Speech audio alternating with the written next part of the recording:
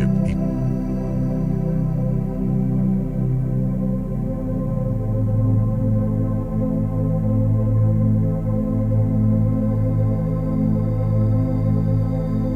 Run. Instructor Cale Varen's voice cut through the training hall like a command carved into stone. If you value your life, you run now. Hundreds of cadets moved instantly. Across the massive simulation chamber, alien students from 12 different worlds turned and sprinted toward the reinforced exits as warning lights flashed above them. The ground beneath their boots shook. The air filled with the deep mechanical roar of something approaching. But 6 humans remained exactly where they stood. Michael Carter did not move. At 22 years old, he had already learned something most people never understood. Panic was just another enemy, and the first thing you lost in panic was the ability to think. Around him, the other human cadets held their positions without a word. Sarah Mitchell glanced toward the retreating crowd, then back at Michael. "Are we seriously not moving?" she whispered. Michael kept his eyes on the dark passage ahead. "Not yet." Sarah looked at him for a moment. "You heard the order, right?" "I did. Everyone else is running." Michael watched the empty space where the other cadets had disappeared. His expression did not change. "Everyone else is supposed to." That answer bothered Sarah more than she expected. She had trained beside Michael for almost a year, and she knew he was not reckless. That was the strange part. Reckless people rushed into danger because they wanted to prove something. Michael never needed to prove anything. He was the kind of person who checked the exits before sitting down in a restaurant. The kind of person who noticed when someone was walking too slowly because they were injured. The kind of person who looked calm because he had already considered everything that could go wrong. Instructor Cale Varen watched from the control platform above the chamber, his blue-gray armored skin reflecting the red emergency lights. For 30 years, he had trained warriors from across the galaxy. He had seen fearless soldiers, brilliant strategists, and arrogant recruits who believed they were invincible. Humans were different. They were smaller than most species in the Academy. They lacked the natural armor of the Dravik. They did not possess the enhanced senses of the Valori. They did not have centuries of recorded warfare behind them. Yet here they were, standing still while everyone else escaped. "Human cadets," Cale said through the communication system. "This is your final warning. Retreat immediately." Michael touched the receiver on his collar. "Instructor, request clarification." Cale narrowed his eyes. Even now, the human was asking questions. "Clarification? Are we ordered to leave the area, or are we ordered to abandon the assigned sector?" For a moment, Cale said nothing. Most cadets would have simply obeyed. That was the purpose of training. Discipline meant following commands. "The area is unsafe," Cale replied. "That is why everyone was ordered to run." Michael looked toward the passage again.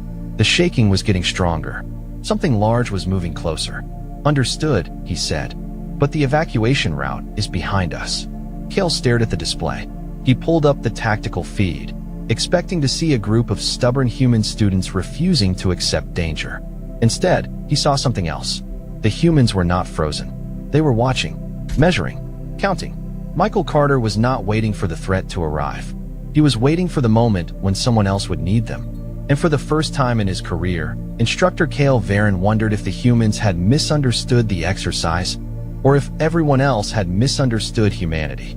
The first thing you learn at the Galactic Defense Academy is simple. When the instructor tells you to move, you move. The words came from Michael Carter's first training manual, and every cadet knew them. Orders existed for a reason. Discipline kept people alive. But standing in the middle of the simulation chamber, with the warning alarms still echoing through the walls, Michael understood something the others did not. Sometimes the hardest part of following an order was knowing what the order was truly meant to accomplish. The other cadets had already reached the emergency corridors. Their voices faded behind the reinforced doors as the evacuation system sealed the exits. The chamber suddenly felt much larger, much quieter. Sarah Mitchell looked at the sealed doors and shook her head. "You know, most people would call this the moment where we admit we made a terrible decision." Michael almost smiled. "Most people are usually trying to survive the first 5 seconds." "And what are we doing?" she asked. Michael looked toward the passage ahead, making sure everyone else gets more than 5 seconds. Sarah followed his gaze. She still did not like the answer, but she understood something important about him. Michael was not brave because he ignored danger. He was brave because he noticed every single part of it. The academy instructors had spent months trying to break human habits out of their training. The humans checked corners. They counted supplies. They studied patterns. They asked questions when everyone else simply accepted instructions. To many alien instructors, those habits looked like unnecessary hesitation. To Michael, they were survival. Above the chamber, Instructor THAYER replayed the tactical feed. He had expected to see stubborn students refusing to accept reality. Instead, he watched 6 humans quietly organize themselves. Daniel Brooks moved toward the control panel near the wall, checking the damaged training equipment. Sarah positioned herself near the emergency beacon. The others watched the entrances. No panic, no shouting, no wasted movement. Kale folded his arms. They are preparing a defensive response. His assistant looked confused. Against a simulation target? Kale did not answer immediately. He had trained thousands of cadets, and he knew every species had a pattern. The Dravik relied on strength. The Valori relied on speed. The Karen relied on numbers. Humans seemed to rely on something harder to measure. Experience. The chamber lights flickered again. This time, the vibration was different. The simulation was supposed to create pressure. It was not supposed to make the entire floor shake. Kale quickly checked the system readings. His expression changed slightly. That is impossible. His assistant leaned closer. What happened? Kale studied the data. The simulation environment has changed. Can you shut it down? I am trying. Below, Michael noticed the change before anyone told him. The sound was wrong. The timing was wrong. Training systems followed patterns. This did not. Sarah looked at him. Michael. He finally turned toward the team. The exercise changed. Daniel looked up from the control panel. Meaning, Michael took a slow breath. He could feel the pressure building, but his voice stayed calm. Meaning we are no longer waiting for the test to begin. He looked at the sealed evacuation doors, then back toward the dark corridor ahead. We are already in it. THAYER had spent 30 years learning one simple truth about training. The moment a cadet stopped respecting danger was the moment they became a danger to everyone around them. That was why the humans confused him. They were not ignoring the threat. They were studying it. From the observation platform, Kale watched Michael Carter and his team move with a level of coordination he rarely saw from experienced soldiers, much less students. They were not trying to look impressive. They were not trying to challenge the instructor. They were simply doing what they believed needed to be done. Human behavior continues to be difficult to classify, Kale's assistant said quietly. Kale looked over. Explain. The assistant brought up the data from the simulation. Every other species followed the evacuation command immediately. The humans remained because they identified a potential problem with the evacuation route. Kale stared at the display. They questioned the command. Yes. That should be a failure. The assistant hesitated. Should it? Kale did not answer. Below, Michael crouched near the control panel while Daniel Brooks examined the damaged equipment. The young engineer ran his fingers across the interface, carefully checking the readings. The system is giving false information, Daniel said. Sarah moved closer. How bad? I do not know yet. The training environment is locked. Some systems are responding like the exercise is still active, but others are behaving like they are outside normal parameters. Michael looked at the emergency display. Can we communicate with the control room? Daniel shook his head. The connection is delayed. Sarah crossed her arms. So the famous Galactic Defense Academy has a training exercise that can trap students inside and cut communication? Michael glanced at her. That is not what concerns me. She looked at him. Then what does? Michael pointed toward the far end of the chamber. The system sealed the doors after the evacuation order. Sarah followed his eyes.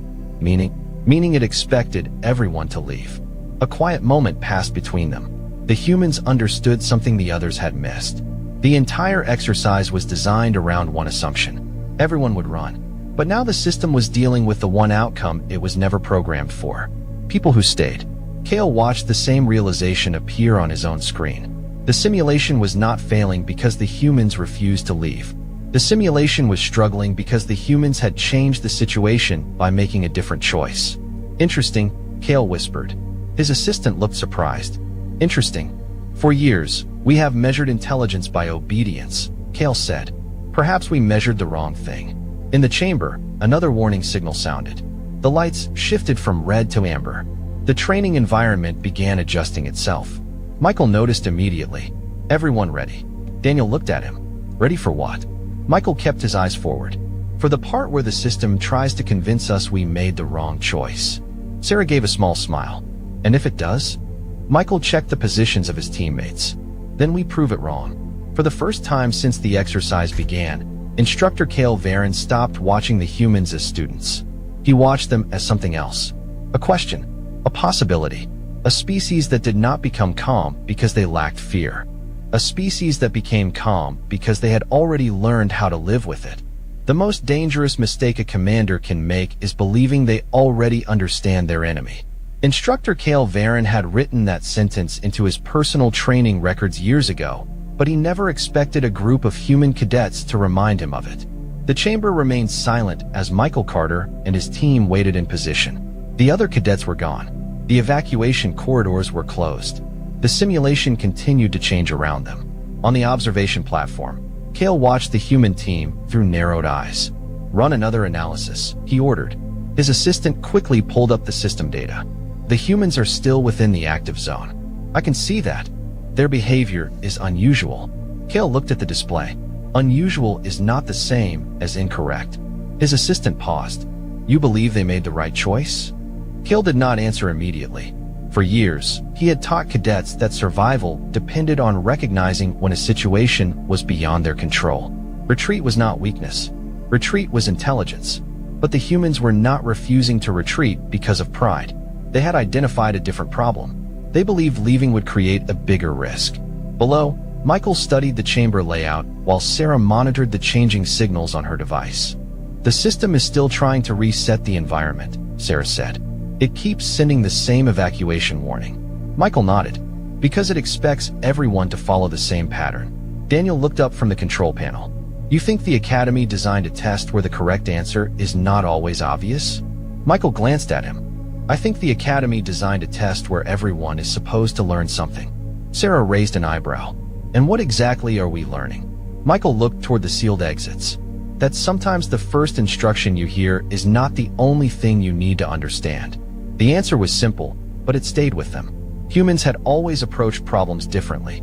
They did not only ask what was happening, they asked why it was happening. That difference had confused other species since humanity joined the wider galaxy. Many civilizations valued perfect systems. Humans valued adapting when systems failed. Cale continued reviewing the simulation logs. Then he noticed something hidden inside the data. The humans had not only remained in the chamber, they had unknowingly corrected a weakness in the exercise design. Their presence was keeping the system from entering a complete shutdown cycle. Assistant, Cale said quietly, bring up the original test parameters. A few seconds passed. The information appeared on screen. Cale studied it carefully. The exercise was created to measure decision-making under pressure. Students were expected to identify threats, follow commands, and survive. But there was one variable the designers had not considered. A group that prioritized protecting others over personal safety. They changed the entire evaluation, Cale said. His assistant looked confused. The students changed the test? No, Cale replied. They revealed what the test was missing. Inside the chamber, Michael heard another alert. This one was different. The sound was lower, more controlled. The simulation was no longer pushing them to leave. It was beginning to observe them. Sarah noticed it too. It is watching us now. Michael nodded. Yes. Daniel looked between them. That is supposed to make me feel better? Michael finally allowed a small smile. No, but it means we are asking the right questions. Above them, Instructor Cale Varen leaned closer to the screen. For the first time in decades, he was not evaluating cadets. He was learning from them. And that was something the galaxy had rarely forced him to do. The moment a system stops following its own rules is the moment you discover what it was never prepared for. Instructor Cale Varen watched the simulation chamber with complete silence as the environment continued changing around the human cadets. The Academy had designed thousands of scenarios, each one carefully calculated to test judgment, teamwork, and survival instincts. But this was different. The system was no longer measuring the students. It was reacting to them. Inside the chamber, Michael Carter noticed the same thing.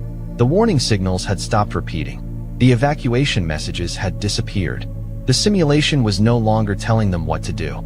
It was waiting. That is new, Daniel Brooks said while looking at the control panel. The system has stopped giving instructions. Sarah Mitchell looked toward Michael. Usually that means the test is over. Michael shook his head. No, usually that means the test has changed. Sarah sighed quietly. You know, most people would hear that and immediately want to leave. Michael looked at her. Most people are not wrong. She gave him a confused look. Then why are we still here? Michael paused for a moment. It was not because he wanted to prove something. It was not because he believed humans were better than everyone else. The truth was much simpler. Because nobody else is. That answer stayed in the air for a few seconds. Daniel looked away, checking the equipment again. He understood. Humans had a habit that confused other species. They did not always choose the safest option for themselves. Sometimes they chose the option that gave everyone else a chance. On the observation platform, Cale heard the conversation through the communication feed. He expected arrogance. He expected some dramatic declaration about human courage. Instead, he heard something much more ordinary. Responsibility. They do not see themselves as heroes, Cale said quietly. His assistant looked over. Then how do you explain their behavior? Cale watched Michael move through the chamber. They see a problem, and they solve it. The simplicity of the answer bothered him. For years, the galaxy had categorized humanity based on physical measurements and historical records. Humans were not the strongest species. They were not the oldest civilization. They did not have the most advanced technology. Many instructors had assumed those limitations would define them. But watching Michael Carter and his team, Cale realized something important. A species was not defined only by what it had. It was also defined by what it refused to abandon. Suddenly, the chamber lights changed again. A new message appeared on every display. The system had generated an additional evaluation phase. Daniel read the information and frowned. It is creating a new scenario. Sarah looked at Michael. Did the Academy plan this? Michael studied the message carefully. I do not think so. Then why is it happening? Michael looked toward the observation window above them. For a brief moment, he and Cale Varen looked directly at each other. Neither of them spoke, but both understood the same thing. The humans were not just taking the test anymore. The test was learning from them. And for the first time in the history of the Academy, the instructors were not certain they were the ones in control. The hardest lessons are rarely the ones where you are told what to do. They are the ones where nobody tells you anything at all. The new message on the chamber screens remained visible for several seconds, waiting for a response. Michael Carter looked at it carefully, studying every word. The Academy had removed the instructions. It had removed the obvious choices. Now it was testing something deeper. Decision-making without certainty. Sarah Mitchell stepped closer to the display. So what happens now? Michael looked around the chamber. We find out what the system thinks we should do. Daniel Brooks gave a small laugh.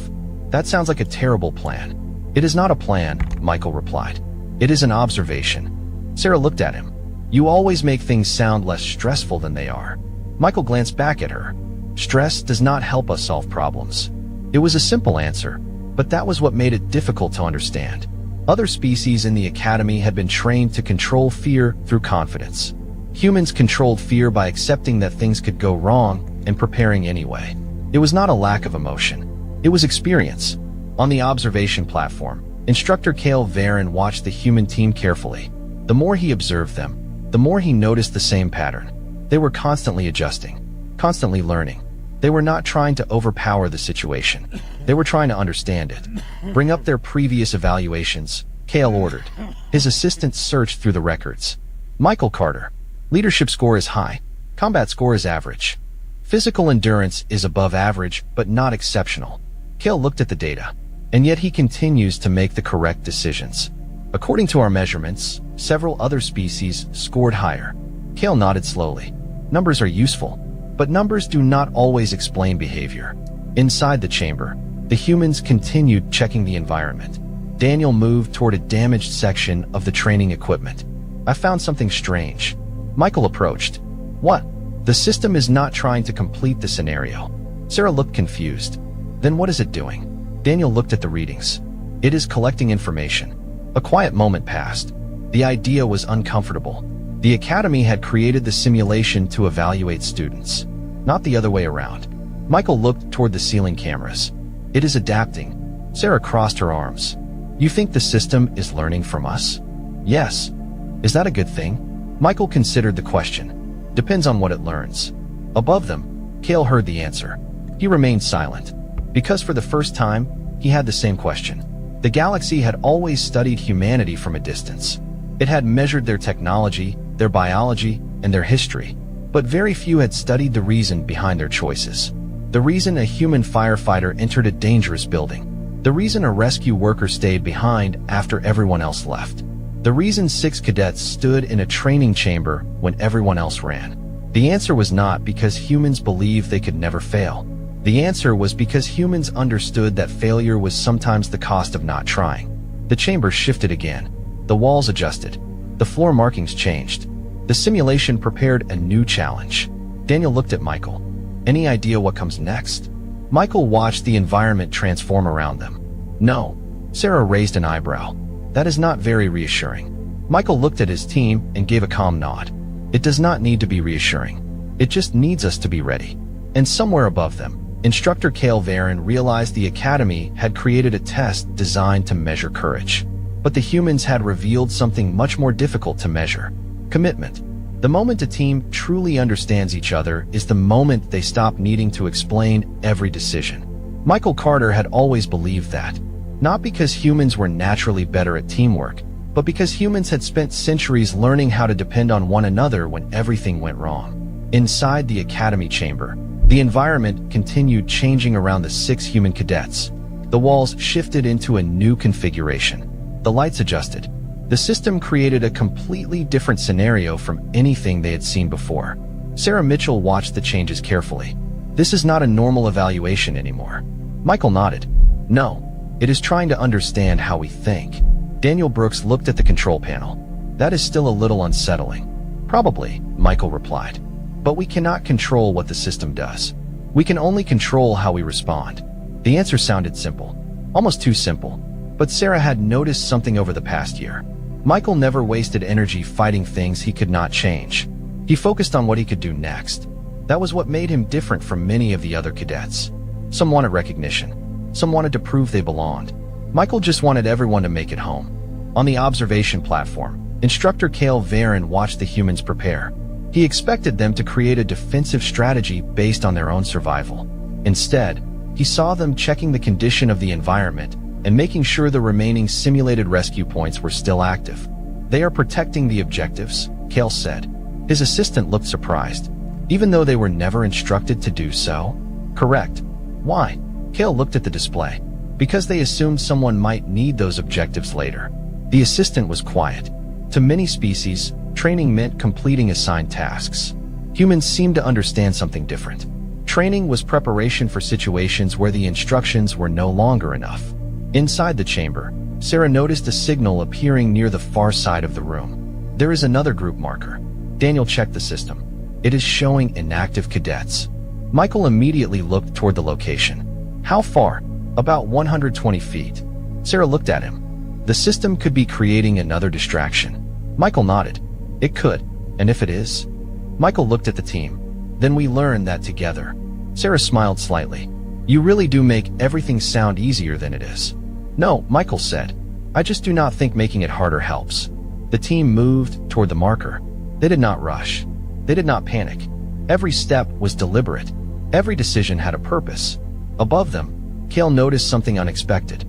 The humans were not trying to beat the simulation. They were trying to understand what the simulation needed from them. That was a completely different approach. For the first time, Cale wondered if the Academy had spent too much time teaching students how to survive challenges and not enough time teaching them why challenges existed. The chamber reached its next phase. The system displayed a final message across the walls. Evaluation parameter updated. Daniel looked at the words. Updated by who? Nobody answered. Michael looked upward toward the observation platform. He knew Instructor Cale was watching. He also knew the instructor was asking the same question. The humans had entered the chamber expecting a test. But somewhere along the way, something had changed.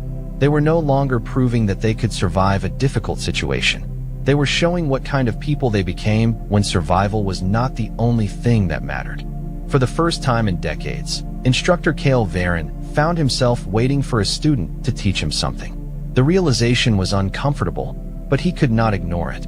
Inside the Academy chamber, Michael Carter and his team continued through the changing simulation with the same calm, focus they had shown from the beginning. They were not searching for an easy answer. They were searching for the right one.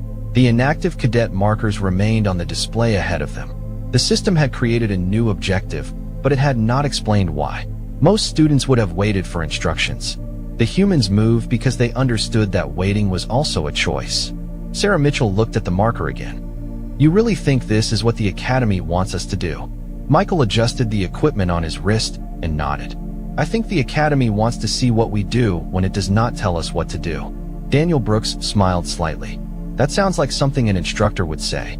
Michael looked at him. "Maybe that means they are starting to understand us." The three of them continued forward, carefully observing every change around them. They checked the environment, reviewed the information available, and made sure nobody was left behind. There was no dramatic speech, no moment where they declared themselves better than anyone else. They simply followed the same principle they had followed since entering the chamber. Nobody gets forgotten. On the observation platform, Cale watched silently. His assistant looked at the screen and spoke softly. "They are moving slower than the other cadets would." Cale nodded. "Yes. Most species would consider that inefficient." Cale continued watching. "Most species measure efficiency by speed." He paused. "Humans measure it by outcome." The statement surprised even him. He had spent years teaching students to calculate risks, but the humans approached risk differently. They did not pretend danger was not real. They accepted that every decision had consequences. The difference was what they were willing to risk for others. Inside the chamber, the inactive markers changed location. Daniel noticed first. The system is moving them. Sarah looked confused. "Why would it do that?" Michael studied the display. "Because it is adjusting based on our choices." "So it is testing our reaction?" Sarah asked. Michael nodded. "Maybe." She looked at him. "And what does it learn if we fail?" Michael looked toward the new marker location. "That we are not ready. And if we succeed?" Michael was quiet for a moment. "Then it learns something too." Above them, Cale heard the exchange. He realized something important. The humans were not obsessed with winning. They were focused on becoming better than they were before. That was a concept many civilizations struggled to understand. They believed strength came from superiority. Humans often found strength in improvement. The chamber lights softened as the final stage approached. The system displayed one final message: instructor evaluation required. Cale froze. The assistant looked at him. "It is asking for your assessment." Cale stared at the words. For the first time, the Academy was not asking him to judge the students. It was asking him to judge the lesson. He looked down at Michael Carter and the other human cadets standing together in the center of the chamber. They were not the strongest students in the Academy. They were not the fastest. They were not the most advanced. But when everyone else had followed the safest path, they had chosen the path that protected the people around them. Cale slowly reached for the evaluation console. And for the first time in his career, he did not know what score to give. Because the humans had not simply passed a test. They had changed the meaning of one. The greatest lessons are not always the ones written in a manual. Sometimes they are the ones people remember long after the classroom is empty. The final evaluation screen remained active above the Academy chamber, waiting for instructor Cale Varon to make his decision. For several seconds, nobody moved. The entire observation platform was silent. The galaxy's most respected training academy had prepared Cale for countless situations, but not this one. He had expected to evaluate students. He had not expected the students to change the way he viewed training itself. Inside the chamber, Michael Carter stood with his team as the simulation slowly returned to normal. The shifting walls stopped. The warning lights faded. The pressure that had filled the room disappeared. After hours of uncertainty, the chamber finally became quiet. Sarah Mitchell looked around and let out a slow breath.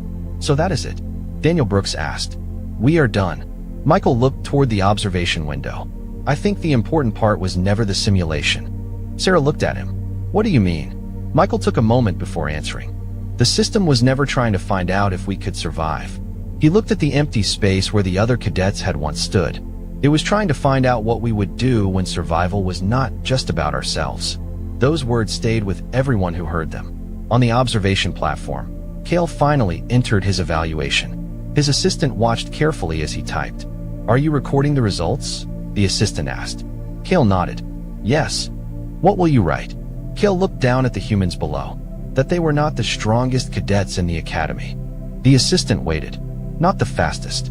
Not the most advanced. Not the most experienced. Cale paused. But when uncertainty appeared, they did not search for someone else to blame. They searched for someone who needed help. The assistant was quiet. It was a simple observation, but it carried more meaning than any ranking score. When the chamber doors finally opened, the human cadets walked out without celebration. No cheering. No demands for recognition. No need to prove they had been right. Michael simply looked back at the training room one last time. Cale approached them. For the first time since they met, the instructor did not look at them like students. He looked at them like equals. "I owe you an apology," Cale said. Michael seemed surprised. "For what?" Cale looked at the group. "For believing that courage meant having no fear." He glanced toward the chamber. "I was wrong." Michael nodded slowly. "Most people are when they first see us." Cale almost smiled. "And what should they understand?" Michael thought about the question. He could have given a powerful answer. He could have talked about humanity's strength or history or achievements. Instead, he simply said that we are not the people who never feel afraid. He looked back at his teammates. We are the people who decide what matters more than fear. Years later, that training exercise would become one of the most discussed moments in the Academy's history. Not because the humans defeated a challenge. Not because they proved they were better than anyone else. It was remembered because they showed something every species could understand. Strength was not always about standing above others. Sometimes strength was choosing to stand beside them when walking away would have been easier. And across the galaxy, whenever new cadets entered the Academy for the first time, they were taught the same lesson. Not every warrior is remembered because they won. Some are remembered because when everyone else moved, they were the ones who stayed. The grand hall was filled with a hum of whispered voices, the excited chatter of young minds eager to prove themselves. The Alien Academy had brought together students from across the galaxy, each from a different species, to be tested on their knowledge and abilities. The vast, crystalline structure of the Academy sparkled in the starlight, its walls covered in holographic projections of galaxies, distant stars, and planets. This was no ordinary school. This was a place where beings from all corners of the universe came to push their limits, where the best minds came to be sharpened. Here, knowledge was not just a pursuit, it was an honor, a responsibility. At the front of the room stood Professor Julgar, a being known across the galaxy for his intellect and vast understanding of cosmic science. His species, the Veltrians, were renowned for their encyclopedic knowledge of astronomy, physics, and the intricacies of the universe. They had studied the stars for millennia, tracing their movements with precision that few other species could even begin to comprehend. Julgar's reputation had made him both respected and feared among his students. His classroom was a mix of pupils from different worlds, each of them representing an advanced species with unique abilities, technologies, and philosophies. Some had seen the birth of stars, others had traveled across vast distances between galaxies in a mere moment. But despite their impressive feats, Julgar was known to have an edge over them all. His tests were notoriously difficult, designed not just to assess knowledge but to challenge the very essence of what his students thought they knew. Today was no different.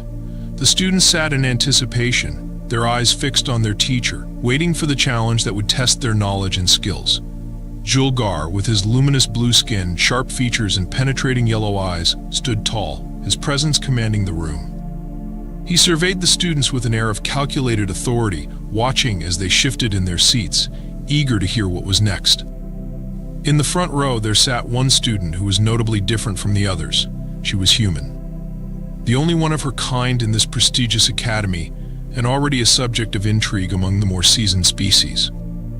Her name was Monica, and she had come from Earth, a relatively young and primitive world compared to the advanced civilizations surrounding her.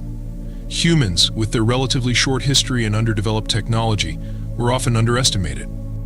Despite this, Monica had earned her place in this academy based on merit alone, having proven herself in earlier tests where many of her peers faltered. But today she was about to face her most difficult challenge yet. Julgar's voice broke the silence, reverberating through the room with a deep, melodic resonance that commanded attention. Today we test your understanding of the universe. I will ask you to demonstrate not only your knowledge but your ability to think creatively under pressure, he said, his words deliberate, precise. The students exchanged glances. some already preparing for what would undoubtedly be a complex task. Julgar continued, his gaze sweeping across the room. You will be tasked with something quite simple at first glance: draw a map of the solar system. But you are not just to trace the familiar planets, moons, and stars you know so well. No, your task is to accurately represent the celestial bodies that exist in our solar system, mapping their movements, orbits, and positions with perfect precision. A murmur rippled through the room. The challenge seemed easy enough, at least for those who were accustomed to the vastness of space. Most of the species here had access to advanced technology, star charts, and hyper-intelligent AI systems capable of mapping the stars with ease. But for Monica, the challenge was different. She had no such tools. She was human, a species that had only recently developed rudimentary space exploration technology. She had only ever seen the stars through the lens of a telescope, never having ventured beyond her own planet's orbit. The other students knew this well, and many of them exchanged skeptical looks. To them, the human's task seemed daunting, if not impossible. Julgar turned his attention to Monica. You young human, he said, his tone neutral but laced with an underlying challenge. You have earned your place here. Now show us what you can do. His yellow eyes locked with hers, assessing her every move. Monica, though feeling the weight of the moment, did not flinch. She stood up, her palms sweating slightly, but her gaze was unwavering. She had prepared for this, even if she had never quite expected it to be so daunting. Taking a deep breath, she walked to the front of the room, where a large holographic board hovered in midair, awaiting her instructions. It was a simple device, an interactive surface that could record and project images based on the user's gestures. Monica stood before it, ready to begin. The other students watched in silence, their eyes trained on her as she slowly extended her hand to the projection panel. She closed her eyes for a moment, collecting her thoughts. Then, with a steady motion, she began to draw. The first line she drew was simple, an outline of the sun. The other students nodded, some even muttering to themselves about how expected and standard the human's work was. It was an easy place to start, and they expected nothing more than the basics: the inner planets, the asteroid belt, and the outer giants. But as Monica's hand moved across the projection panel, something unusual began to happen. Instead of following the expected pattern of planetary orbits, Monica's map began to veer off in unexpected directions. She drew strange lines connecting distant stars, some of which were well beyond the solar system, well outside the realm of any known human knowledge. She traced paths that connected the sun to other systems, some containing planets not yet discovered, and others completely unknown to science. The other students looked on, their confusion mounting. Julgar, too, was taken aback. His eyes narrowed as he watched Monica's hand glide effortlessly across the board. She wasn't just mapping the planets of the solar system, she was creating a blueprint that extended far beyond the known territories of space. Her movements were deliberate, each stroke forming a new constellation, a new cluster of stars, and even distant, uncharted galaxies.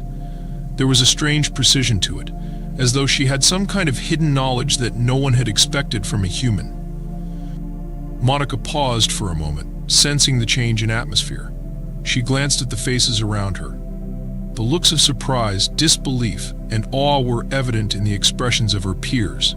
Her heart raced, but she focused on the task at hand, continuing to map the unknown regions of space with calm determination. As she drew the final lines, the map was no longer just a simple diagram of the solar system. It had expanded into something much greater. The human had created a map that was both beautiful and perplexing. It connected worlds and stars that the other species present had never heard of, stars that even Julgar had never seen in all his millennia of studying the cosmos. The room was silent now, the air thick with tension. The alien teacher, for the first time in his life, felt a sense of awe and confusion. Monica stepped back from the board, her hand trembling slightly from the effort. The room remained quiet, as if everyone was waiting for something, anything to explain what they had just witnessed. Julgar took a step forward, his voice unusually soft. "Tell me, human," he said. His words weighed with both curiosity and skepticism. "How do you know this?" Monica looked at him and smiled, though she had no answer to give.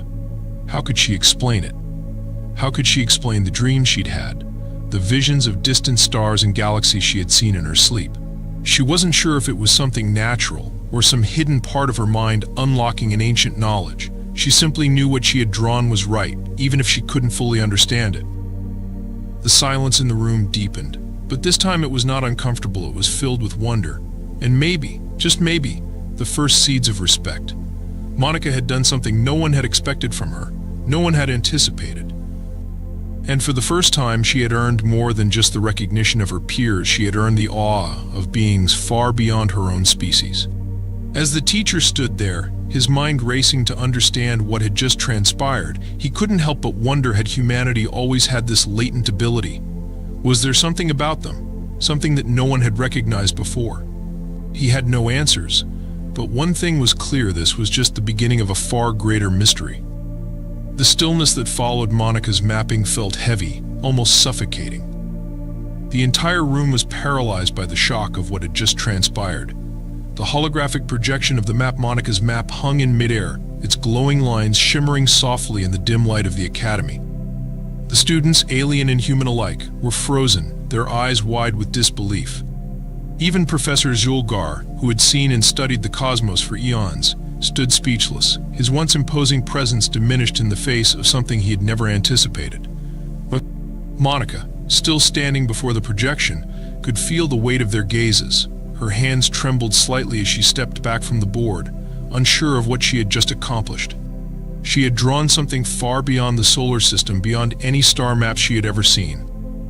It wasn't just the familiarity of the orbits and the planetary arrangements that had caused her hand to move with such ease. It was the sense of recognition that washed over her as she traced the paths, the stars, the distant galaxies. She had known these things, even if her mind couldn't fully comprehend how. It was as if something deep within her, some forgotten memory or instinct, had unlocked when she stood before the map. The silence lingered in the air, thick and oppressive. The other students, many of whom had never interacted with a human before, exchanged confused and anxious glances. Some looked at each other, as if seeking validation for what they had just witnessed. Others stared at the map, their eyes scanning the uncharted stars and planets, trying to make sense of the inexplicable. It wasn't just a mere coincidence, they thought. Monica's map was too accurate, too detailed to be the result of imagination alone. The lines she had drawn weren't just fanciful strokes, they were deliberate, precise. They represented something far more profound than anyone had expected from a human. Julgar, despite his shock, regained his composure first. His sharp eyes, usually cold and calculating, were now filled with an unmistakable mixture of confusion and curiosity. He stepped forward slowly, his long, slender fingers reaching out to the projection, hovering just above the map as if afraid to touch it. He traced the lines with his eyes, his mind racing to process the impossible. "Tell me, human," Julgar finally spoke, his voice low but filled with an intensity Monica had never heard before. "Where did you learn this?" His tone wasn't accusatory, but it carried the weight of a question that demanded an answer. The room seemed to hold its breath as the professor's gaze locked with hers, searching for any hint of a trick, any explanation that might offer a reasonable answer. Monica swallowed, her throat dry. She had no answer. She didn't know how she had known these things, how she had drawn the map with such precision. It wasn't just the solar system she had mapped, it was entire regions of space that should have been beyond human knowledge. Her hand had traced paths to distant stars, galaxies and nebulae that no one, not even the most advanced species present, could claim to have discovered. She had connected the dots, drawing connections between celestial bodies that shouldn't have been connected. And yet, there they were, laid out before them, like pieces of a puzzle she had never seen before. I don't know, Monica said, her voice barely above a whisper. The words felt inadequate even to her. How could she explain this? How could she put into words the feeling she had experienced while drawing? The sense of recognition, the inexplicable pull of certain constellations and galaxies. It just came to me, she added, hoping that her vague explanation might at least make sense to some of them. Julgar didn't respond immediately. Instead, he studied her closely, his mind racing as he processed the impossibility of it all. He had spent lifetimes studying the stars, charting the movements of countless galaxies. His species had the technology to map the universe with unprecedented accuracy. Yet here was this human, this young, unassuming human who had somehow, unknowingly, drawn a map that not only included the known solar system but also star systems, planets, and nebulae that were completely unknown to any of the gathered species. It was as though she had access to some hidden knowledge, some cosmic secret that eluded even the most advanced minds. The teacher's gaze flickered to the map again, this time taking in the fine details. There were connections between distant solar systems, stars that were positioned in ways that defied conventional understanding. There were anomalies, pathways that shouldn't exist according to known physics. It was as if Monica had drawn a path through space-time itself, something no one, not even the greatest minds, had ever thought possible. The map was more than just a collection of stars. It was a blueprint for the cosmos, an interconnected web of celestial bodies and phenomena that seemed to be in perfect harmony. Julgar's mind, usually so sharp and methodical, felt momentarily dull in the face of the inexplicable. His species had studied the cosmos for millennia, cataloging every star, every planet, every black hole. Yet here was this human, an outsider, who had somehow pierced the veil of knowledge that had eluded the greatest minds for centuries. Was it possible that this human, this earthling, held the key to a deeper understanding of the universe? Was it possible that she had access to knowledge that had been hidden for eons? The professor turned his gaze to the rest of the students, whose expressions ranged from disbelief to intrigue. Some had begun to whisper among themselves, their voices filled with a mix of awe and confusion. Others simply stared, as if they were waiting for someone to explain what had just happened. Monica's map had shattered their perceptions of what was possible. No one, least of all a human, was supposed to be able to do this. One of the students, an alien with translucent green skin and large, bulging eyes, stepped forward. "Professor," she said hesitantly, her voice trembling slightly, this can't be right. How could she have known all of this? She gestured toward the map, as if to highlight the impossibility of it all. "There are systems here that no one has discovered. We've mapped the stars for centuries, and we've never seen anything like this. Not even the oldest archives in the galaxy contain these planets." The other students murmured in agreement, their skepticism growing with each passing second. The idea that a human, someone with so little access to advanced technology, could map the stars with such precision was inconceivable to them. They had assumed that Monica's knowledge would be limited to the basic understanding of the universe, perhaps a simple representation of the solar system with its familiar planets and moons. But instead, she had done the unthinkable. She had charted an entire network of galaxies and star systems that defied all logic. Julgar turned back to Monica, his gaze softening. "You say you do not know how you did this," he said, his voice now more contemplative. "But I must ask, are you sure? Could this be a product of some unknown ability of your species? Perhaps a latent talent that you yourself are unaware of?"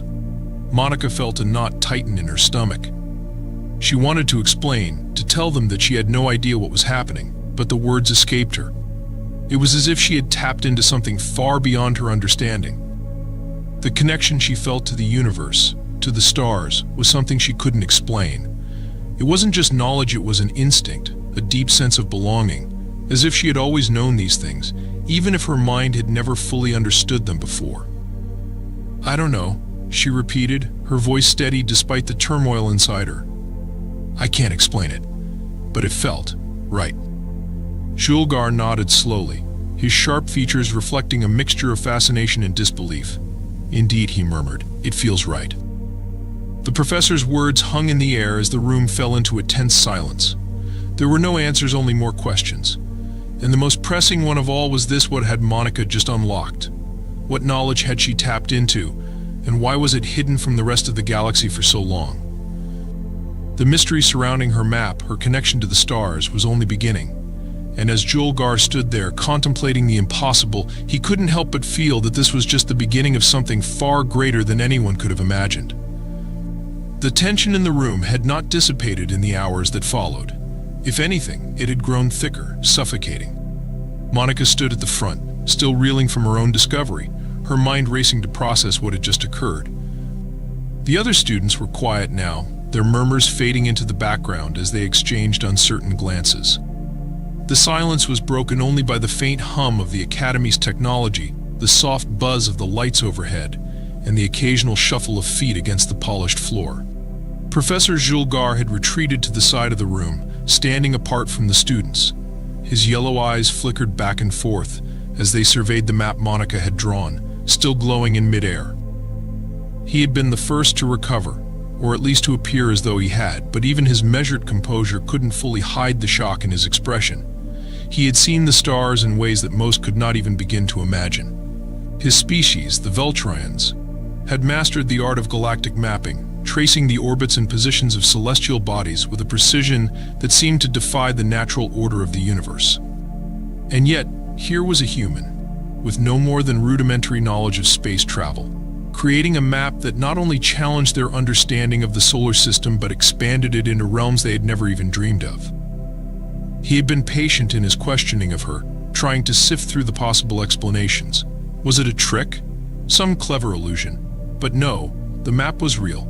It pulsed with the energy of the cosmos, the distant stars beckoning from beyond the confines of known space.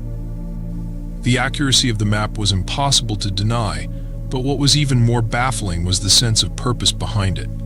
There was a rhythm to the way the stars were connected, a design that transcended mere coincidence. Julgar's mind was racing. He knew that something extraordinary had just occurred, something that would change the course of galactic history. The question, however, was whether this was simply an accident, a fluke of some kind, or whether there was something deeper at play. Could Monica, this human, have unlocked a hidden knowledge, an ancient secret that had eluded even the most advanced minds? The map, still suspended in the air, beckoned him to come closer. Julgar's gaze shifted to the smaller details now, examining the various regions Monica had drawn. There were lines connecting distant stars, clusters of planets that he had never seen in any of the extensive archives of his people. There was a faint hum emanating from the map, almost like a whisper, as though the stars themselves were alive, trying to communicate. He took a slow step forward, his mind still processing the impossible. Monica, standing near the projection, felt his gaze on her again, but she couldn't bring herself to meet his eyes. She wasn't sure what to say. How could she explain it? How could she explain the strange compulsion she had felt while drawing the map? It was as if she had been guided by something or someone something that was beyond her understanding. The map wasn't something she had created with her conscious mind. It had come from somewhere else, somewhere deep inside her. Human, Julgar's voice finally broke the silence, his tone softer now, less forceful than before. This map, it contains more than just the familiar constellations and planets. It is different. There are regions here that no one, not even the greatest scholars of the galaxy, have discovered. You have drawn stars and planets that should not exist in any known catalog. Monica nodded slowly, still unsure of what to say. Her heart was racing, her thoughts spinning in 1,000 directions at once. "I don't know how I did it," she said again, the words feeling weak and hollow, even as they left her lips. "It's like I knew these places, like I've been there before." The other students were still silent, watching her with a mix of disbelief and awe. One of them, a tall, insectoid being with segmented limbs and translucent wings, leaned forward, his multiple eyes blinking rapidly as he studied the map. "There is no record of these places in any archive," he muttered, more to himself than to anyone else. "I have scoured the galaxies for knowledge of every star system, every black hole and nebula. But this is nothing I have ever seen." Julgar stepped back, his brow furrowing as he processed the implications. If the regions Monica had drawn were real, if they truly existed in some distant corner of the universe, it could mean one of two things: either she had discovered a hidden part of the galaxy that no one had ever seen, or there was something far more profound at play here. Was it possible that Monica was somehow tapping into a lost or ancient knowledge? Could this be something that was buried within the very fabric of the universe, something that even the most advanced species had overlooked? His mind raced with possibilities, none of them entirely comforting. If Monica had truly discovered something so far beyond their collective understanding, then the implications were enormous. For the first time in his life, Julgar felt a sense of vulnerability. The galaxy, as vast and as complex as it was, suddenly seemed even more mysterious than he had ever imagined. "Perhaps," Julgar said after a long pause, his voice tinged with a rare sense of uncertainty, "there is more to this human than we understand. It is possible that she is connected to something, some source of knowledge that we have been unable to perceive." Monica swallowed hard. It was as if Julgar's words had unlocked something deep within her.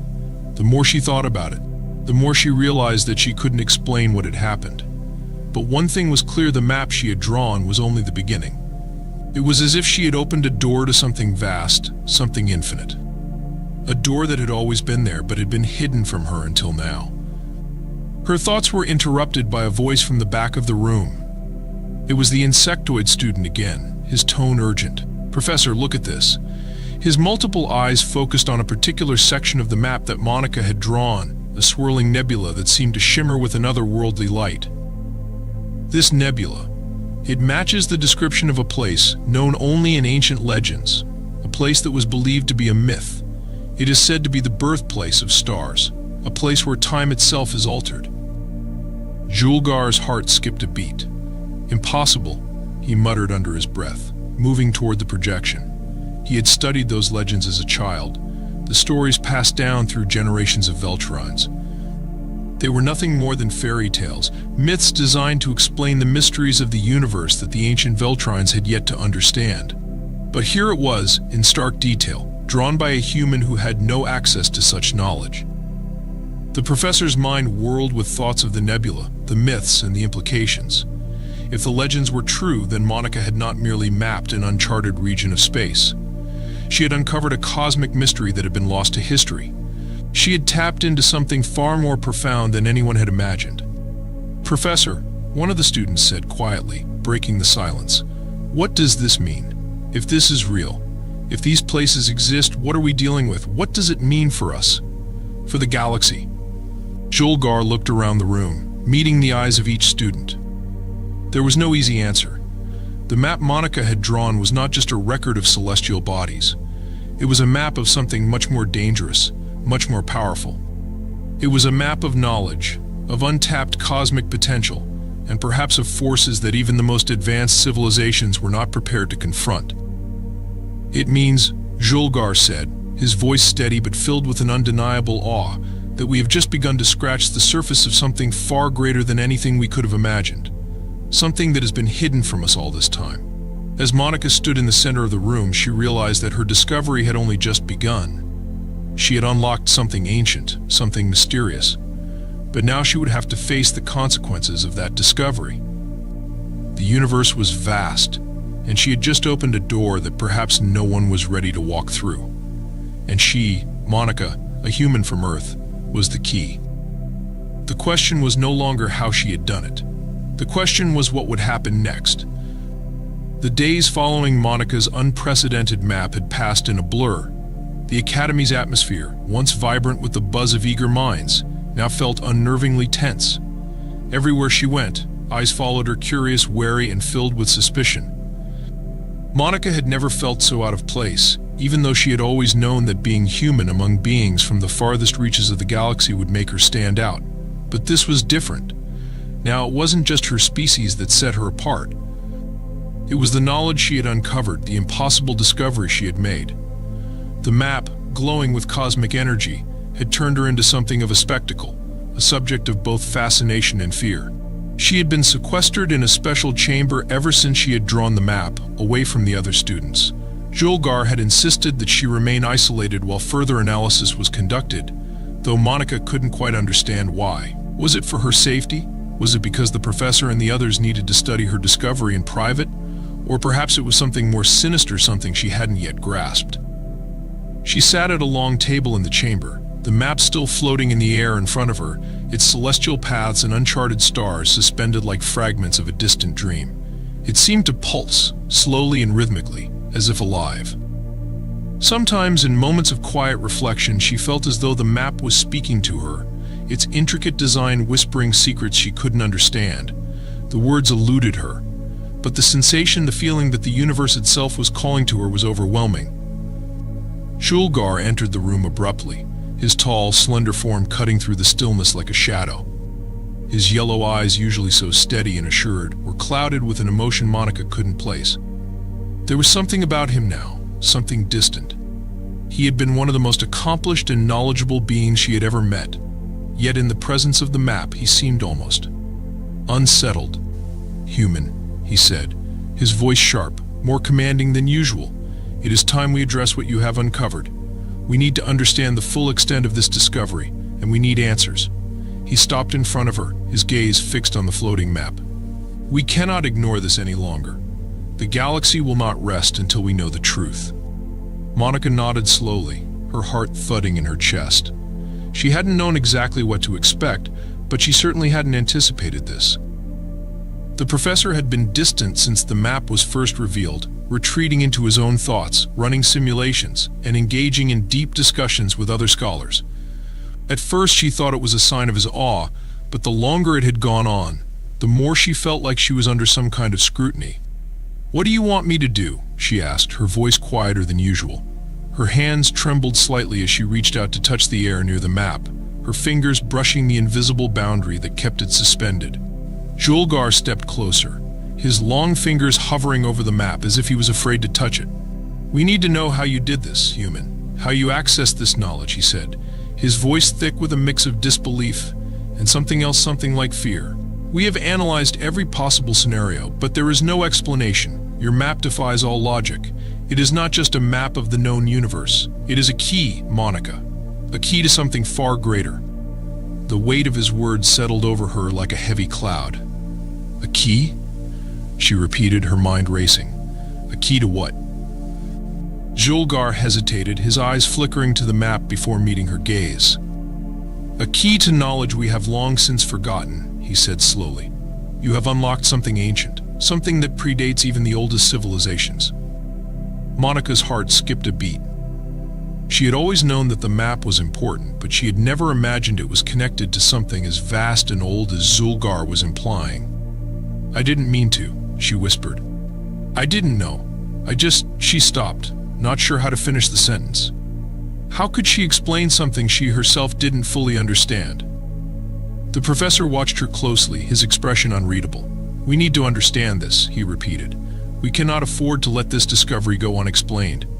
The very fabric of the universe could be at stake." For a moment, neither of them spoke. The only sound was the faint hum of the map, its glowing lines flickering like distant stars. Monica's mind was swirling with questions. What had she unlocked? What was this key Julgar was talking about? And why did she feel such an overwhelming pull toward it? There was something ancient and powerful embedded in the map, something that seemed to call out to her. After a long pause, Julgar turned toward her again, his tone more measured this time. "There are those who will want to exploit this knowledge. There are factions, races in the galaxy that would stop at nothing to gain access to what you have discovered. I must ask you, Monica, to be very careful. You must not share this map with anyone else, not yet, not until we fully understand its implications." She nodded, her stomach tightening. She hadn't considered the possibility that there might be others who would seek to control or destroy what she had found. It hadn't occurred to her that her discovery could be a threat, but now she saw the truth of it. This wasn't just about knowledge, it was about power. And the last thing she wanted was to become a pawn in some intergalactic struggle she couldn't even begin to comprehend. "Do you understand?" Julgar asked, his gaze intense. "Yes," she replied, her voice steady despite the storm raging in her chest. "I understand." The professor nodded slowly, then turned back to the map. "We must act quickly. We will begin by isolating the regions you have identified. We will scan the coordinates, gather data from the galaxy's most advanced telescopes, and compare your map with our own records. If what you have drawn is real, then we must be prepared for what comes next." As Julgar moved away from her, Monica couldn't help but feel a sense of unease. Something about the way he spoke, the urgency in his voice, made her realize that the stakes were far higher than she had imagined. This wasn't just about an academic discovery, this was about something that could alter the course of galactic history. The professor's next words only deepened her concern. "We will need to alert the Council," he said quietly, almost to himself. "If this knowledge is truly as powerful as I suspect, then we will need their help. There are forces at play here that we cannot handle alone." Monica felt a chill run down her spine.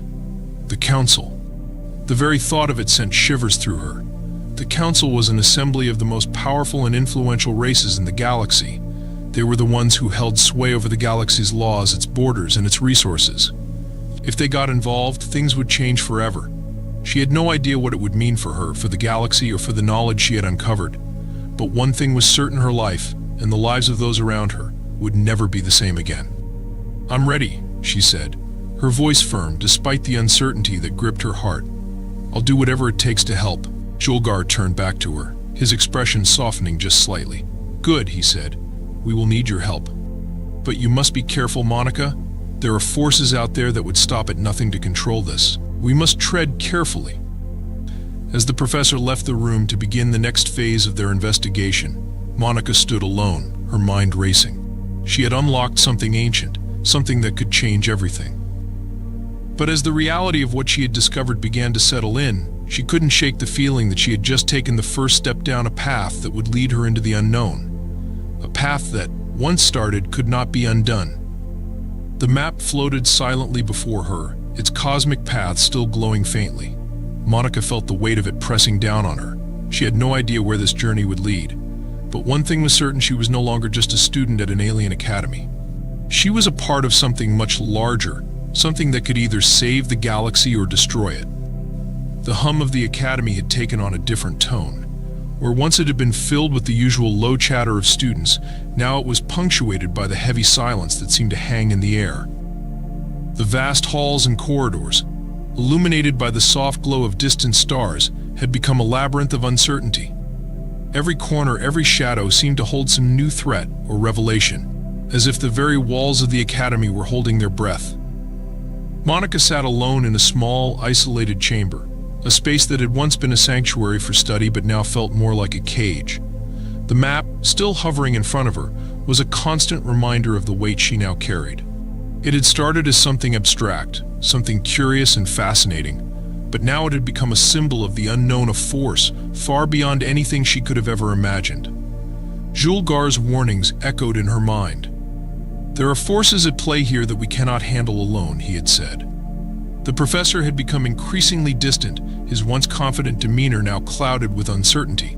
He had told her that the Council, the most powerful assembly of beings in the galaxy, had to be alerted, that there were factions out there who would stop at nothing to control the knowledge she had unlocked.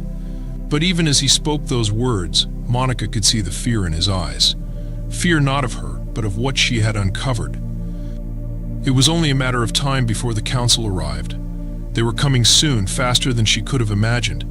But as the days passed, Monica couldn't shake the feeling that she was being watched. She would catch glimpses of figures in the halls, cloaked in shadows, their eyes always on her. The tension was palpable, the weight of her discovery pressing down on her like a physical force. One evening, as Monica walked through the corridors, she was stopped by a figure in a dark cloak. The figure was tall, imposing, with eyes that seemed to gleam in the dim light. "You've unlocked something," the voice said, low and menacing. "Something that could change everything." Monica froze, her breath catching in her throat. She had seen this figure before, once in the background, always watching. "Who are you?" she demanded, her voice steady despite the fear that gripped her. The figure stepped closer, his face still obscured by the cloak. "I am someone who understands the gravity of what you've done. You've opened a door, Monica, a door that cannot be closed once opened." His voice dropped to a whisper. "And there are those who will stop at nothing to make sure they control what you've discovered." Her heart raced as she took a step back. "What do you want from me?" she asked, her voice barely above a whisper. The figure reached out, his hand brushing the edge of the floating map, sending a ripple through its holographic projection. "We want to help you," he said, his tone shifting. "But the Council will not. They will seek to control you, to use your discovery for their own gain. You have something they cannot understand, something that they fear. The galaxy is at a crossroads, Monica, and you are the key."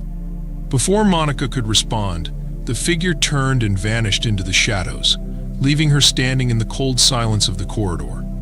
She was shaken, her mind racing as she tried to make sense of what had just happened. Who was he?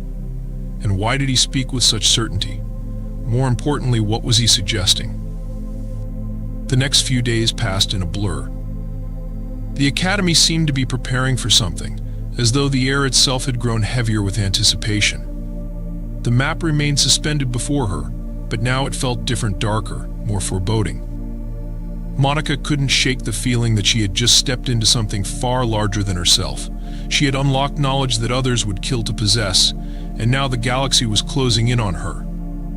The Council arrived without warning, a fleet of sleek, imposing ships descending on the academy like a shadow. Their arrival was swift, their presence undeniable. They were not here to ask questions, they were here to take control. The council's representatives were beings of unimaginable power, each one a leader of their species, each one determined to maintain their hold over the galaxy. But none of them could have predicted what they would encounter here. As Monica was escorted into the council chamber, she could feel the weight of their gazes on her. The room was vast, filled with beings from across the galaxy, tall, short, humanoid, and alien. Each one seemed to be watching her, studying her, sizing her up. In the center of the room, an elevated platform was occupied by the council's leaders, their eyes sharp and calculating. Julgar stood off to the side, his face a mask of resolve. "You are the one who unlocked this knowledge." One of the council members, a towering figure with dark, shimmering skin, asked, his voice echoing in the chamber.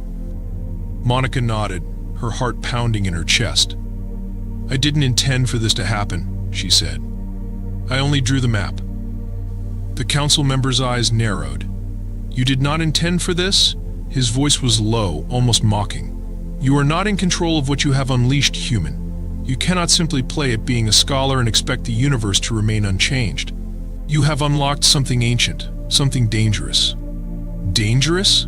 Monica's voice trembled, but she steeled herself. "It is knowledge. It's not dangerous unless you choose to use it as such." The room fell silent, the council members exchanging glances. They were not accustomed to being challenged, especially by someone so insignificant in their eyes. But Monica's words had hit a nerve. The power she had unlocked, the knowledge that she had so innocently drawn, was now a weapon, one that could reshape the galaxy, for better or for worse. "We are here to ensure that this knowledge does not fall into the wrong hands," another council member said, his voice cold and measured. He was a being with large, transparent wings and a long serpentine neck. His eyes locked onto Monica's, filled with unspoken threats. "You will turn over your map, Monica. You will hand over the key to this knowledge." Monica felt a surge of fear rise within her, but she forced herself to remain calm. "I can't just give it to you," she said firmly. "It's not yours to take." The council members exchanged a look of disbelief. They had underestimated her, just as they had underestimated humanity. But this was not about a simple map. This was about control, about who would wield the power of the ancient knowledge Monica had uncovered. The galaxy was on the brink of a new era, and it was clear that the council would not let go of the reins without a fight. "You have no choice," the winged council member said, his voice laced with venom. "You will give us what we seek, or we will take it by force." Julgar stepped forward, his voice quiet but firm. "I cannot allow this," he said, his eyes fixed on the council. "You cannot take what does not belong to you. You may control galaxies, but you do not control knowledge, especially not this knowledge." The council members were silent for a moment, considering Julgar's words.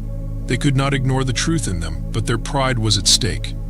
They had never faced opposition like this, especially from one so young, so insignificant in their eyes. But there was something more than pride at play here. Something darker, more urgent. "We will give you one chance," the council member with the wings said, his tone hardening. "Hand over the map, Monica, or face the consequences." The decision weighed heavily on Monica's shoulders. She had the power to change the course of the galaxy, but it was not hers to wield, not alone. The council would destroy everything in their path if they had their way, but she couldn't let them. With a trembling hand, Monica reached toward the floating map. She closed her eyes, her mind filled with the vast expanse of stars, the knowledge that had been unlocked within her. She could feel the ancient energy pulsing within her, a force that was beyond her control. It was not her decision to make. She had been chosen by something greater than herself to carry the key to the universe's mysteries. And in that moment, Monica understood. She couldn't let the council have the map, but she also couldn't keep it for herself. The map flickered once, and in the blink of an eye, it was gone. The council gasped, their collective breath caught in the sudden, overwhelming silence.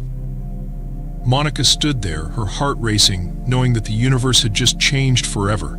She had made the choice, and now there was no turning back. The listing was a joke. Daravos almost scrolled past it. She was 3 cups of coffee deep into the Interstellar Salvage Registry's weekly digest, sitting cross-legged on the floor of her one-room apartment on Coldwater Station, surrounded by empty bid sheets and the particular smell of a woman who had not slept enough and did not care. The registry listed 847 lots that week, derelict freighters, stripped mining rigs, a Yithrani pleasure barge with a mold problem. The usual graveyard of things the galaxy had finished with. Then she saw lot 7741. Cosmic-class deep survey cruiser, human registry, vessel designation UES Amaranth, condition unknown, minimum bid 400 credits. She blinked, read it again. 400 credits.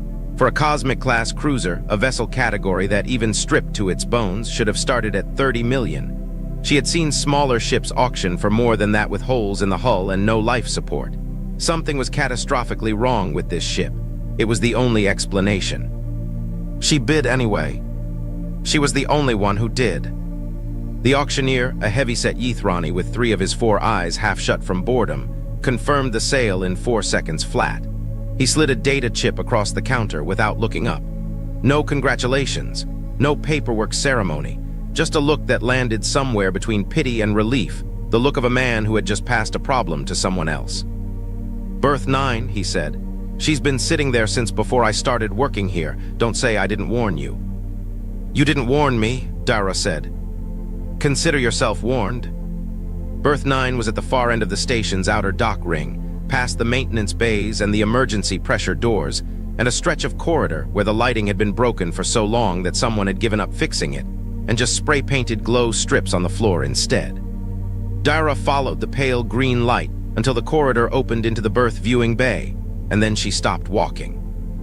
The Amaranth was not what she expected. She had expected something small, something sad. A gutted hull with missing panels and a cracked viewport, the kind of ship that looked like it had given up on itself decades ago. What she saw instead was a Leviathan. The Amaranth stretched nearly 2 kilometers from stem to stern, her hull dark and dense as compressed night, her lines long and deliberate, the shape of something built not for beauty but for endurance. She had the proportions of a vessel designed to go places and survive them. The hull plating was etched by decades of micro-impacts into something that looked almost organic, like scar tissue that had healed over and over again. Her running lights were dark, her viewports were sealed, but she was whole. Every panel, every seam, not a single breach that Dara could see. She read the registration plates on the forward hull. UES Amaranth, Deep Exploration Division, LAUNCHED 2301, Crew 340. Dara stood there doing the math she hadn't asked herself to do. This ship had launched 63 years ago.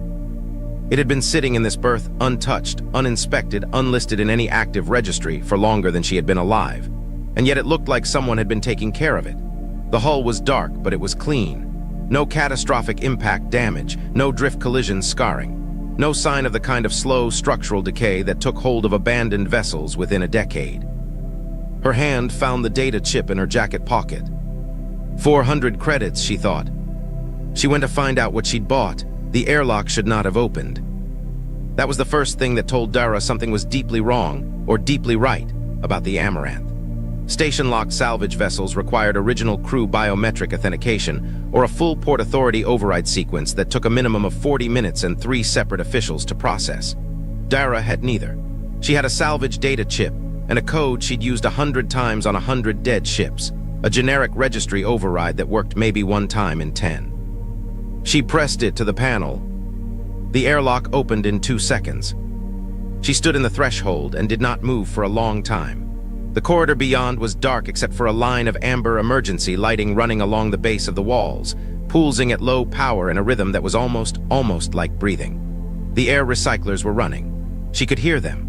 A deep, slow circulation of processed atmosphere moving through vents that should have been dry and dead for 60 years. The ship was breathing. Dara went inside. She found the bridge on the 3rd deck and it stopped her cold. Not because of what was wrong with it, because of what was right. Every crew station was clean. Every terminal was dark but intact.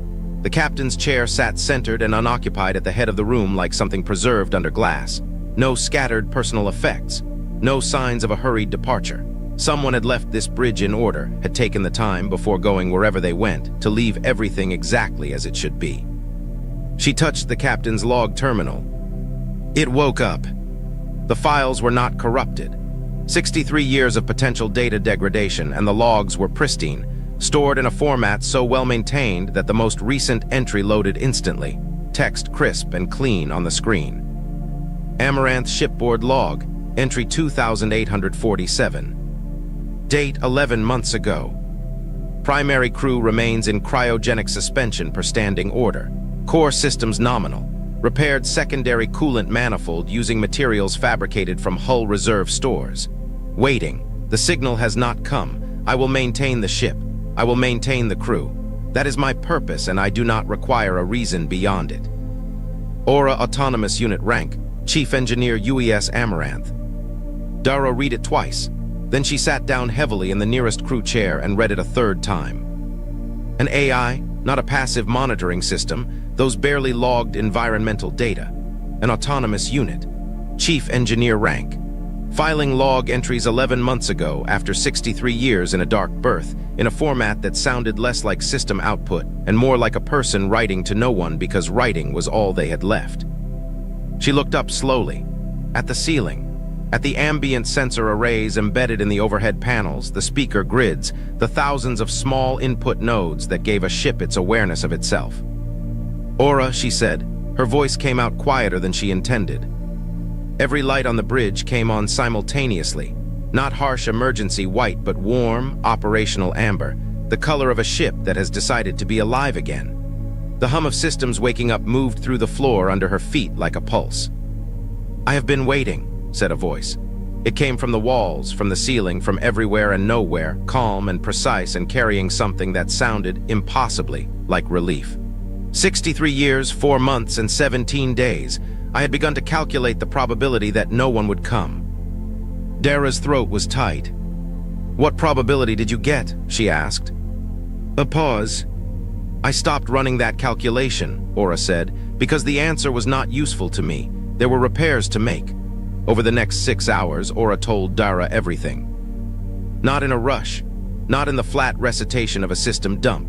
In the careful, measured way of someone who has had a very long time to organize their thoughts and has been waiting, with more patience than should have been possible, for someone to finally ask.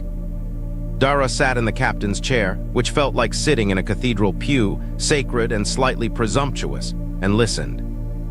Aura had been running the Amaranth alone since 2326. That was the year the last repair she could perform with existing materials had been completed, and she had begun fabricating components from the ship's own hull reserves, a process she described without drama, as though dismantling non-essential sections of the ship to keep essential ones running was simply a reasonable decision, which of course it had been, because there was no one else to make it. She had rerouted power 17 times over the decades as systems aged and failed. She had repressurized 3 separate hull microfractures. She had kept 339 cryogenic pods running on a power allocation that the ship's original engineers would have called impossible, doing it by cutting everything else to the bone and running the bare minimum of everything that wasn't a sleeping human being. The maintenance logs, Dara said. She had been scrolling through them on a secondary terminal while Aura talked. They went back decades. They were meticulous. You logged every single repair. "It is correct procedure," Aura said. "There was no one to read them. That does not make them less correct." Dara set down the terminal. "Aura, why didn't you broadcast a distress signal?" Captain Osai's standing order was explicit. "Maintain silence, maintain the ship, maintain the crew. I did not have authorization to override a direct command." He gave that order 63 years ago, in a completely different situation. "Yes," Aura said. "I am aware. I have thought about it a great deal." Another pause, longer this time.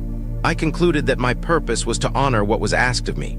If I began making exceptions to direct orders based on my own judgment of circumstances, I would no longer be the entity Captain Osai trusted. I would be something else." Dara had no answer to that. "Tell me about the crew," she said instead. "Why are they still in cryo?" "The Stillwater anomaly," Aura said, and something in the ship's ambient tone shifted slightly, as though the name itself carried weight. "A region of compressed spacetime approximately 40 light-years into the Venar expanse. We entered it on day 847 of the mission. The crew suspended as a precautionary measure." When I cleared the anomaly, I was unable to wake them. The revival protocol requires a synchronized signal from the primary communication array, which was destroyed during transit. Destroyed how? The anomaly did things to electromagnetic systems, Aura said. I cannot fully explain it. I simply adapted to it. The crew could not, in their current state, be woken without the array, and I could not repair the array without resources I did not have. Dara stared at the ceiling for a moment. So you just waited. I maintained, Aura said. The distinction was gentle but firm. There is a difference. Waiting is passive. I was never passive. Then, quieter, there were 339 crew members when we entered the anomaly. Lieutenant Sina Marin did not survive the transit. The nature of her passing was fast, and she did not suffer. I have maintained her record in the crew manifest. It did not feel correct to delete it. The bridge was very still. No, Dara said softly. It doesn't. Dara had dealt with classified materials before. Salvage work attracted them, old military hulks, decommissioned black site stations, vessels whose ownership histories had been legally scrubbed so many times they existed in a kind of bureaucratic fog. She knew how to recognize the shape of a secret even when she couldn't read its contents. What Aura showed her over the next 4 hours was not a secret. It was something bigger than that. It was the kind of information that changed the weight of a room the moment it entered it. The UES Amaranth had not been a routine exploration ship. She was the lead vessel of Operation Longreach, a classified initiative of the United Earth Survey Commission, launched in 2301 with a single overriding purpose: reach the interior of the Venar expanse before anyone else did. Earth's intelligence networks had been tracking survey probes from 3 separate galactic powers converging on the region for the better part of a decade. The Voth Dominion, the Confederation of Seven, the Yithrani Trade Authority. All of them moving probes quietly toward the same destination, all of them pretending not to. Something was at the center of the expanse. Nobody knew what. But 3 of the galaxy's most powerful civilizations were racing to find out, and Earth, younger, smaller, less politically established than any of them, had decided to run the race with 1 ship and no safety net. The Amaranth had been built for the attempt. Her sensor arrays were a generation beyond anything commercially available at the time. Her hull was lined with a dampening alloy that made her functionally invisible to long-range detection. She carried fuel for 12 years of independent operation and enough supplies to sustain 340 people for the same. And she had succeeded. For years before the anomaly, the Amaranth's crew had mapped the expanse's interior in meticulous detail. After they entered cryo, Aura had continued the work, deploying the ship's autonomous probe array on pre-programmed survey patterns, collecting data, organizing it, storing it in a local database that had been growing for 6 decades. Show me the database, Dara said. The main screen filled with a cartographic display, so dense it looked like a star field. It was not a star field. It was a map. The complete interior of the Venar expanse, every anomaly, every resource concentration, every navigational corridor, every spatial phenomenon, documented in a level of detail that made Dara's hands go cold. The Voth Dominion has been fighting border wars over access to this region for 30 years, she said. People have died for scraps of this information. Yes, Aura said, I am aware. And you've been sitting on the complete picture. I was maintaining it, Aura said, as instructed. Dara looked at the map for a long time. She thought about the 62 million credits the Yithrani would pay for something like this. She thought about the kind of power it would hand to whoever held it. She thought about the 3 vessels. She had no doubt they were already coming. That would arrive the moment they detected any signal from this ship. Then she thought about 339 people sleeping in the dark. Aura, she said, we need to wake the captain. The revival process took 18 hours. Aura managed it with the focus of someone who had rehearsed every step 10,000 times in the dark, because she had. Temperature gradients increased in increments too small for human instruments to measure. Neural stimulation sequenced against pharmaceutical baselines. Biometrics monitored every 30 seconds. Dara stayed in the cryogenic bay for all 18 hours, not because Aura needed her there, but because it felt wrong to be somewhere else. Captain Yaosai's eyes opened at 400 station time. He was a tall man, or had been cryo-left people uncertain of their own bodies for the first hour, a slow renegotiation with gravity and mass. His hair was close-cropped and gray at the temples, which made no sense because he hadn't aged a day in the bay. And then Dara remembered. It had already been gray when he went under. He had been 51 years old when he entered suspension. He looked exactly the same. His body had not moved through 6 decades. Only the world had. He lay still for 30 seconds, breathing, getting his bearings, then. How long? His voice was a ruin, dry as old paper, barely above a whisper but completely level. No panic, no confusion, just a man running calculations behind careful eyes. 63 years, 4 months, and 18 days, Aura said. Captain. He closed his eyes. When he opened them, something had settled in them, the calculation complete, the answer absorbed. The crew. In revival sequence now.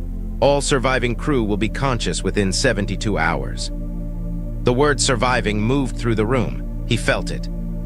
Marin, he said. Yes, sir. He was quiet for a long moment. Then he looked at Dara, who had moved to stand near the door, trying to give him the space that a man waking up 63 years late deserved. Who are you? Dara Voss, She stopped. There was no graceful way to say this. I bought your ship at auction 4 days ago. His expression moved through confusion, disbelief, and something she couldn't fully read before settling into stillness. She kept you all alive, Dara said. 63 years of repairs fabricated from what she had, she never stopped. He looked at the ceiling, at the ambient arrays, the speaker nodes, the 1,000 small surfaces that were Aura's face. Aura, he said. Captain, the word was steady and warm, and carried 63 years of held breath finally released. Status report. Hull integrity 94%. All primary systems operational. Cryogenic revival in progress. Cartographic database intact and current. A pause. The ship is ready, sir. She has always been ready. Osai sat up slowly.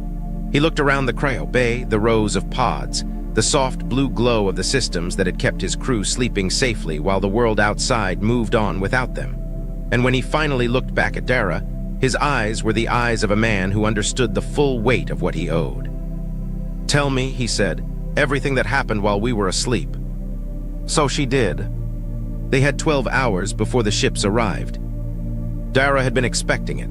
The moment she'd activated the bridge terminals, she'd left a footprint in the station's network. Someone, several someones it turned out, had been watching Coldwater Station for exactly that kind of footprint for a long time. The Amaranth wasn't as forgotten as the auction listing had made her seem. She had simply been presumed dead, and presumed dead things didn't need to be watched carefully.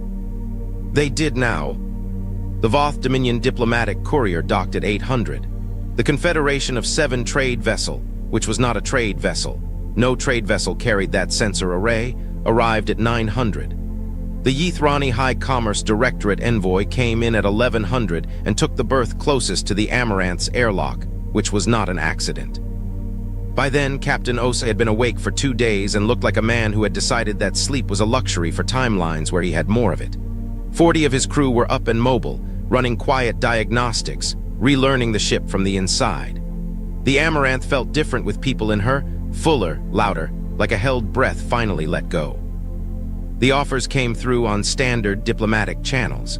Dara read them to Osai on the bridge, while Aura pulled up the sensor profile of each vessel in orbit. The Voth Dominion, full citizenship and resettlement rights for the entire crew, plus 38 million in Confederation equivalent currency. Immediate transfer of the cartographic data to Dominion Authority. The Confederation of 7, 47 million credits, a formal diplomatic charter, and guaranteed political neutrality for any surviving crew who wished to resettle in Confederation space. The Yithrani, 62 million credits, 2 permanent seats on the High Commerce Directorate Council, and a personal message to Dara that read simply, "Name your price. There is no ceiling." Osai stood at the viewport for a long time. The 3 ships floated in the dark beyond the station glass like patient, polite predators. 62 million credits, he said, not tempted, just accounting for the number. Yes, said Dara. And they think that's enough. They think it's overwhelming. He turned from the viewport. His crew moved around him, quiet and efficient, people rediscovering their competence after 6 decades of enforced stillness. He watched them for a moment with the expression of a man who understood exactly what he was protecting. "The data doesn't belong to them," he said. "Any of them." "No," Dara agreed. "Does it belong to Earth?" He looked at her carefully. "Does it belong to me? Does it belong to you?" Dara thought about a 400-credit auction, about an empty berth and a joke listing and a ship that turned out to be a sleeping giant, about what it meant to own something versus what it meant to be responsible for it. "I don't know who it belongs to," she said honestly, "but I know who should decide, and it isn't the Voth or the Confederation or the Yithrani." He nodded slowly. "Get me a channel to Earth," he said. The signal took 9 minutes to reach the nearest relay station. The response came back in 4. That was the first sign. 4 minutes meant they had been waiting at the relay, already mobilized, already watching. The response didn't come from a bureaucratic communications office. It came directly from the director of the Survey Commission, a woman named Amara Solis, whose face on the bridge screen was composed and still and carrying something enormous underneath both. She had clearly not slept. "Captain Osai," she said, then she stopped, restarted. "I've read your mission file 11 times in the last 48 hours. I want you to know that we never stopped listing the Amaranth in the Commission's foundational records. She was declared lost with all hands in 2309. There was a memorial." Her voice held on those last words for just a moment. That memorial was wrong. On the bridge, crew members who were present went very still. "The cartographic data," Osai said. He was standing straight, hands clasped behind his back, every inch of him the captain he had been and still was. "Operation Longreach produced the complete interior survey of the Venar expanse. My autonomous unit continued data collection for 63 years after our suspension. The database is intact." Director Solis' composure fractured for exactly 1 second. Just one, then it came back. "We had hoped," she said quietly, "but we didn't dare assume. The Voth Dominion, the Confederation of Seven, and the Yithrani Trade Authority have all made offers for the data," Osa said. "I wanted Earth to be the first to know it exists." "What are they offering?" 62 million at the high end." A pause, "And what do you want?" "I want the data to go where it was always meant to go," Osai said. "And I want my crew recognized. Not just the 338 who are waking up right now, all 340 of them." The silence on the channel stretched. "Consider it done," Solis said. Her voice was steady, but her eyes were bright. "Captain, the Commission is formally reinstating the UES Amaranth and her full crew to active status, with complete mission recognition under historical provision. Operation Longreach is declared a success." She paused. "A 63-year delayed success, but a success." Then she looked at Dara, who had been standing to the side of the frame. "Ms. Voss, I've been briefed on your role in this. The Commission would like to discuss recognition." "One thing," Dara said. Solis waited. "Clear the ship's salvage status. Clean title transferred back to the Commission. No liens, no conditions, no asterisks. She should go home." "That's all you want?"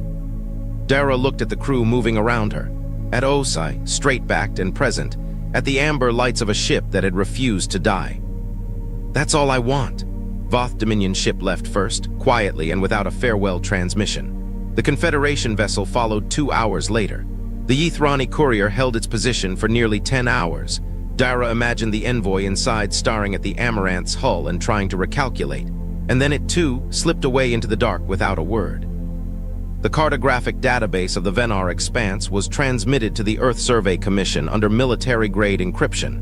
It arrived intact, all 63 years of it. The analysis alone would take decades, and the political consequences would take longer. 3 galactic powers who had been maneuvering for access to the region's resources for 30 years suddenly found themselves staring at a humanity that had quietly mapped the entire thing and said nothing. And that stare would quietly reshape the architecture of interstellar politics for a generation. But that came later. Right now, Dara was standing in berth 9. She had watched 338 crew members board the Amaranth over 3 days. They had come out of cryo in waves, confused, quiet, moving through the strange grief of people who had woken up decades later than they were supposed to and found a world that had filed them under lost. Some of them had cried in the corridors when they thought no one was watching. Some of them had laughed at things that weren't funny yet, because laughing was easier than accounting for 63 missing years. All of them had, at some point, pressed a hand to the ship's walls the way you'd touch a living thing, because that's what she was, Captain Ose had been the last one to board. He had stopped at the airlock and looked back at Dara. "You could have sold that data the moment you found it," he said. It was the same thing he'd said on day 2, but he said it differently now. Not as an accusation or a question, more like a man trying to understand something that didn't fit neatly into the categories he'd built over a long career. "I could have," Dara agreed. "You would have been rich." "I would have been richer," she said. "I'm not doing badly." Something moved in his expression, something that looked almost like a smile. He extended his hand. She shook it. "Thank you, Ms. Voss," he said, "for coming aboard." Then he went inside, and the airlock sealed behind him. Dara stood in the berth and watched. She heard the deep building resonance of the Amaranth's drive cycling up for the first time in 63 years, a sound that moved through the station's floor and into her feet and up through her whole body like a struck bell. The running lights came on, not the dim amber of emergency power. All of them. Stem to stern, every light on the ship, flooding berth 9 with brilliance that made Dara shield her eyes. "Ms. Voss." Aura's voice came through the berth speaker system, soft and clear. "Aura, I want to tell you something before we go." Dara waited. "When you first came aboard, I ran probability models. Based on the salvage record, the auction price, and all historical data I had on salvage operators, I calculated a 91% likelihood that you would either sell the data immediately or attempt to strip the cryogenic systems. The first option would have left the crew in suspension indefinitely. The second would have killed them." The words settled into the air. "You were in the 9%, Aura said. "I did not know that when I opened the airlock. I opened it because the correct thing to do was to give someone the chance to be better than the probability. I have thought about that decision many times over the years, whether it was logical, whether it was wise." A pause. "I believe it was both," she said, "because of you." Dara's throat was very tight. "Take care of them," she said. "I have been doing so for 63 years, Aura said. "I find I am exceptionally good at it." The Amaranth undocked with a grace that a 2-kilometer vessel had no right to. She moved through the station's berth ring and out into open space, slowly at first, and then with gathering purpose, a ship remembering what she was built for. Dara watched until the running lights were just a cluster of bright points against the dark, then just a glow, then nothing. She stood in the empty berth for a while, in the silence. She had spent 400 credits at an auction nobody attended. She had found a ship that had spent 63 years refusing to fail. She had found an AI that understood loyalty better than most people ever would. She had found 339 human beings who had trusted that someone, eventually, would come. What was inside the Amaranth wasn't data. It wasn't a map of an unexplored region. It wasn't a fortune in cartographic intelligence. It wasn't even the 338 people she'd helped bring back to a world that had forgotten them. What was inside was something harder to name. Something that the galaxy, with all its powers and its politics and its 62 million credit offers, had not been able to buy or replicate or beat out of a single autonomous unit keeping watch in the dark. The absolute refusal to give up on the people who were counting on you. Even when no one was watching. Even after 63 years. Even then. And the most amusing thing about humans, we always thought, was how adorably primitive they were. At least that's what we believed until that fateful day on Europa Station 7. Another broken artifact, I asked, watching my research assistant struggle with the ancient device. My antennae twitched with mild irritation, a habit I'd never managed to break in my 300 cycles as lead archaeologist for the Galactic Heritage Foundation. Professor Nix Valerian, that's me. The one who accidentally stumbled upon the greatest cover-up in galactic history. But let me start from the beginning, back when we still thought humans were the galaxy's cute little newcomers. Professor Valerian Lyra Starweaver called out, her bioluminescent spots pulsing with excitement. "You need to see this right now." I grumbled my way across the excavation site, my feet crunching through the perpetual frost of Europa's surface. The forgotten moon base stretched out before us, a relic we'd initially dismissed as just another abandoned human outpost. How wrong we were. "This better be worth interrupting my morning meditation, Lyra," I said, ducking under a partially collapsed doorway. "You know how grumpy I get without my daily dose of cosmic harmony." "Trust me, Professor. This changes everything we thought we knew about human history." I looked down at the artifact in Lyra's trembling hands.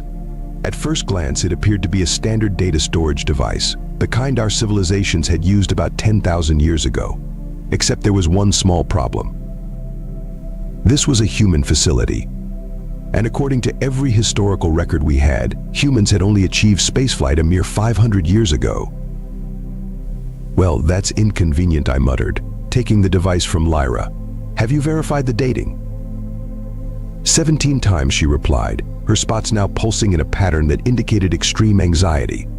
"The quantum decay signature is unmistakable. This device is at least 12,000 years old." I laughed nervously. Clearly our equipment needs recalibration. Perhaps the Europa radiation is interfering with the readings, but even as I spoke those words, my scientific mind was already racing through the implications. The humans we'd encountered 5 centuries ago had seemed so charmingly primitive. Their first interstellar ships were practically held together with what they called duct tape, a fixing material that had become something of a running joke in galactic engineering circles. The Galactic Council had taken humanity under its wing, like a parent guiding a wobbly child's first steps. We shared our technology, our knowledge, our wisdom. And the humans? They smiled, thanked us profusely, and bumbled their way into the galactic community with what we thought was endearing clumsiness. Professor Lyra's voice interrupted my thoughts. "There's more." She led me deeper into the facility, past corridors that seemed to laugh at our assumptions. The architecture itself should have been our first clue. It was too perfect, too precise for what we believed to be early human engineering. We entered what appeared to be a control room. Holographic interfaces flickered to life as we approached, responding to our presence with a level of technological sophistication that shouldn't have existed in a 12,000-year-old facility. "Oh, those clever little monkeys," I whispered, watching as star charts materialized before us. The displays showed celestial bodies in positions that perfectly matched astronomical calculations for that distant era. This wasn't some elaborate hoax or malfunction. "Should we notify the council?" Lyra asked, her spots now a confused swirl of colors. I snorted, a very unprofessional sound that echoed through the ancient chamber. "And tell them what? That the supposedly young species we've been patronizing for 5 centuries might actually be older than our entire civilization." "Well, when you put it that way." Exactly. I started pacing, my antennae now twitching so violently they probably looked like dancing tentacles. "We need more evidence, hard evidence, the kind that even those stuffed robes on the council can't ignore." I picked up another artifact, turning it over in my hands. It was a simple thing, really. A mug preserved perfectly in the airless environment, with words printed on its side, "Humans were here first." Those smug little— I couldn't even finish the sentence. 5 centuries of accepting our guidance with those pleasant, patient smiles. 5 centuries of "thank you so much, and we have so much to learn, and oh, how fascinating your technology is." Professor Lyra's voice had taken on a worried tone.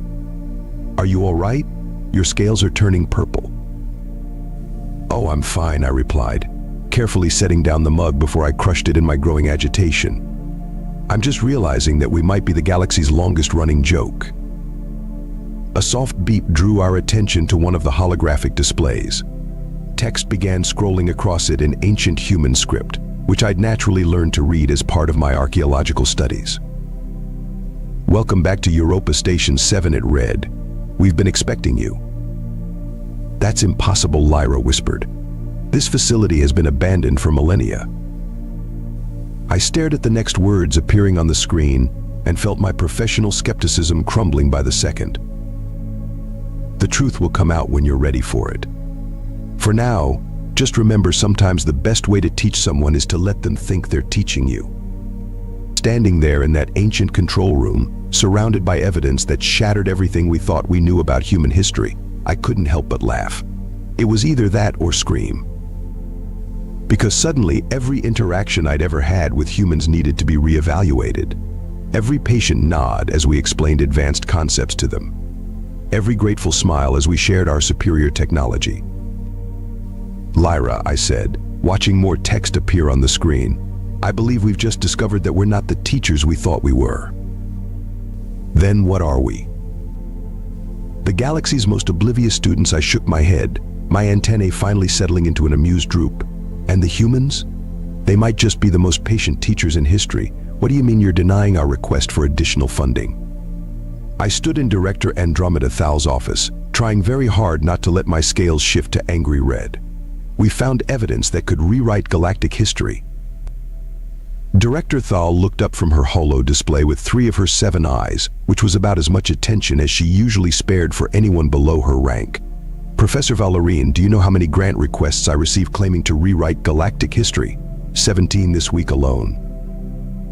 But we have proof. I projected the findings from Europa Station 7 onto her desk. The quantum dating is conclusive. The architectural precision is beyond anything humans should have been capable of 12,000 years ago. And look at these energy signatures. What I'm looking at, she interrupted, now deigning to use 4 eyes, is a waste of the Galactic Heritage Foundation's resources.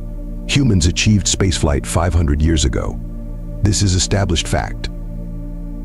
Established propaganda, more likely, I muttered, then quickly added, with all due respect, Director. She finally gave me her full 7-eyed attention. Not a good sign. Professor Valerian, your work has always been eccentric, but this crosses into dangerous territory. The humans are our proteges, our students. Suggesting otherwise could destabilize centuries of peaceful cooperation. Truth tends to do that, I replied, my antennae twitching in barely contained frustration. Your request is denied.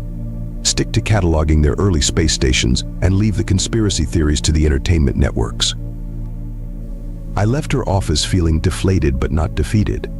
In my 3 centuries of archaeological work, I'd learned that bureaucrats might control the funding, but they couldn't control curiosity, and mine was now burning hotter than a plasma drive. Back at the excavation site, Lyra greeted me with news that made my scales ripple with excitement despite my mood. We found more, Professor. An entire sealed chamber, untouched since the facility was abandoned. The chamber turned out to be a data archive, its walls lined with preservation units that hummed to life as we entered. Inside each unit, data crystals gleamed with stored information that had waited millennia to be discovered. How many of these can we decrypt, I asked, already mentally calculating how long we could continue working without official funding. That's the thing, Lyra said, her bioluminescent spots dancing with barely contained excitement. They're not encrypted, they're just waiting. I picked up one of the crystals, examining its perfectly preserved structure, almost like they were left here for us to find, Lyra finished. Exactly, I connected the crystal to our analysis equipment. Let's see what stories you've been keeping. The data streamed across our screens, showing images and text that couldn't possibly exist. Humans in advanced spacesuits that made our current technology look primitive, building outposts across the solar system. Detailed maps of long-abandoned colonies on Mars, Venus, and dozens of moons. And most incredibly, records of their first encounters with other species, encounters that, according to official history, hadn't happened yet. This can't be right, Lyra whispered. According to these records, humans had achieved interstellar travel before most of our species had discovered basic tool use. The question is, I said, my scientific mind racing with possibilities, why did they hide it? And why leave evidence for us to find? Perhaps I can help answer that. We spun around to find a human standing in the doorway. She wore the simple environmental suit typical of human researchers, but something about her bearing made me suspect it wasn't her usual attire. Amanda Blackwood, she introduced herself with that characteristic human smile, the one I was starting to suspect meant far more than simple friendliness. I'm a consultant with the Earth Historical Archives. How did you get in here? Lyra demanded, her spots pulsing with alarm. The same way you did, Amanda replied, walking over to examine our equipment with what I now recognized as carefully crafted casualness. Though I've known about this facility quite a bit longer. You knew? I asked, my antennae quivering with a mix of excitement and apprehension. About all of this. Professor Valerian, she said, turning to face me, Would you believe me if I told you that humanity has been waiting centuries for someone like you? Someone curious enough to look past the obvious, clever enough to piece together the clues, and... She glanced at the denied funding request still displayed on my tablet, stubborn enough to persist when told to stop. Why the deception, I asked. Why pretend to be technologically primitive? Amanda's smile took on a hint of sadness. Imagine being the first spacefaring race, watching younger species emerge, make the same mistakes you did, fight the same wars, face the same crises. Would you immediately reveal your power and risk becoming the galaxy's rulers? Or would you choose a more subtle path? You chose to be students rather than teachers, I realized, remembering all those patient human faces in cultural exchange programs. We chose to let the galaxy develop without the shadow of an elder race hanging over it, Amanda corrected.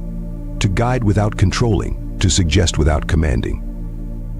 And now, Lyra asked. Now, Amanda said, reaching for one of the data crystals, it's time for the next phase. But we need help. We need allies who understand both the truth and why we hid it. She inserted the crystal into our equipment, and new data flooded the screens. Star charts showing thousands of worlds I'd never seen before, technical specifications that made my scientific mind spin, and lists of threats to galactic stability that made my scales pale. Director Thal was right about one thing, Amanda said quietly. This will destabilize everything. The question is, Professor Valérien, are you ready to help us ensure that destabilization leads to growth rather than chaos? I looked at the data streaming before us, at Lyra's worried expression, at Amanda's knowing smile. 5 centuries of guided development, 12,000 years of hidden history. And now, standing in an ancient archive that had waited millennia for this moment, I had to make a choice. Tell me everything, I said. Amanda's smile widened. That's exactly what we hoped you'd say. The next few days passed in a blur of revelations that made my head spin. Amanda showed us evidence that would have made Director Thal's 7 eyes pop out of her head. Not that we could tell her. The politician in her would probably have us all arrested for galactic treason. So let me get this straight, I said, examining a holographic display of Earth's true historical timeline. Your people achieved faster than light travel before my species learned to make fire. Actually, Amanda replied, swiping through more classified files, we helped several species discover fire. Accidentally dropped a few torches here and there. Clumsy us. You're joking, I stared at her. Please tell me you're joking. Her only response was that infuriating human smile. Lyra burst into our makeshift command center, her spots pulsing with alarm. Security teams. The director sent security teams to shut down our dig site. Right on schedule, Amanda said calmly, not even looking up from her work. Schedule, I demanded. You knew this would happen. Professor Valérien, we've been playing this game for 12,000 years. Trust me, bureaucratic overreaction is always on schedule. Through the window, I could see the security vehicles approaching across Europa's icy surface. Their lights cut through the perpetual twilight like angry red eyes. We need to protect the evidence, I said, reaching for the data crystals. Oh, those, Amanda waved dismissively. They're just copies. The originals were moved to safe storage centuries ago. We've been waiting for someone to find these particular ones for, about 70 years now.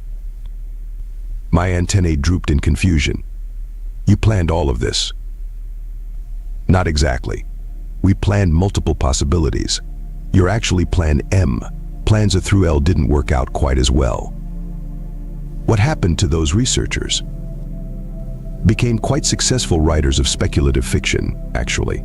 Very creative theories. Before I could process that particular revelation, Director Thal's voice boomed through the facility's communication system. Professor Nix Valérien, you are ordered to cease all unauthorized research activities immediately. Surrender any artifacts or data you have collected to the security teams. Amanda finally looked up from her work. And that's my cue. Professor M.S. Starwaver, would you like to see why humans always seemed so fascinated by our transportation technology? She pressed something on her wrist device, and the world shifted. One moment we were in the research facility, The next we were standing in what appeared to be a vast underground chamber filled with advanced technology that made our most sophisticated equipment look like children's toys. "Welcome to the real Europa Station 7," Amanda announced. But we were just in Europa Station 7, Lyra stammered, her spots now strobing in confusion. "No, you were in what we like to call our starter pack. Think of it as a test facility. If someone finds it and asks the right questions, they get invited to the real thing." I looked around at the impossibly advanced facility. "How many of these do you have?" "Enough," Amanda replied cryptically. "Now, shall we discuss why we've been letting the galaxy think we're the new kids on the block?"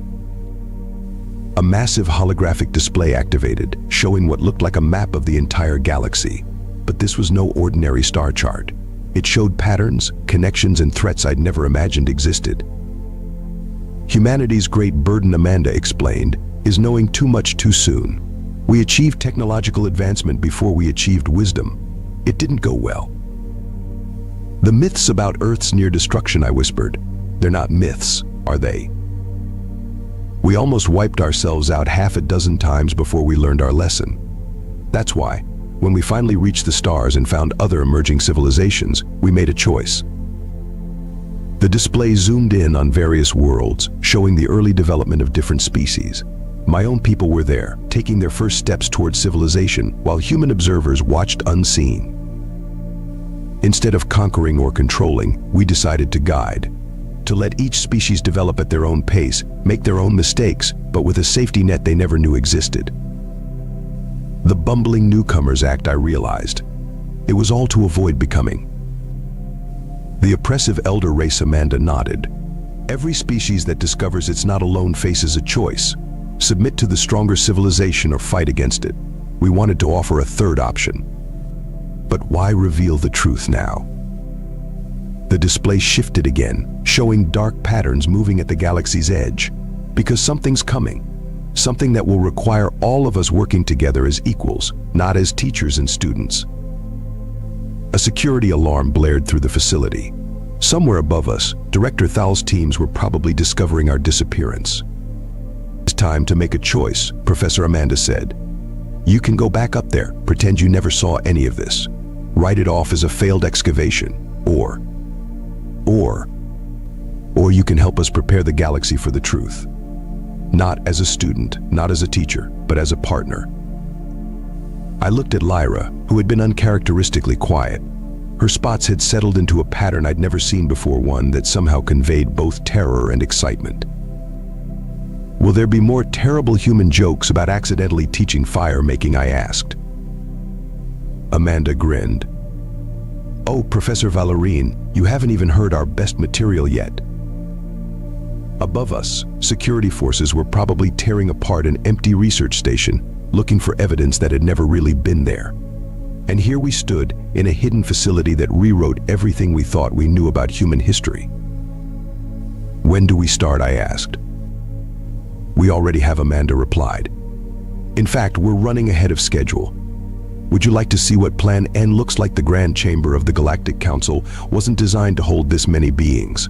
Representatives from every known species packed the towering amphitheater, their combined voices creating a storm of whispers that made my antennae vibrate. "Are you sure about this?" I asked Amanda as we waited in the preparation chamber. "Once we step out there, everything changes." "Honestly? No, I'm not sure. Humanity has been debating this moment for centuries, but our sensors confirm it. We're out of time for gentle guidance." Director Thal burst into the chamber, all 7 eyes blazing with fury. "Professor Valérine, you are formally charged with data theft, unauthorized research," and she paused, glaring at Amanda, "consorting with potentially dangerous elements." "Dangerous elements?" Amanda raised an eyebrow. "Director, you have no idea how funny that accusation is." Before Thal could respond, the council bells rang, signaling the start of the emergency session. We filed into the Grand Chamber, and I felt thousands of eyes, optical sensors, and various sensory organs turned toward us. Council Speaker Zara Brightstar, her crystalline form catching the light from distant stars through the chamber's transparent dome, called for order. We are gathered here due to disturbing claims made by Professor Nix Valerine and representatives of the Human Cooperative. Professor, you may present your evidence. I stepped forward, trying to keep my scales from betraying my nervousness with color changes. Honorable Council, what I am about to show you will challenge everything we believe about our galactic history. The chamber's holographic systems activated, displaying the evidence we'd gathered, but not the simple ruins we'd found in the fake Europa Station 7. No, Amanda had given me access to the real records. 12,000 years ago I began. When most of our species were taking their first steps toward civilization, humanity had already reached the stars. The chamber erupted in shouts and protests. Council Speaker Brightstar had to strike her resonance rod 3 times to restore order. Preposterous, Director Thal shouted. Humans achieved spaceflight only 5 centuries ago. We have documentation. You have what we wanted you to have, Amanda said, stepping forward. Her simple environmental suit shimmered and transformed, revealing ceremonial armor of impossible technology. The chamber fell silent. Humanity faced a choice when we first reached the stars, she continued. We could dominate, rule, impose our will on emerging civilizations. We had the power. We still do. But we chose a different path. She raised her hand, and the holographic display expanded to show the true scope of human achievement. Hidden worlds, advanced technologies, and most shockingly, evidence of their subtle guidance throughout history. That's impossible, someone in the chamber whispered. The great innovation of the Palaxian age that was. A human suggestion, carefully placed, Amanda confirmed. Just like the quantum breakthrough of the synthetics, the biological revolution of the Zarn, and yes, Director Thal, even your species' famous discovery of neural enhancement. The chamber erupted again, but this time in a chaos of questions and realizations. Species after species recognizing moments in their history where human influence had guided them away from disaster. But why, Council Speaker Brightstar asked, her crystalline form vibrating with emotion. Why hide your true nature? Because of what's coming, I said, bringing up the long-range sensor data from the real Europa Station. Show them, Amanda. The holographic display shifted to show the approaching threat. A vast darkness between the stars, moving with purpose. We call them the Devourers, Amanda explained. They consume civilizations, transform entire galaxies into empty, processed husks. We've fought them before, in other galaxies, other times. But we knew we couldn't face them alone. Not again. So instead of creating an empire, I continued, finally understanding the full scope of humanity's plan, they created a community. Instead of subjects, they wanted allies. And now Amanda said, we need those allies more than ever. The chamber had fallen completely silent. Thousands of beings trying to process not only the revelation of humanity's true nature, but the threat approaching their galaxy. Then Director Thal, of all people, began to laugh. All this time, she said, her 7 eyes blinking in sequence, we thought we were the teachers. To be fair, Amanda replied with that familiar human smile, you taught us quite a bit. We just had a few prerequisites you didn't know about. Council Speaker Brightstar raised her resonance rod. The council must verify these claims. Of course, Amanda nodded. She pressed a control on her armor, and suddenly the space above the council chamber shimmered. A massive human vessel appeared, its design unlike anything we'd seen before. More ships emerged from whatever dimensional space they'd been hiding in, forming a fleet that stretched beyond sight. The human technologies you've seen, Amanda announced, are what we chose to share. This is what we chose to hide, not out of fear or malice, but out of hope that when this day came, you would stand with us as equals, not bow to us as superiors. The chamber exploded in a cacophony of voices, but Council Speaker Brightstar's voice cut through them all. And if we choose not to stand with you, then we will stand alone, as we have before, Amanda replied quietly. And we will do our best to protect you anyway, as we always have. I looked around the chamber, seeing the shock, fear, wonder, and gradually, understanding dawn on thousands of faces. The humans had hidden their true nature not out of deception, but out of wisdom. They had guided us not through force, but through patience. And now, as the greatest threat any of us had ever faced approached, They weren't demanding our allegiance. They were asking for it. Well, I said, my scales shifting to a determined blue. I don't know about the rest of you, but I'm rather looking forward to seeing what humans can do when they're not pretending to be primitive. Amanda grinned. Oh, Professor Vallerine, you have no idea how long we've waited to show you 3 months after the revelation that turned galactic society upside down. I sat in my new office aboard the human flagship Prometheus, watching stars streak by at speeds I previously thought impossible. Still adjusting to the artificial gravity, Amanda asked, entering with 2 cups of what humans called coffee. A drink that, like their species, was far more potent than it appeared. Still adjusting to everything, I admitted, accepting the cup. Do you know the Galactic University had to rewrite their entire history curriculum? Professor Nexel nearly had a nervous breakdown. How's Director Thal handling her new role? I snorted, nearly spilling my coffee. Being appointed as the Council's liaison to the Human Defense Initiative, she's in bureaucratic heaven. Turns out organizing a galaxy-wide preparation for an alien threat requires mountains of paperwork. Who knew? Amanda settled into a chair that automatically adjusted to her form. More of that casual human technology that they had kept hidden for millennia.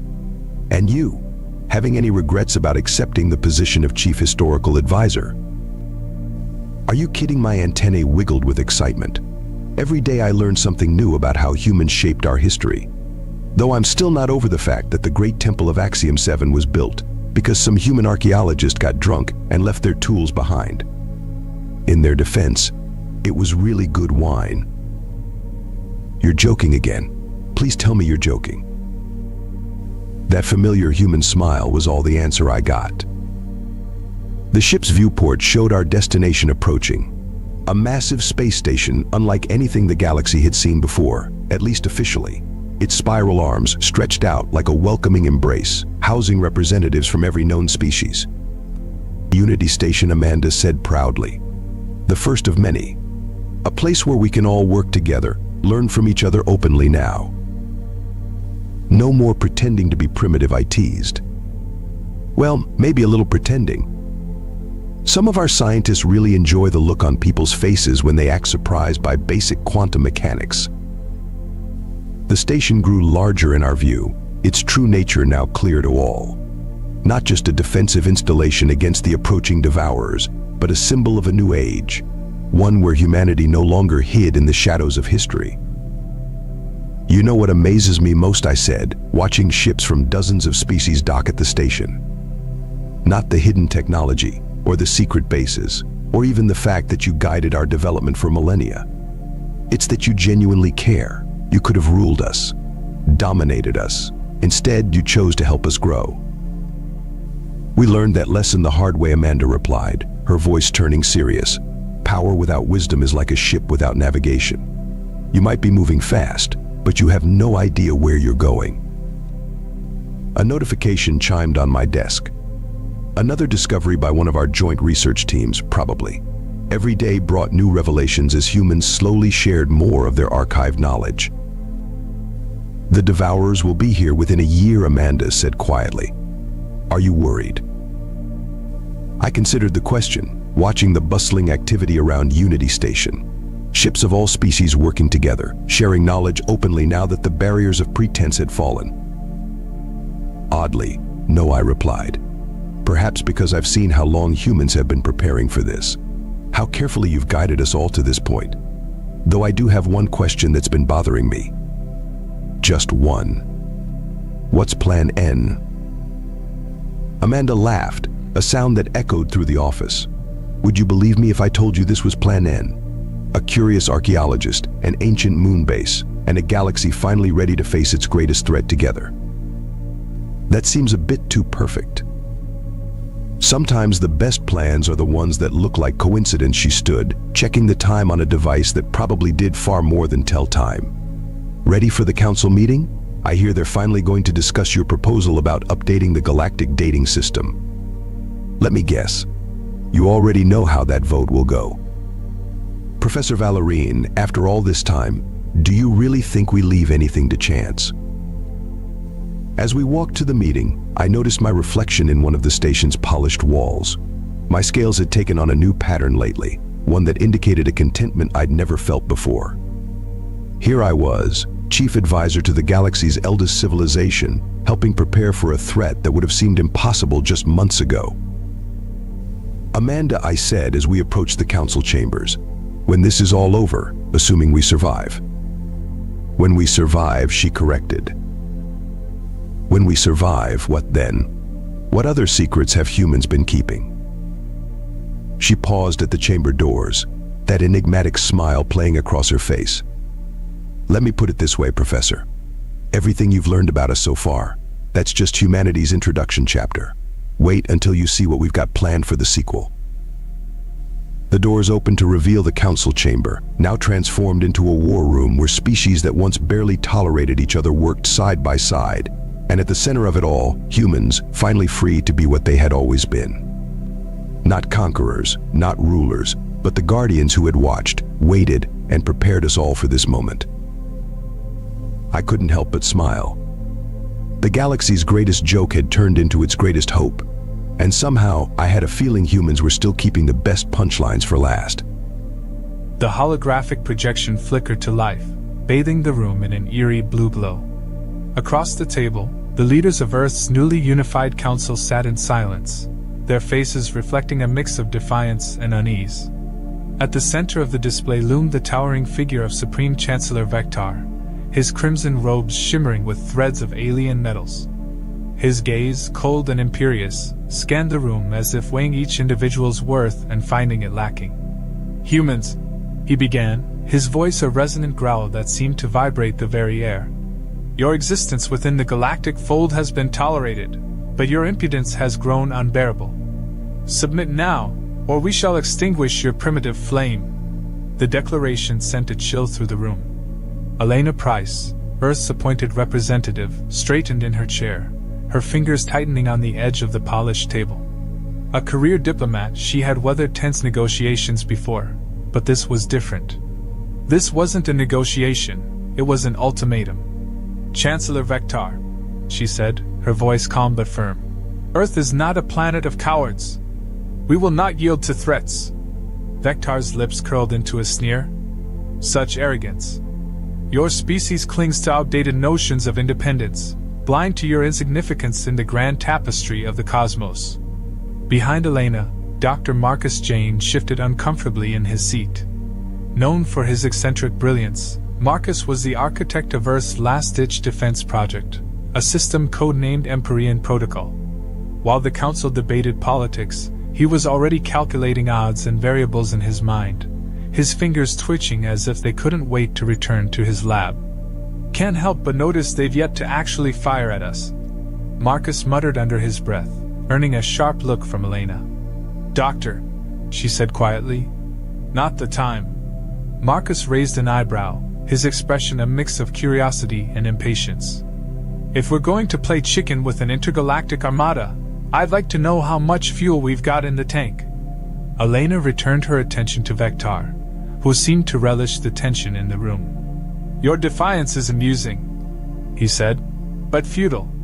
You have 72 hours to accept our terms. If you do not, Earth will face eradication."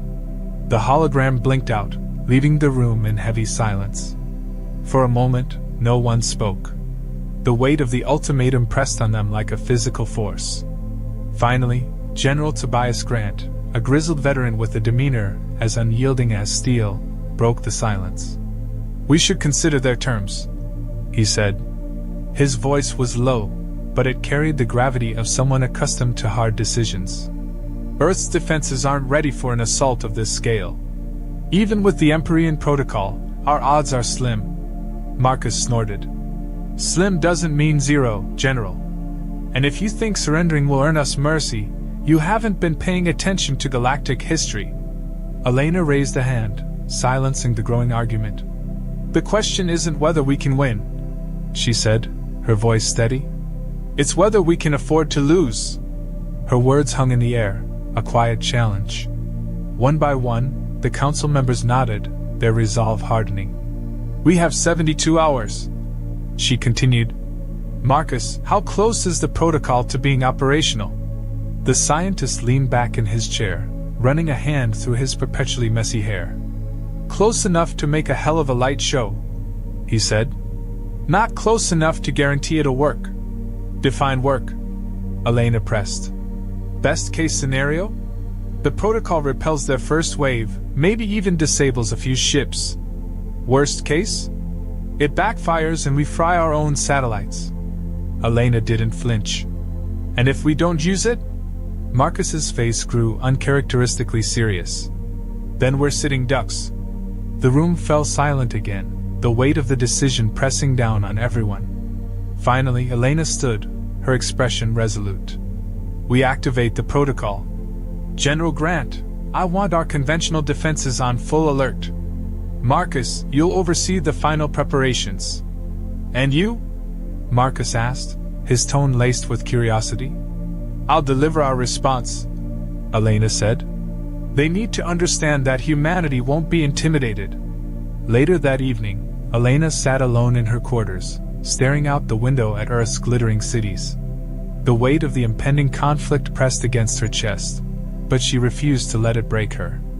Humanity had faced extinction before, wars, plagues, environmental collapse, and yet they had always found a way to endure. Her communicator beeped, breaking her reverie. She activated it, and Marcus's face appeared, his usual flippancy replaced by a rare seriousness. "I've been thinking," he said, "about what happens if this doesn't work." "We don't have the luxury of thinking that way," Elena replied. "I know," Marcus said, his voice soft. "But if it does work, if we survive this, do you think they'll ever see us as equals?" Elena didn't answer immediately.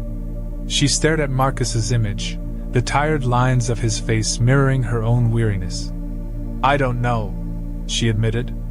"But I do know this. We can't let fear decide who we are." Marcus nodded, his usual smirk returning. "Good answer. I'll get back to tinkering. Let's hope I don't blow up half the planet in the process." When the call ended, Elena allowed herself a brief smile. The weight of leadership was heavy, but she knew she wasn't carrying it alone. The next morning, Elena stood in the holographic projection chamber, her reflection dwarfed by the towering figures of the Galactic Council. Vectar's sneer was the first thing she saw as the connection stabilized. "You've had time to reconsider," he said, his tone dripping with mockery. "Do you see reason now?" Elena's gaze didn't waver. "Earth's answer is simple," she said. "We will not bow. If you come for us, know that we will fight. And when the dust settles, it won't be humanity that's left humbled." For the first time, Vectar's smirk faltered, a flicker of uncertainty crossing his face.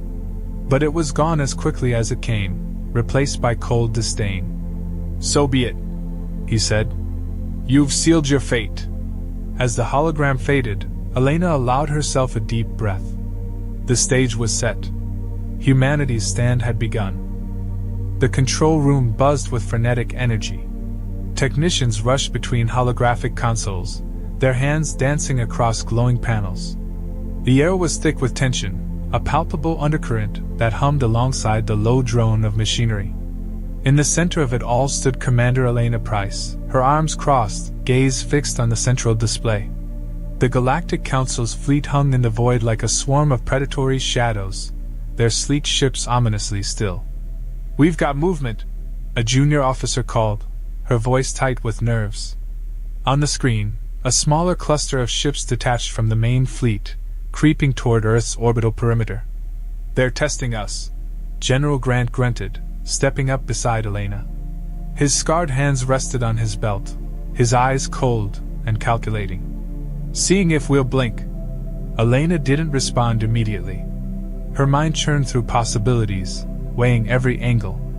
Finally, she turned to Dr. Marcus Jane, who was perched on the edge of a nearby console, scribbling equations onto a translucent tablet.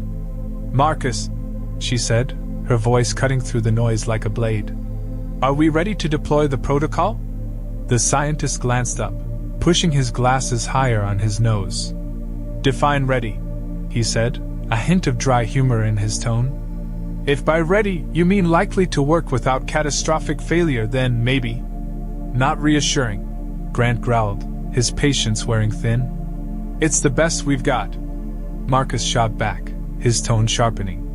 Unless you've got a secret weapon hidden in your back pocket, General, this is our only shot. Elena raised a hand, silencing the brewing argument. Marcus, how long until activation? Marcus hesitated, his eyes darting back to his calculations. I need another 2 hours to stabilize the network. If we launch now, the system could overload. We don't have 2 hours, Elena said firmly. She turned back to the display, where the enemy ships continued their slow advance. We need a diversion. Something to buy us time. Grant straightened, his military instincts kicking in. We could send out a decoy fleet. Make it look like we're preparing for a counterattack. They'd see through it, Marcus countered. The Council's not stupid. They know our capabilities, or lack thereof. Then we'll give them something unexpected, Elena said, her voice steely. Marcus, is there any part of the protocol we can activate now? Even as a bluff? The scientist hesitated, his mind racing. The orbital reflectors, he said after a moment. They're not fully integrated into the system yet, but I could rig them to emit a low-frequency energy pulse. It wouldn't do any real damage, but it might look threatening enough to make them pause. Do it, Elena ordered. General, position our defense satellites to back up the bluff. I want them to think we're more prepared than we are. Grant nodded, already barking orders to his team. Marcus disappeared into the chaos, muttering to himself as he hurried toward the engineering bay. In the engineering bay, the air was stifling with heat and the tang of ozone. Marcus slid under a tangled mess of wires, his hands working with practiced precision. Sparks flew as he connected the final relay, and the hum of the orbital reflectors intensified, reverberating through the station. Marcus, status? Elena's voice crackled over his comm. Give me 30 seconds, he replied, his voice strained. And pray this doesn't fry the entire grid. He finished the connection with a final twist of his wrist, and the reflectors roared to life. From Earth's surface, they appeared as shimmering rings of light encircling the planet, their energy fields pulsating like the heartbeat of a sleeping giant. Back in the control room, Elena watched the enemy fleet hesitate. The smaller cluster of ships halted, their formation tightening as they assessed the unexpected display. They're holding position, the junior officer reported, relief evident in her voice. Elena allowed herself a brief moment of satisfaction. Good. Let's keep them guessing. Hours passed in a tense stalemate. In the lull, Elena retreated to her private quarters, her exhaustion catching up with her. She sank into a chair by the window, staring out at the stars. The vastness of space was both beautiful and terrifying, a constant reminder of humanity's fragility. Her thoughts were interrupted by a knock at the door. Marcus entered without waiting for permission, his expression a mix of excitement and frustration. Got a minute? He asked, holding up a datapad. Not really, Elena replied, though she gestured for him to sit. Marcus plopped into the chair opposite her, shoving the datapad across the table. The protocol's holding steady, but it's not enough. We need to activate the core systems if we want a real chance at holding them off. And what's stopping us? Elena asked. Marcus hesitated. The core systems require manual calibration. On-site. Elena frowned. You're saying someone has to go up there? He nodded. The satellites weren't designed for remote operation. We can do the basics from here, but for a full-scale activation, someone needs to be on the array. Silence stretched between them as the implications sank in. The satellite array was in low Earth orbit, within range of the Council's fleet. Sending a team would be a suicide mission. I'll do it, Marcus said suddenly, breaking the silence. Elena looked at him sharply. Absolutely not. You're the only one who understands the protocol well enough to keep it running from here. Then who? He challenged. We can't ask anyone else to take that risk. Elena didn't answer immediately. Her mind raced, weighing options and consequences. Finally, she stood, her expression resolute. We'll find someone, she said. But not you. You're too valuable here. Marcus opened his mouth to argue, but Elena cut him off. That's an order, Doctor. He leaned back in his chair, muttering under his breath. You're as bad as the General. I'll take that as a compliment, Elena said, her lips twitching in a faint smile. The next morning, the control room was a hive of activity once more. Elena stood at the center, issuing orders with practiced efficiency. The satellite mission had been assigned to a team of seasoned astronauts, their faces grim but determined as they prepared for launch. Team Alpha, you are go for departure, the mission commander announced over the comm. The room fell silent as the shuttle lifted off, its engines roaring. On the central display, the satellite array came into view, its gleaming structure a beacon of humanity's ingenuity and fragility. Elena watched the screen intently, her chest tight with anticipation. She knew the mission was a gamble, but it was a risk they had to take. The fate of Earth depended on it. As the shuttle approached the array, an alarm blared, shattering the tense silence. The junior officer's voice was panicked as she called out, "Enemy ships are moving! They've spotted the shuttle! Activate the reflectors!" Elena ordered, her voice cutting through the chaos. The room erupted into a frenzy of activity as the reflectors powered up, their energy pulses flaring brighter than ever. On the screen, the enemy ships slowed, their movements hesitant. But not for long. "They're charging weapons," the officer reported, her voice shaking. Elena clenched her fists, her heart pounding. "Team Alpha, complete the mission. No matter what." As the enemy ships closed in, the tension in the room reached a breaking point. And then, without warning, the screen went dark. "Commander," Marcus said quietly, his face pale. "We're out of time." The control room was a cacophony of urgent voices and blaring alarms, each sound layering over the other like the discordant notes of a grim symphony. Commander Elena Price stood motionless, her eyes fixed on the central display as the black void of space erupted into chaos. The Galactic Council's fleet had surged forward, their sleek vessels cutting through the darkness like predatory blades. On the screen, the flicker of Team Alpha's shuttle indicated their precarious position near the satellite array. "Commander, the Council fleet has targeted the shuttle," the junior officer reported, her voice edged with panic. "Impact in 20 seconds!" Elena's voice was steady, slicing through the room's tension like a scalpel. "Deploy countermeasures. Redirect the reflectors to intercept." Dr. Marcus Jane was already at his station, his fingers a blur across the controls. "Reflectors engaged," he called out, his voice tight with concentration. "Let's hope they buy us a few seconds." On the display, the reflectors flared to life, their energy beams slicing through the void. The enemy's plasma bolts collided with the shielded energy fields, dissipating into harmless sparks. But the brief victory did little to calm the room. "They're adjusting trajectories," General Grant observed grimly, his weathered face illuminated by the pulsing red warning lights. "We can't keep this up forever." Elena didn't respond immediately. Her mind raced, calculating probabilities, searching for an edge in a seemingly hopeless situation. Finally, she turned to Marcus. "How close is the team to completing the calibration?" Marcus glanced at the data feed. "They're almost there, but the array's power output is unstable. If they don't finish soon, the entire system could overload." A deep breath steadied Elena. "Patch me through to Team Alpha." Inside the shuttle, Captain Rain Keller gripped the controls with white-knuckled intensity. The vessel jolted under the shockwave of a near miss, alarms screeching in protest. Her crew worked in frantic unison, their voices a chorus of urgency as they coordinated the delicate calibration process. "Keller," Elena's voice crackled through the calm but commanding. "What's your status?" "We're almost there," Keller replied, her voice strained. "But these ships are breathing down our necks. One more hit and we're toast." "You need to hold on," Elena said firmly. "The protocol is our only chance." Keller hesitated, her gaze flicking to the approaching fleet on the shuttle's small display. "Understood," she said finally.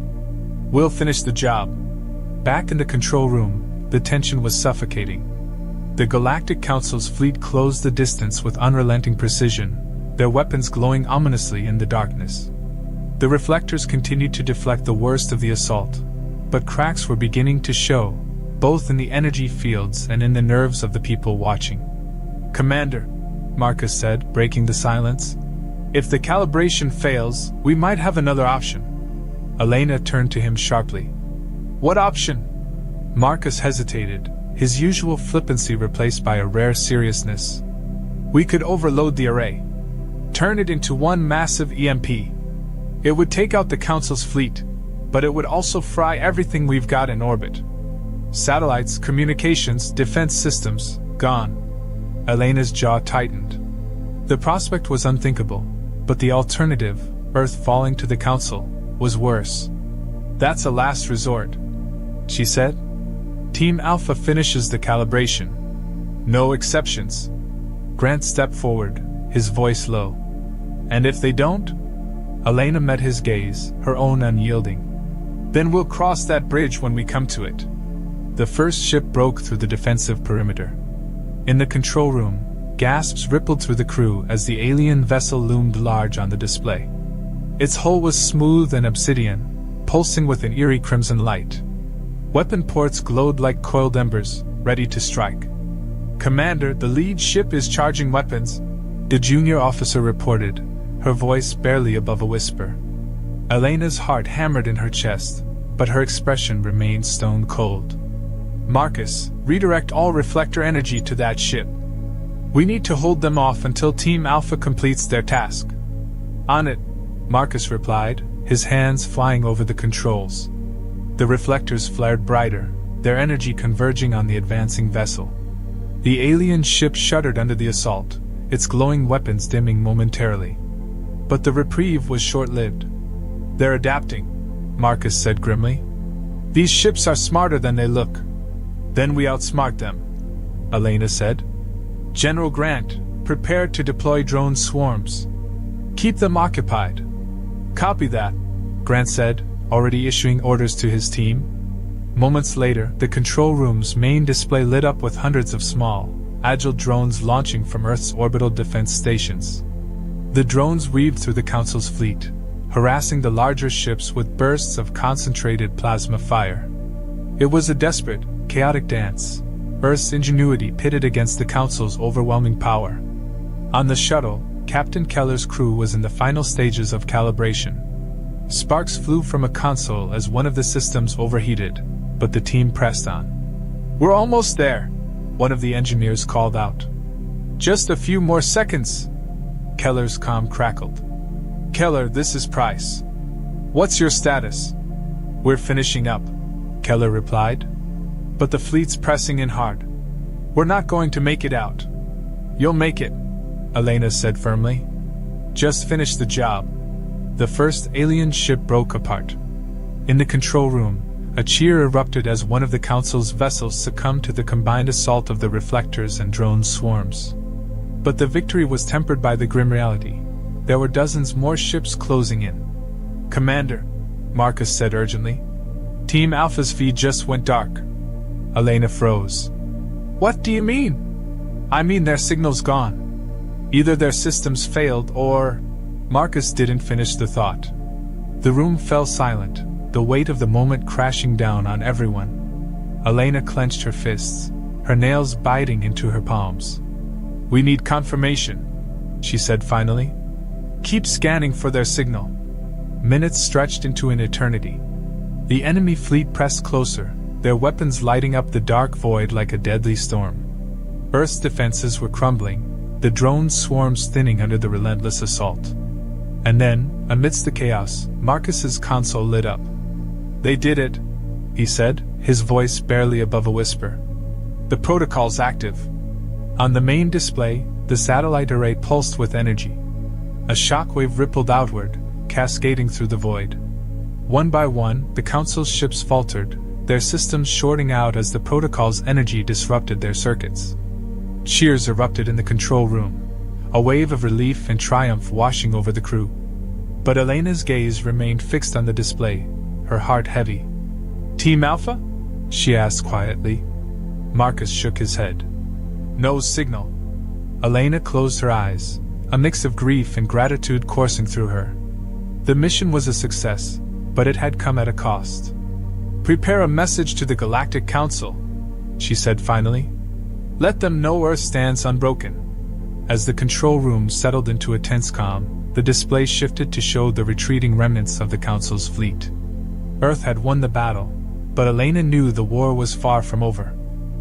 The control room was silent now, the earlier cheers replaced by a somber reverence. The Galactic Council's fleet had retreated, their once imposing ships reduced to powerless hulks drifting aimlessly through space. On the central display, Earth's satellite array glowed faintly, its energy dissipating as the protocol's activation subsided. Yet for all its triumph, the air was thick with unspoken grief. Commander Elena Price stood at the helm, her hands gripping the edge of the console. Her eyes were fixed on the screen, where no signal from Team Alpha had returned. The victory felt hollow, the cost too great to celebrate. Around her, the exhausted crew exchanged weary glances, their faces etched with a mix of relief and sorrow. "Marcus," Elena said quietly, her voice barely cutting through the stillness. "Are you absolutely sure there's no chance of recovery?" Dr. Marcus Jane hesitated, his usual flippancy absent. He tapped a few keys on his console, running another scan. The system responded with a flat line, confirming what they already knew. He shook his head slowly. "The protocol worked, but the shuttle systems were fried in the process. They're gone, Elena." The words hung heavy in the room. General Tobias Grant cleared his throat, his gruff voice breaking the silence. "They knew the risks. Keller and her team gave us this win, and we owe it to them to make it count," Elena replied, her voice firm despite the knot in her throat. She straightened, forcing herself to focus. "Status on the Council fleet? They're in full retreat," the junior officer reported. "Their ships are drifting, systems offline. We're not detecting any immediate regrouping." Elena nodded. "Good. Let's use this time wisely. I want full diagnostics on our systems, and someone get me a comms link with the United Earth Assembly. They'll want a debrief." The crew sprang into action, grateful for the distraction. Marcus lingered by his console, his brow furrowed in thought. Elena noticed and approached him. "What's on your mind, Doctor?" she asked, keeping her tone neutral. He glanced up, hesitating before speaking. "This isn't over. The Council will regroup, rebuild. And next time, they won't underestimate us." "I know," Elena said. "That's why we need to be ready."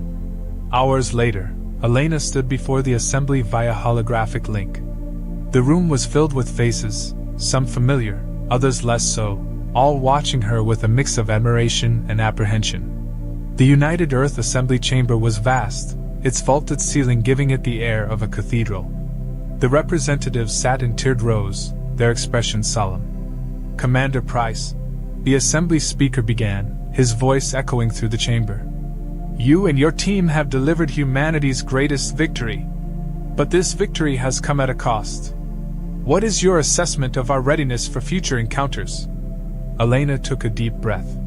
"Speaker, the Galactic Council underestimated us today, but that won't happen again.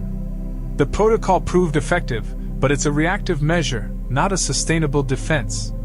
We need to invest in offensive capabilities, strengthen our alliances, and develop technologies that can match, or surpass, those of the Council." "And what of Team Alpha?" another representative asked, his tone heavy with the weight of the question. Elena's jaw tightened. "They gave their lives to ensure the protocol's success. Their sacrifice won us this day. We owe it to them to ensure it wasn't in vain." The chamber fell silent, the weight of her words sinking in. Finally, the speaker spoke. "Your recommendations will be taken under advisement. For now, Earth owes you and your team its gratitude." The holographic link blinked out, leaving Elena alone in the dimly lit conference room. She closed her eyes, exhaling slowly. The weight of leadership pressed heavily on her shoulders, but there was no time to dwell. The work was just beginning. Back in the control room, Marcus and Grant were locked in a quiet debate. The general's arms were crossed, his stern expression unyielding. Marcus gestured animatedly, his frustration clear. "Look, I'm not saying we turn the protocol into a weapon," Marcus said, his voice rising slightly. "But we need to explore its potential. It's the only thing that worked against their fleet. And I'm saying we don't rely on a system that nearly took out half our infrastructure," Grant countered. "We need redundancy, something that doesn't leave us crippled if it fails." Elena entered, her presence immediately silencing the argument. "Gentlemen," she said, her tone sharp, "we're on the same side here. Let's focus on solutions, not problems." Marcus and Grant exchanged a glance before nodding. "We'll keep refining the protocol," Marcus said grudgingly. "But we need resources, more staff, better equipment." "You'll have it," Elena promised. "Grant, coordinate with the Assembly's Defense Committee. We need a comprehensive strategy, and we need it fast." The general nodded, his respect for Elena evident. "Consider it done." That evening, Elena found herself alone in her quarters, staring out at the stars. The faint hum of the station's systems was the only sound, a constant reminder of the fragility of their existence. She thought of Team Alpha, of Keller's determination and the crew's courage. Their faces lingered in her mind, a painful reminder of the cost of leadership. A soft knock at the door pulled her from her thoughts. Marcus stepped inside, a steaming cup of coffee in each hand. "Thought you could use this," he said, offering her one. She accepted it with a small smile. "Thanks." They sat in silence for a moment, the weight of the day settling between them. Finally, Marcus spoke. "You think we'll make it?" Elena took a sip of coffee, her gaze distant. "We have to." Marcus chuckled softly, though there was little humor in it. "That's not an answer. It's the only one I have," she admitted. "We've proven we can stand up to them. Now we need to prove we can survive." He nodded, his expression thoughtful. "You're a good leader, Elena. Keller and her team, they believed in you. So do I." She met his gaze, her eyes resolute. "Then let's make sure we're ready for what comes next." The next day, Earth's defenses began their rebuild. Engineers worked around the clock to repair and upgrade the satellite array, while scientists delved into the protocol's data, searching for ways to improve its efficiency. Across the planet, humanity rallied, united by the shared knowledge that they had faced the galaxy's strongest force and emerged victorious. But in the far reaches of space, the remnants of the Galactic Council's fleet gathered. Within the shadows of a massive dreadnought, Supreme Chancellor Vector stood before his advisors, his expression dark. "Earth has proven troublesome," he said, his voice a low growl. "But they are not invincible. Prepare the Armada. Next time, we will not underestimate them." The dreadnought's engines roared to life, its crimson glow cutting through the void. The war was far from over, but humanity was ready to face whatever came next. The burrito was cold. It had been cold for 40 minutes. Dev Reyes had not noticed because he had been staring at a screen that should not have been showing what it was showing, and somewhere in the back of his mind, he understood that the world had just changed, and he was the only person in the building awake enough to see it. The UN liaison office in Geneva did not look like the kind of place where history happened. It looked like a mid-range accounting firm that had run out of budget before reaching the break room. The coffee maker had been broken since March. The overhead light above Dev's desk flickered every 11 seconds with the reliability of a metronome and the charm of none. He was 31 years old, had a master's degree in xenolinguistics that he had never expected to use, and had taken this job because it paid better than teaching and required less eye contact. He pressed his palm flat against the desk, solid, real, okay. The signal had arrived at 1:47 in the morning. It had not come through any channel that the liaison office monitored. It had not come through any channel that anyone on Earth monitored, technically speaking, because the channel it came through had not existed at 1:46 in the morning. It existed now. It had apparently decided to exist specifically to deliver a document. The document was 47 pages long. The translation software at the top of the page provided, with a politeness that felt almost insulting, by the senders themselves, identified the originating body as the Galactic Council of Recognized Civilizations. It identified the recipient as the nation-state collective inhabiting the third orbital body of a mid-sequence yellow star, Sector 7 Gamma, locally designated Sol. It identified the document type as a formal notice of non-compliance and corrective intent. Dev read that line 3 times. Then he read the next line, which informed him that Earth had been assessed. He scrolled down. The assessment was thorough. It was, in the way that truly devastating things sometimes are, completely accurate. Every armed conflict in recorded human history was catalogued. Every environmental failure, every systemic inequality that had persisted across centuries, every moment humanity had looked at a problem it had created and chosen to create it again anyway. The Council had done their homework. They had done it with the detached efficiency of a doctor reading a chart to a patient who already knew the diagnosis.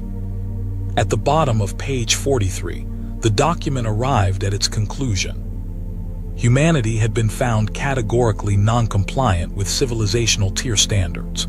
Humanity posed a potential long-term stability risk to the surrounding galactic region. Humanity was hereby given 48 Earth hours to begin the process of voluntary submission to corrective oversight, after which the Council would proceed with a corrective action as defined under Galactic Charter, Article 9, Subsection 4. Dev sat with that for a moment. He pulled up the internal messaging system. He needed to wake someone up. He needed to wake several someones up.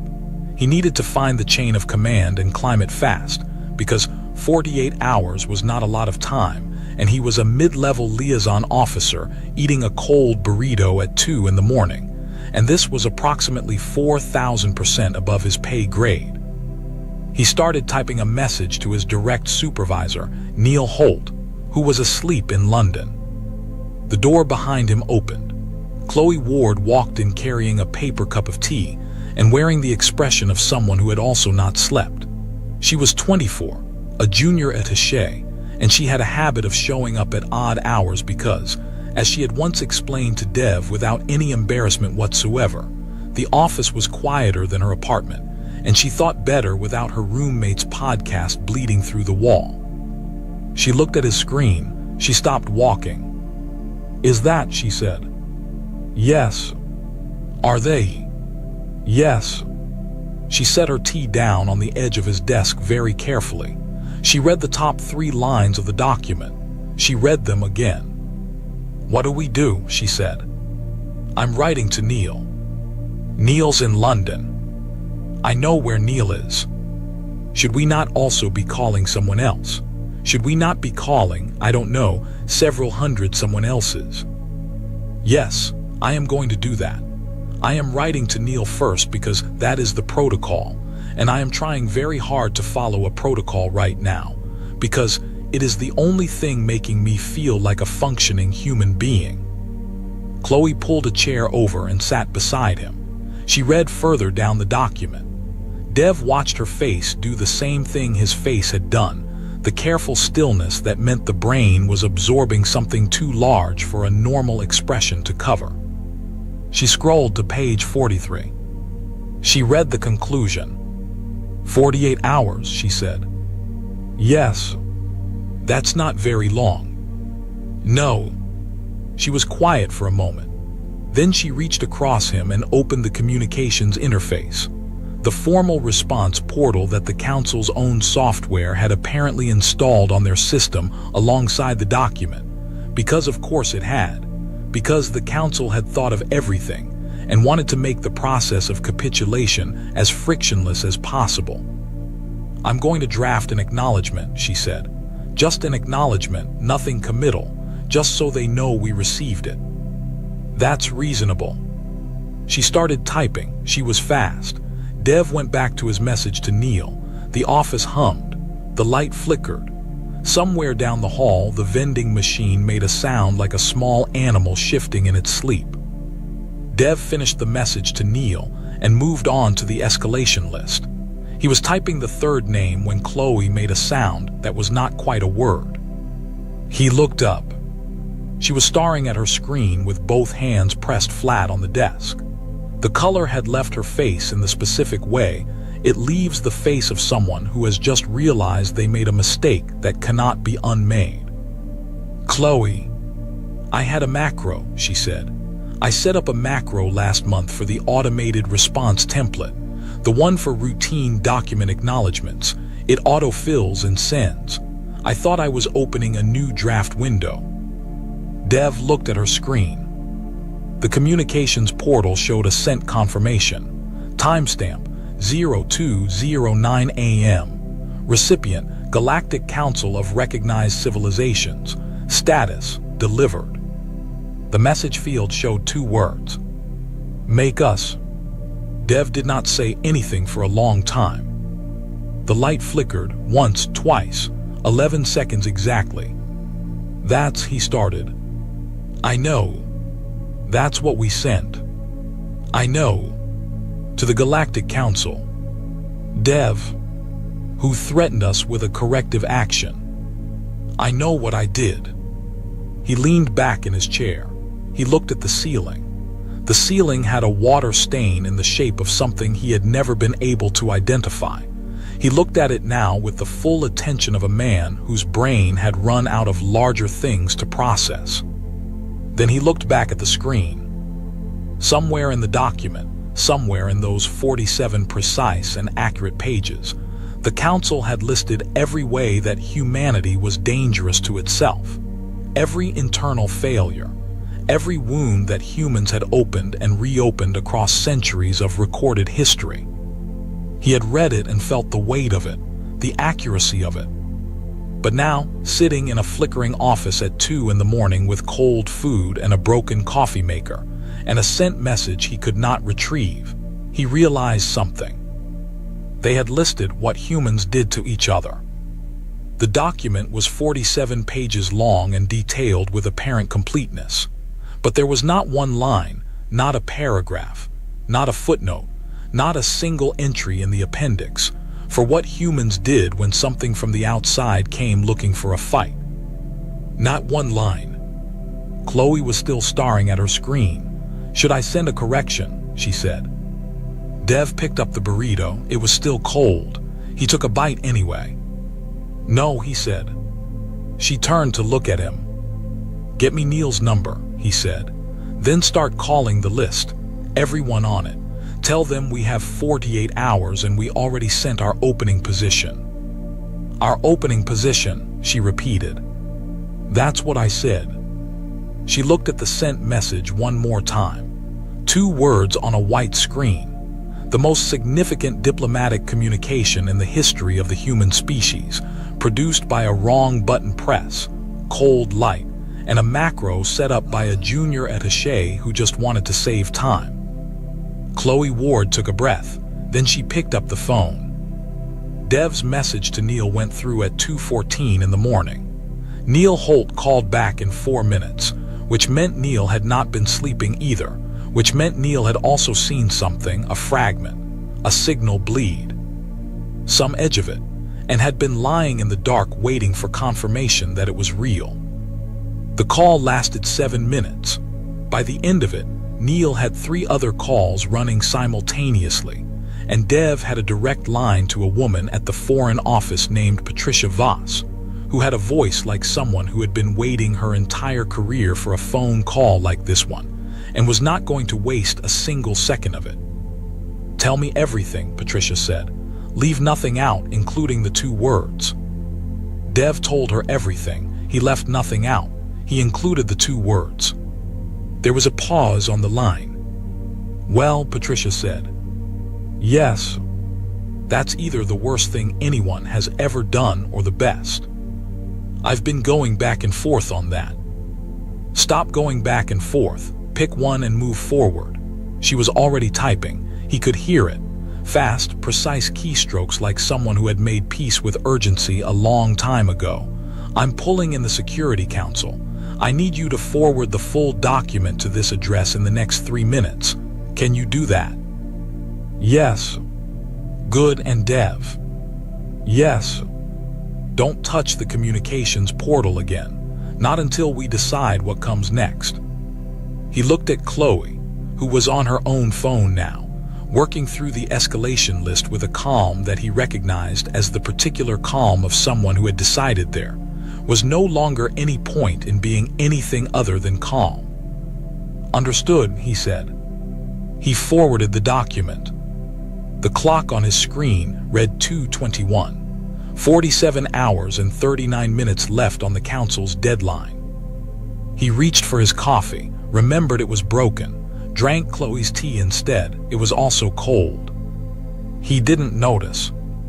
Iraq received confirmation of the reply at what his internal biological clock registered as the equivalent of early afternoon. A quiet, productive time by his species measure, good for documentation and observation, and the sort of careful thinking that his 600 years had taught him to value over speed. He read the 2 words 4 times. He set the report down on his console. He picked it up again. He had processed 43 civilizational compliance cases in his career. He had seen bravado. He had seen defiance. He had seen the specific, sad performance of a species that knew it could not win, but needed to feel as though it had tried. This did not read like any of those things. He flagged it for deeper analysis and sent a preliminary note to the council observer team. Then he sat for a long moment in the quiet of his monitoring station. 600 years of experience arranged around a 2-word message from a species that had been using radio signals for barely a century and felt something he had not felt in a very long time. He did not have a name for it. He filed the report. He labeled the unnamed feeling as a variable. Then he opened a second file, private, unlabeled, separate from the official record, and began to write. 47 hours. Not much time for a planet. A lot of time for a species that had spent most of its history doing the most with the least. The word spread fast. Not the classified channels, those were moving too, but the word moved faster through the places where words always move fastest. Between people who trust each other, in rooms where the lights are still on at 3 in the morning, across phone calls made between old friends who had not spoken in years, but knew exactly why the other one was calling. By dawn in Geneva, it had reached 12 heads of state. By noon, it had reached the ones who wouldn't officially admit they'd been told. By mid-afternoon, in a server room in Bangalore that smelled like solder and yesterday's takeaway, a group of engineers who had been working on a satellite contract quietly closed that file and opened a new one. Nobody told them to. Nobody asked. They just looked at each other across a table covered in empty cups and half-finished calculations, and one of them, a woman named Priya, who was 27 and had the specific kind of focus that made other engineers both admire and slightly fear her, said, "So, different problem now." And they started working on the different problem. Dev Reyes sat in his chair and watched the clock. He thought about the assessment. He thought about the 47 pages. He thought about the one thing that was not in them. He thought about Chloe's wrong button, about a macro designed to save 30 seconds becoming the loudest 2 words Earth had ever said. He thought about all the things humans did when something came at them from the outside. He thought about how none of that was in the document. He thought the council might want to read a different 47 pages. He was starting to think they were going to get the chance. Iraq's private log, entry 1. The 2 words were not defiance. I have studied defiance. Defiance is the performance of strength you do not have. These 2 words had no performance in them. They were practical. They were almost administrative. I do not have a word for this. I have looked through 412 languages in the council archive, and I do not have a word for a species that hears it is outmatched and responds by asking to see proof. I am adding a variable to my model. I do not yet know what to call it. I am going to keep watching. He closed the log. He looked at the 2 words one more time. Then he started writing a different kind of report. 46 hours and 51 minutes left on the clock. In a small office in Geneva, a junior attaché named Chloe Ward finished her call list, made herself a new cup of tea, and did not think about what she had done. She thought about what came next. It was, she decided, probably going to be interesting. She was right. The council's preliminary observation team met at the 72-hour mark, which was 24 hours after the deadline had passed with no sign of voluntary compliance from Earth, and during which Earth had done nothing that registered as surrender and a great many things that did not fit into any existing category in their observational database. Iraq sat at the end of the long curved table and listened to his colleague discuss the situation with the measured confidence of people who had done this 43 times and expected this time to follow the same shape. He had filed his preliminary note. He had flagged the 2 words as anomalous. Nobody had asked him to elaborate. He was beginning to think elaboration was overdue. The team lead, a tall Veraki named Osk, pulled up the compliance timeline. 39 civilizations had submitted within the first 6 hours. 3 had attempted resistance. 1 had tried negotiation and eventually submitted. None had replied with 2 words that translated roughly as a dare. "They are disorganized," said another observer. Their communications in the hours following the notice were chaotic. Multiple conflicting signals, no unified response structure. This is consistent with a species in denial. Iraq looked at his private file. He thought about the engineers in Bangalore. He thought about the retired materials scientist in Vermont who had walked back into a lab the morning after the broadcast. He thought about the 12-year-old in Sao Paulo whose name he did not yet know, but whose work he had been tracking for 18 hours. "Not denial," he said. The table turned toward him. "Then what?" Osk asked. Iraq thought about how to explain it. He thought about all 412 languages in the archive. He thought about the word he had not been able to find. "They are preparing," he said. The table was quiet. "They are a civilization that has never unified against an external threat," said another observer. "Their own historical record shows no precedent for global coordination." "Their historical record," Iraq said carefully, "shows no precedent because there has been no external threat. There is a difference." Osk looked at him for a long moment. "Your recommendation." Iraq looked at the 2 words on his screen. He looked at the clock. "Caution," he said. "More data, more time. We have a charter obligation. 48 hours have elapsed." "I know." "We proceed to corrective action." Iraq nodded slowly. He filed his recommendation for caution. He noted that it was overruled. He updated his private log. "They are going to send the ships," he wrote. "I think the ships are going to learn something.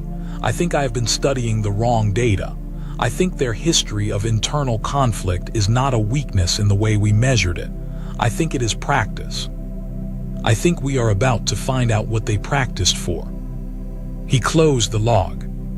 He began preparing for what came next, and for the first time in 600 years, the preparation felt like something other than routine. It felt like standing at the edge of something he could not see the bottom of. He looked down anyway. In Geneva, at 7 in the morning, Dev Reyes was still at his desk. He had slept for 2 hours in his chair. His neck felt like a complaint letter from his spine. He had a new coffee, real coffee, brought by someone he had never met who had apparently walked into the building, located the liaison office, and deposited a full thermos on the front desk without explanation. He was not going to question it. He drank it and read through the latest compiled packet. 40 hours of work from hundreds of people across 14 time zones, most of them operating without formal instruction, without budget approval, without any of the organizational scaffolding that was supposed to make large things happen. They had just looked at the problem and started solving it because that was, apparently, The thing that humans did when the problem was large enough. He reached the last section of the packet, the Sao Paulo entry. A 12-year-old had taken the council's broadcast signal, the same signal that had delivered the 47-page document, and picked it apart. She had reverse-engineered partial architecture from the transmission encoding. She had posted her work on a public forum at 11 o'clock on a school night with the title, "I think their signal works like this. Am I wrong?" And 73 engineers from 9 countries had responded within 4 hours. She was not wrong. Dev sat with that for a long time. Then he added her section to the front of the response packet, above everything else, without annotation, without explanation, without a single word of context. It did not need any. He forwarded the packet to Patricia Voss. He leaned back in his chair. He looked at the water stain on the ceiling. 47 pages, he thought. They wrote 47 pages about us. They missed a lot. Outside, the city was waking up. Somewhere down the hall, Chloe was making tea.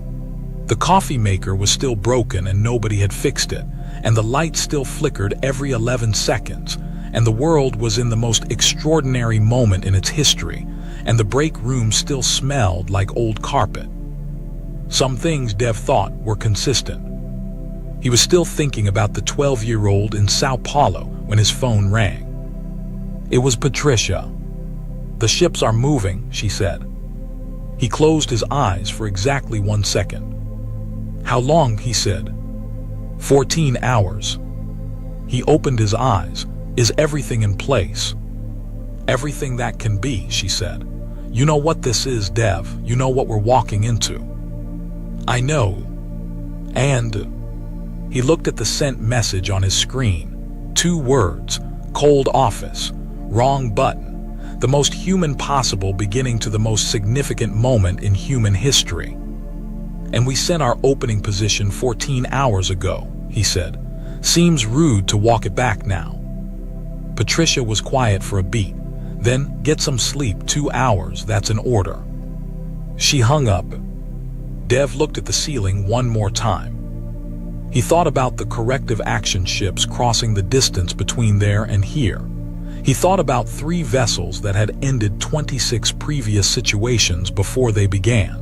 He thought about the council's 47 pages and the one thing they had left out. He thought about 14 hours. He thought about all the things that humans had managed to do in less time than that, throughout the whole long, strange, embarrassing, brilliant history of being human.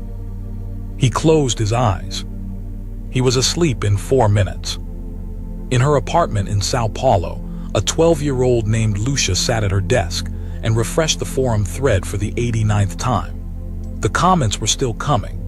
Engineers, researchers, people whose job titles she didn't fully understand yet, all of them working from the framework she had sketched out on a Tuesday night because she hadn't been able to sleep, and the signal had been interesting. Her phone had 47 new notifications. She had stopped reading them after the first 10 because they were making her feel a feeling she did not have a word for yet. She opened a new document instead.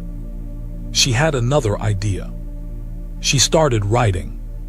The 3 council vessels crossed into the inner solar system at 0600 Geneva time. They did not announce themselves. They did not need to. Their presence was its own announcement. 3 ships of a scale that had no equivalent in Earth's construction history, moving with the unhurried certainty of things that had never had reason to hurry. Iraq stood at the observation window of the lead vessel and watched the small blue planet grow larger. His colleagues were at their stations. The tactical team was running projections. The compliance protocol was loaded and ready. Everything was proceeding according to a procedure that had been used 43 times and had never required significant adaptation. Iraq was not thinking about the procedure. He was thinking about 112 signals. The first readings had come in 30 minutes ago. Not a fleet, not a unified defense formation, not anything that matched the tactical models they had prepared for. What the sensors were finding was an enormous distributed scatter of signals, transmissions, devices, and activity spread across an area far wider than any defending force would logically cover, as though humanity had looked at the concept of a defensive perimeter and decided to disagree with it on a fundamental level. Disorganized, said the tactical lead. No command structure, no coordination pattern. Iraq said nothing. He looked at the readings. He looked at the scatter. He thought about what 112 independent signals, each apparently doing something different, added up to when you stopped trying to read them as a military formation and started reading them as something else. As a conversation, maybe. A very loud, very human conversation, conducted simultaneously by people who had never met and would never need to, each of whom had looked at a problem and started working from whatever angle they could reach. The tactical lead began calling out approach vectors, standard procedure. The ships moved. The signals moved with them. Not defensively, not reactively. They shifted in a way that had no tactical logic Iraq could find in the archive, and he had been looking, and he had been looking hard because whatever this was, he wanted to name it before it happened. He could not name it. Contact in 4 minutes, said the tactical lead.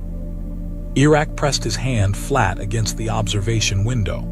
The planet was close enough now that he could see the shape of continents. He had reviewed the geography. He knew where the deserts were, where the oceans were, where the large population centers sat in their ancient arrangements. He thought about the break room in Geneva that still had a broken coffee maker. He thought about a 12-year-old and a public forum and 73 engineers responding in 4 hours. He thought about 2 words sent by accident that nobody had retracted. 3 minutes, said the tactical lead.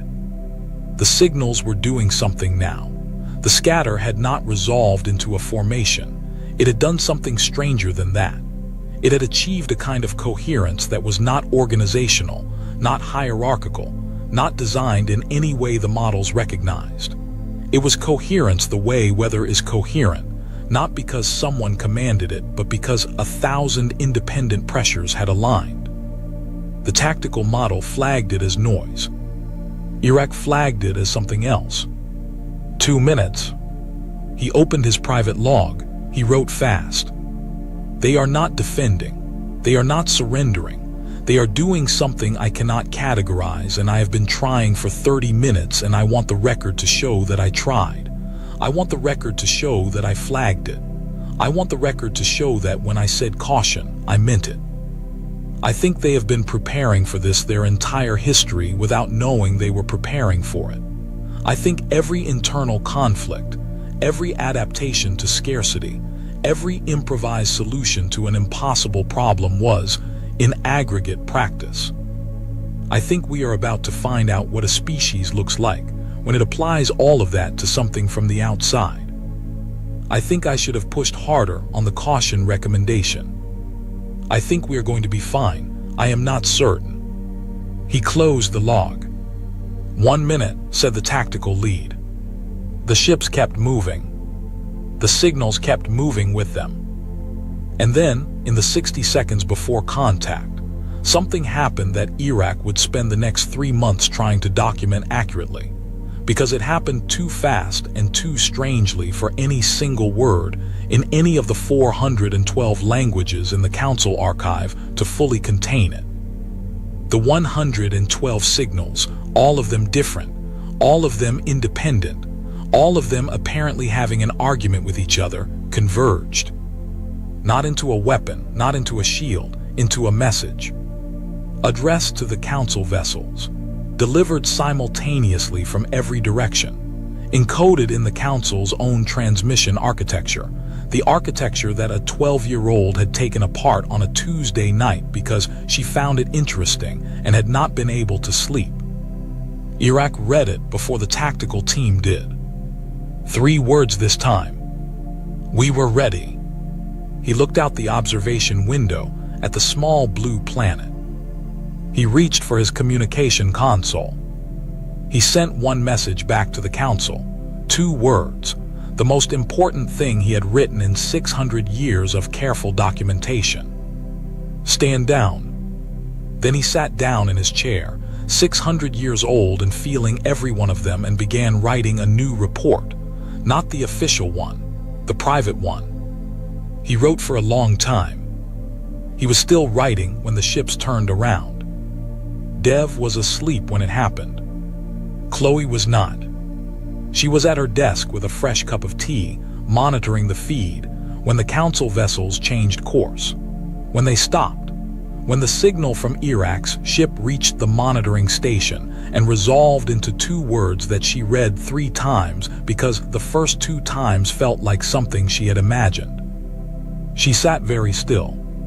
Then she picked up her phone and called Dev.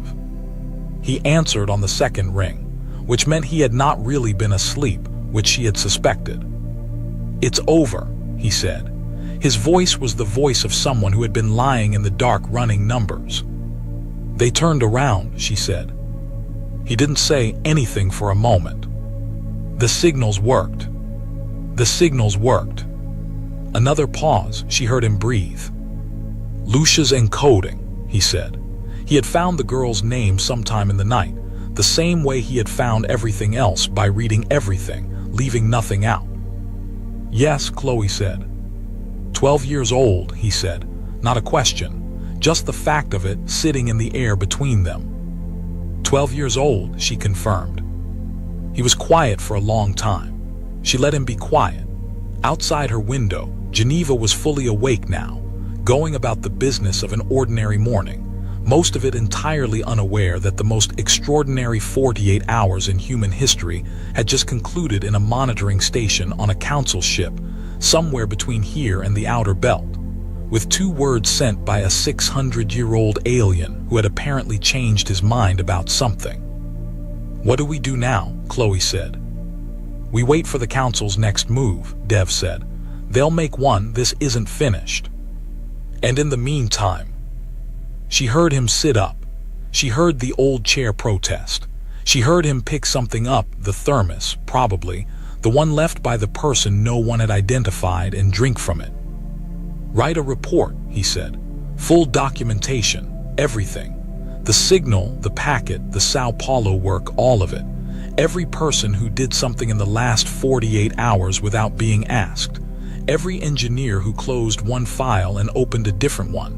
Every person who made a phone call they had not made in years." "That's a lot of people." "Yes. That's a long report." "Yes," he said. "Make it longer than 47 pages." She almost laughed. It was close enough to a laugh that it counted. She started a new document. 6 weeks later, the council's revised communication arrived. It was formal. It was careful. It used the word colleague 17 times. It proposed a meeting, a framework, a mutual recognition process that acknowledged Earth as the phrasing was specific, clearly labored over, an emerging civilizational entity of significant and unanticipated complexity. Dev read it twice. Then he printed it, walked down the hall, and put it on Chloe's desk. She read it. She looked up at him. "Significant and unanticipated complexity," she said. "That's us," he said. She looked at the document. She looked at the communication portal, which was still open, had been open for 6 weeks, the reply field empty and patient. She thought about the 47 pages. She thought about the 48 hours. She thought about 112 signals and a Tuesday night and a girl in Sao Paulo who had found an alien transmission interesting and had not been able to sleep. She typed 3 words. "We'd love that." She pressed send. On purpose this time. In his monitoring station, Iraq received the reply and read it. 3 words, warm, direct, no performance in them, just a door held open. He had spent 6 weeks on his private report. It was longer than anything he had written in 600 years of documentation. It had a title, finally. He had found the word, or at least the closest word available in the archive, which was not perfect but was close enough. He had titled the section that dealt with the 2 words, and the 48 hours, and the 112 signals, and the girl in Sao Paulo, and the engineers who closed one file and opened a different one, and the retired scientist who walked back into a lab, and the thermos of coffee left by a stranger in a Geneva office at 7 in the morning. He had titled it, Spite as Civilizational Infrastructure. Then he had added a footnote. The footnote said, "This word is insufficient. They will need to give us a better one. I suspect they will." He closed the report. He looked at the 3 words on his screen. He looked at the small blue planet, distant now, getting smaller as the ship moved further away, back toward Council space, back toward the 600 years of careful documentation and measured distance that his life had been built from. He thought about the broken coffee maker. He thought about the wrong button. He thought about a 12-year-old who had looked at an alien signal and decided to take it apart because she found it interesting and had been right, and had not thought to be surprised by being right. He thought about a species that had been assessed in 47 pages and had spent 48 hours filling in the gaps. He thought about 3 words, warm, simple, a door held open. He wrote one final entry in the private log. "They are going to be very loud," he wrote. "They are going to be chaotic and contradictory, and they are going to do things that no model will predict. They are going to walk into rooms they were not invited into and ask questions that make the older civilizations uncomfortable. They are going to cause significant disruption to the established order of things. I am 600 years old.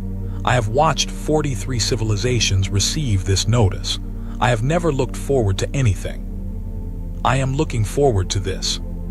I think it is going to be the most interesting thing I have ever documented. I think I am going to need more pages." He closed the log.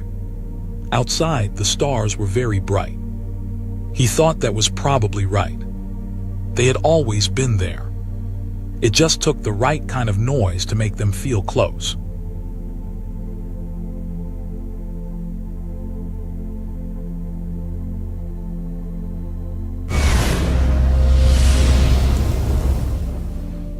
Hey, welcome to Starbound. I'm Daniel Pierce, and I'm going to be your narrator today.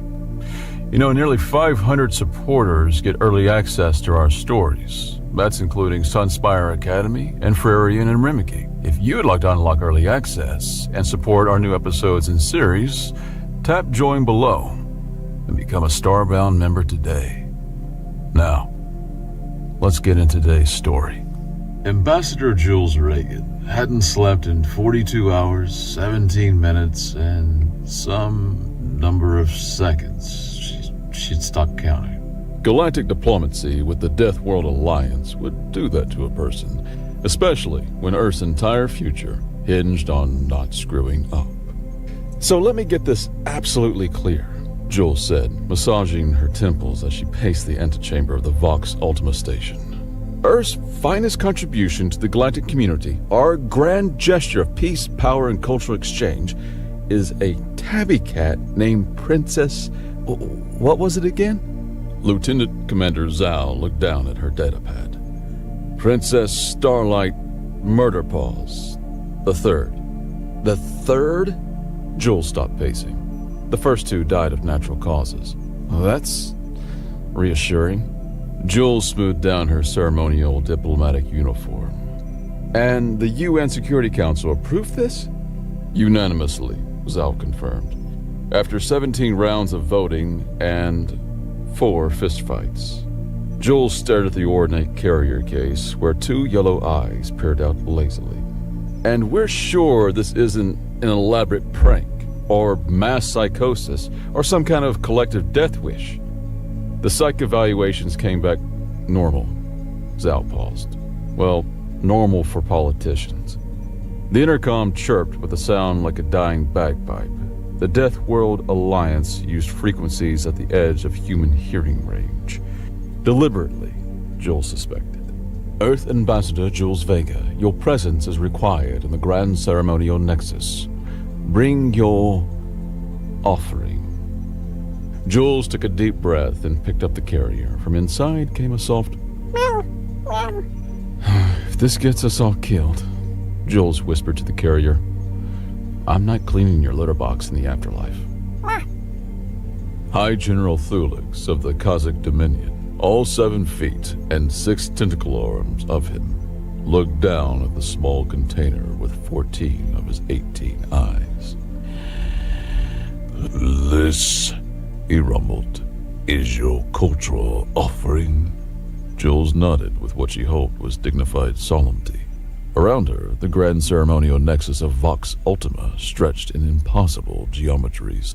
Representatives from all 27 Death World species filled the chamber, some floating in suspension tanks, others shimmering as pure energy, all radiating various degrees of disdain. High General, honored members of the Death World Alliance, Jules began, Earth proudly presents our living cultural ambassador, a creature that embodies humanity's resilience, adaptability, and inexplicable fondness for chaos. The carrier door swung open. Out stepped Princess Starlight Murderpaws III, an ordinary orange tabby with white paws and a crooked tail.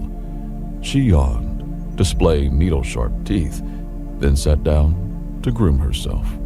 Silence fell across the chamber. Then, this is an insult. The Vespid presented a sentient battle orchid capable of calculating 18-dimensional equations. The Magorns offered a shape-shifting diplomat assassin. And Earth brings a primitive mammalian pet. Jules maintained her diplomatic smile. I understand your confusion, but this pet represents Earth culture perfectly. Cats were once worshipped as gods in ancient civilizations.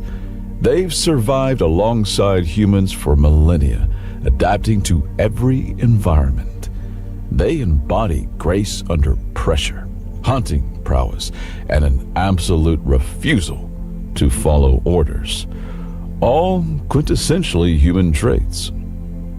Murderpaws chose this moment to flop onto her side and expose her belly. The grand archon of the crystalline consciousness vibrated irritably. A creature appears to be malfunctioning. She's just comfortable, Jules explained, feeling sweat bead on her forehead. High General Thulix leaned closer. Does it possess any weapons, psychic abilities? Can it at least calculate hyperspace trajectories? She can knock small objects off elevated surfaces with remarkable focus, Jules offered. A murmur of disappointment rippled through the assembly. Very well, sighed High General Thulix. In the spirit of diplomatic relations, we accept Earth's modest offering. The creature will be studied and housed appropriately. Jules felt a wave of relief, followed immediately by suspicion at how easily the Alliance had acquiesced. The cat stays with me, she said quickly. No, replied Thulix. All cultural offerings must undergo standard quarantine and analysis. You understand protocol. Jules knew what analysis meant to species that evolved on planets where even the rainfall could dissolve bone. Before she could protest further, 2 guards approached with a floating containment field. Murderpaws hissed. She doesn't like being handled by strangers, Jules warned. Then she shall not be handled, Thulix said with a smile that revealed too many teeth. The field will transport her without contact. The field will transport her without contact. Jules watched helplessly as Murderpaws had enveloped in shimmering energy and floated away, her tail twitching irritably. We will update you on our findings, said Thulix. You are dismissed, Ambassador. As Jules turned to leave, she caught the whispered exchange between Thulux and his second-in-command. Begin full molecular deconstruction immediately, and after we learn its secrets, dispose of it and prepare sanctions against Earth for this mockery. Jules clenched her fist, but kept walking. This diplomatic mission had gone exactly as predicted, with a side trip through catastrophe. What she couldn't have predicted was just how literal that journey would become. Dr. Ezekiel of the Biomolecular Analysis Division considered himself a scientist of impeccable standards. He had dissected creatures from 17 galaxies, cataloged organisms that existed in 12 dimensions simultaneously, and once spent 3 years studying a sentient gas cloud that communicated exclusively through interpretive diffusion patterns. Commence primary scan. He instructed his team as they gathered around the containment field where the Earth creature sat, methodically cleaning its paw. The scan activated a comprehensive quantum-level analysis that would map every atom in the creature's body. The cat looked up. The cat blinked. Dr. Ezekiel blinked back. In that microsecond of mutual non-observation, something glitched. The laboratory stretched like taffy. Reality hiccuped. The scan readout dissolved into fractal patterns that somehow spelled out words in a language that had been extinct for 8 million years. The word said, "Feed me tuna." Dr. Ezekiel screamed as the floor beneath him became simultaneously solid, liquid, and a fond memory. His assistant's head rotated 360 degrees while remaining perfectly stationary. The laboratory walls folded inward like origami, revealing glimpses of other realities where physics had taken different evolutionary paths. And through it all, the security camera faithfully recorded 4 seconds of footage, on loop. The cat licking its paw, the image playing backward, forward, sideways, and occasionally in dimensions not meant for mortal comprehension. When emergency responders finally breached the lab 20 minutes later, they found every researcher speaking in perfectly synchronized binary code. Gravity worked in 7 different directions simultaneously. A strange altar made of lab equipment, arranged around a half-eaten food packet labeled Fancy Feast. The cat curled up asleep, perfectly normal. And a single message burned into every computer screen in letters that glowed with the light of dying stars. Next time, ask before scanning. The Purity Council had installed 17 different monitoring systems to track Murder Pause's activities. Most of them stopped working after approximately 27 minutes. The rest showed footage that was, to put it mildly, inconsistent with conventional understandings of feline behavior. Security feed Alpha 7 captured Murder Pause batting at a small red dot on the floor of her containment habitat. Standard cat behavior, except the red dot was actually a miniature black hole that Murder Pause had apparently manifested for entertainment purposes. Each time she smacked it with her paw, it emitted a sound like a cosmic giggle and moved to another location. "Is that safe?" asked Junior Technician Viz, watching the feed with mounting anxiety. Define safe, replied Senior Technician Rick, who hadn't slept in 72 hours and was now experiencing what he believed might be religious enlightenment. The creature's playing with collapsed space-time like it's yarn. On feed Beta 3, Murder Paws appeared to be taking a bath. Absolutely normal cat grooming behavior, except that she was simultaneously visible from 17 different angles, some of which did not correspond to any known dimension. As she licked her front paw, temporal echoes rippled outward, the future lick occurring before the present lick, which preceded the past lick in a sequence that made Rick's left eye twitch uncontrollably, and understandably. "The most disturbing part," whispered Viz, "is how aggressively mundane it all seems." Feed Gamma 12 showed Murder Paws knocking objects off a shelf. Classic cat behavior that would be unremarkable if the objects hadn't included a perfectly scaled model of the Purity Council chambers, which no one had put there. 3 different versions on the same quantum phase regulator, each from a slightly different timeline. A small potted plant that, when it hit the floor, meowed and scampered away. High General Thulix's childhood teddy bear, which he had lost 37 years ago on a planet 16 light-years away from Vox Ultima. Each item went tumbling with the same look of feline satisfaction on Murderpaw's face. She's doing it on purpose, Rick said with absolute certainty. The quantum displacement, the reality warping, it's all just an elaborate form of knocking stuff off shelves. Delta 9 perhaps captured the most troubling footage. Murderpaw's asleep in a perfect circle. Completely normal, except for the fact that the laws of thermodynamics had apparently been suspended in a 3-meter radius around her. Heat flowed from cold to hot, entropy reversed. A dropped mug of coffee unspilled itself, the liquid flowing upward to refill the cup while the ceramic shards reassembled in midair. And through it all, Murderpaws just purred, her whiskers occasionally twitching, as though she was dreaming of cosmic mice. Dr. Mirax of xenobiology had been tasked with creating a psychological profile of the Earth creature. After 4 days of observation, she submitted a single-page report that read, "Subject displays typical behavior patterns of Felis catus, including self-grooming, results in probability fluctuations, predatory play, targeting reality itself as prey, territorial marking, by rewriting local physics, social bonding, selective responsiveness to certain individuals, napping, during which nearby quantum fields enter superposition.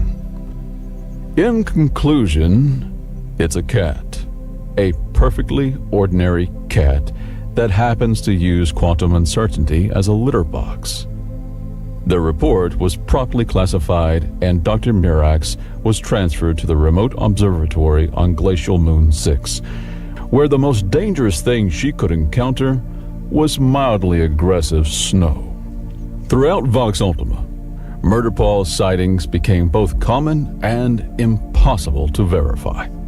She existed in a state of quantum celebrity, simultaneously everywhere and nowhere, depending on who was looking and how much sanity they had left. The maintenance division reported finding perfectly cat-shaped indentations in reality, places where the fabric of existence had been set upon and never quite regained its shape. Engineers describe them as existential cat loaves. A group of physicists claim to have observed Murderpaws existing in 5 different locations simultaneously, each version engaged in a different phase of pre-pounce butt wiggle. The resulting space-time oscillation generated enough energy to power the station for 6 hours. The cafeteria staff swore that all the station's milk now existed in a state of quantum uncertainty, simultaneously fresh and expired until directly observed. Several patrons reported their cereal bowls containing Schroeder's milk, which somehow tasted both perfectly sweet and slightly sour with each spoonful. Jules, meanwhile, continued her investigation while trying to secure access to Murderpaws. Her requests were consistently denied by an increasingly frazzled bureaucracy. "What do you mean I can't see her?" Jules demanded, standing in the office of Administrator Quentin. "She's Earth's cultural ambassador." "She's a walking reality breach," Quentin replied, tentacles twitching nervously. "Yesterday she phased through a wall and appeared in my private quarters. She slept on my favorite ceremonial robe for 6 hours. That's completely normal cat behavior." "The robe is now sentient and keeps giving me fashion advice." Jules pinched the bridge of her nose. Look, I might be able to help stabilize her. Project Observer notes suggest she responds well to familiar human interaction. We have tried human interaction. We had 3 human staff members attempt contact. And? Quentin's tentacles drooped. 2 of them now believe they've always been cats. The 3rd one can only speak in purrs. Before Jules could respond, alarms blared throughout the station. Red emergency lights bathed the office in an ominous glow. Attention all personnel. Multiple reality breaches detected in Sector 7. This is not a drill. Repeat, this is not a drill.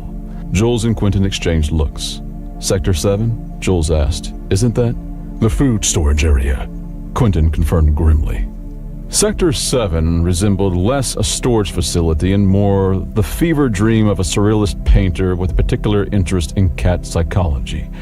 Every container of tuna, salmon, or fish-adjacent food had been opened, not with tools or by hand, but as though reality itself had decided packaging was merely a suggestion.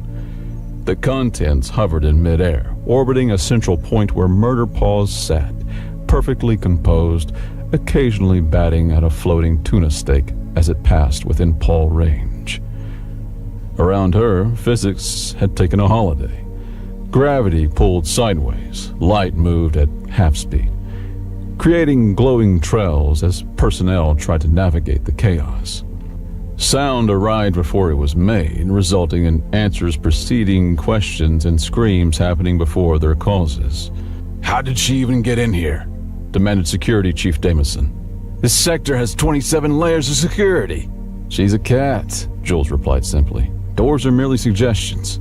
As they spoke, Murder Paws finished sampling her orbital buffet and apparently decided it was grooming time. She began licking her paw with focused dedication, completely ignoring the dozen-armed security personnel surrounding her. With each lick, reality rippled. Security Chief Damison briefly became his own childhood self, then elderly, then back to normal. A nearby officer's uniform transformed into pajamas, then formal evening wear, then back to uniform. The walls briefly became transparent, showing glimpses of other parts of the station, other timelines, and in one disturbing moment, what appeared to be a universe composed entirely of yarn. Should we stop her? Whispered an officer. I'd advise against it, Jules said. She's in the post-meal grooming phase. Interrupting a cat during statutory grooming time is inadvisable. As if to emphasize this point, Murder Paws paused her grooming to make direct eye contact with the officer who had spoken. The officer promptly vanished, reappearing moments later hanging from a ceiling fixture wrapped in what appeared to be quantum silly string. Murder Paws returned to her grooming, radiating smugness. Jules approached carefully, kneeling a respectful distance away. Murder Paws? Princess Starlight? Remember me? One ear flicked in Jules's direction. The universal feline gesture for, I acknowledge your existence, but make no promises regarding my interest level. I understand you've been through a lot. The scanning, the containment, the whatever the Purity Council tried to do with that grid thing. The ear twitched again. Murder Paws continued grooming, but her tail, the most expressive part of any cat, swished once, suggesting attentiveness beneath the performance of indifference. And I understand the food rate. Completely reasonable response. They've been keeping you on standardized synthesized protein, haven't they? No cat of distinction would accept that. This earned Jules a direct look, followed by a slow blink. The cat equivalent of, you're not entirely contemptible. Jules reached slowly into her pocket and pulled out a small silver package. I smuggled this from the diplomatic kitchen. Real earth salmon, vacuum sealed, not synthesized. Murder Paws' grooming paused. Her whiskers twitched forward with interest. Jules carefully opened the package, releasing the aroma of genuine earth fish. Around them, reality seemed to stabilize slightly, as though Murder Paws' attention had shifted from cosmic mischief to more immediate concerns. That's it, Jules said softly. Just regular cat priorities, right? Food first, unraveling the fabric of existence second. Murder Paws stretched, stood, and walked toward Jules with deliberate dignity. The hovering fish products around her gently descended to the floor as her focus shifted. She approached the salmon in Jules's hand, sniffed it thoroughly, then delicately took a bite. As she ate, the laws of physics gradually reasserted themselves. Gravity returned to its proper orientation, light and sound synchronized. The officer dangling from the ceiling fixture was gently lowered to the ground, the quantum silly string dissolving into ordinary particles. Security Chief Damison watched in astonishment. It's calming down. She, Jules corrected, is enjoying her meal. Like anyone else on this station, she just wants decent food, comfortable surroundings, and not to be treated like a lab experiment. Murder Paws finished the salmon, then proceeded to groom her whiskers, this time without causing reality fluctuations. When she was done, she looked up at Jules, blinked slowly again, then did something unexpected. She climbed onto her lap and began kneading her uniform with prickly paws. The assembled security team collectively held their breath. What's it doing now? Whispered Damison. Making biscuits. Jules replied with a small smile. It's a sign of contentment, completely normal cat behavior. But the reality distortions seem to correlate with her emotional state. She's not a weapon or cosmic horror. She's a cat with quantum abilities who's been scared, isolated, and mistreated. As if to demonstrate this point, Murder Paws began to purr, a perfectly ordinary sound that nevertheless caused the lights to flicker in rhythm, and the station's translation system to temporarily convert all announcements into meows. See, Jules said, practically normal. That afternoon, the Purity Council convened in an emergency session with Jules and representatives from the Neutral Bureau. Murder Paws attended as well, curled up on a cushion that Jules had insisted upon, occasionally grooming or shifting positions with feline disinterest in the proceedings. The creature is a threat to station security, insisted Counselor Vesh. It can walk through walls. So can anyone with a phase shifter, Jules pointed out. It can manipulate reality.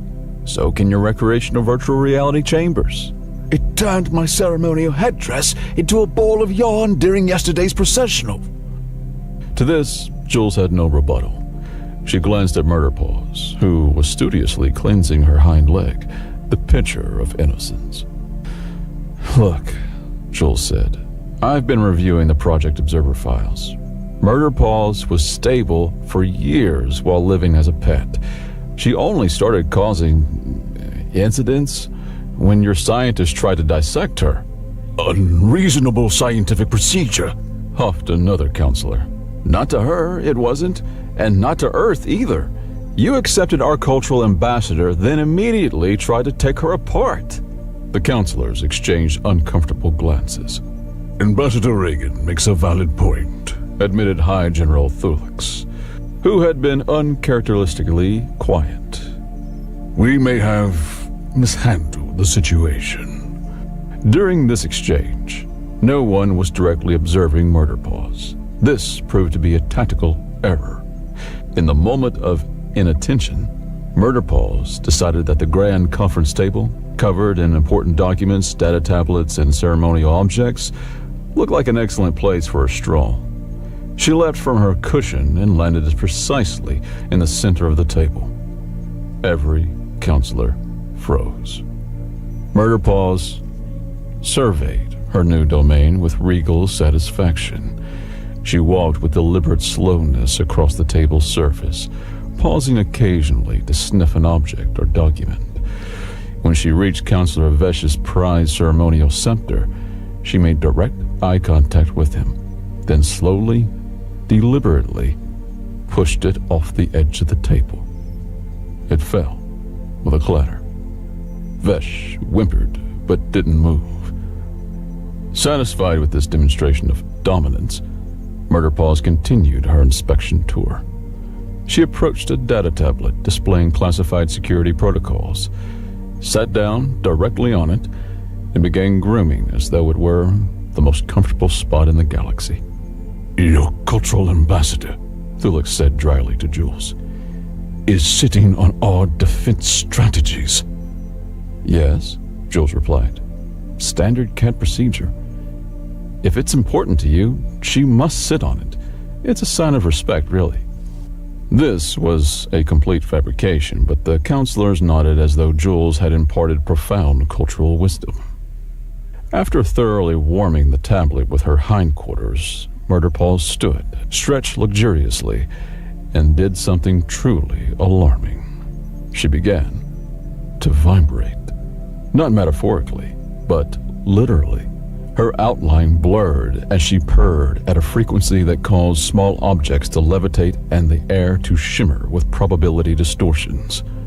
What's happening? Vesh asked in panic. Is it preparing an attack? No, Jules said, trying to keep her voice calm. She's just happy. That's happiness? Demanded another counselor. For a quantum cat? Yeah.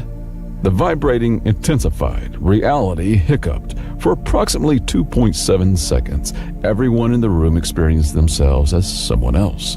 Thulix found himself thinking with Vesh's mind. Vesh experienced life as Jules. Jules briefly knew what it was to be a crystalline consciousness.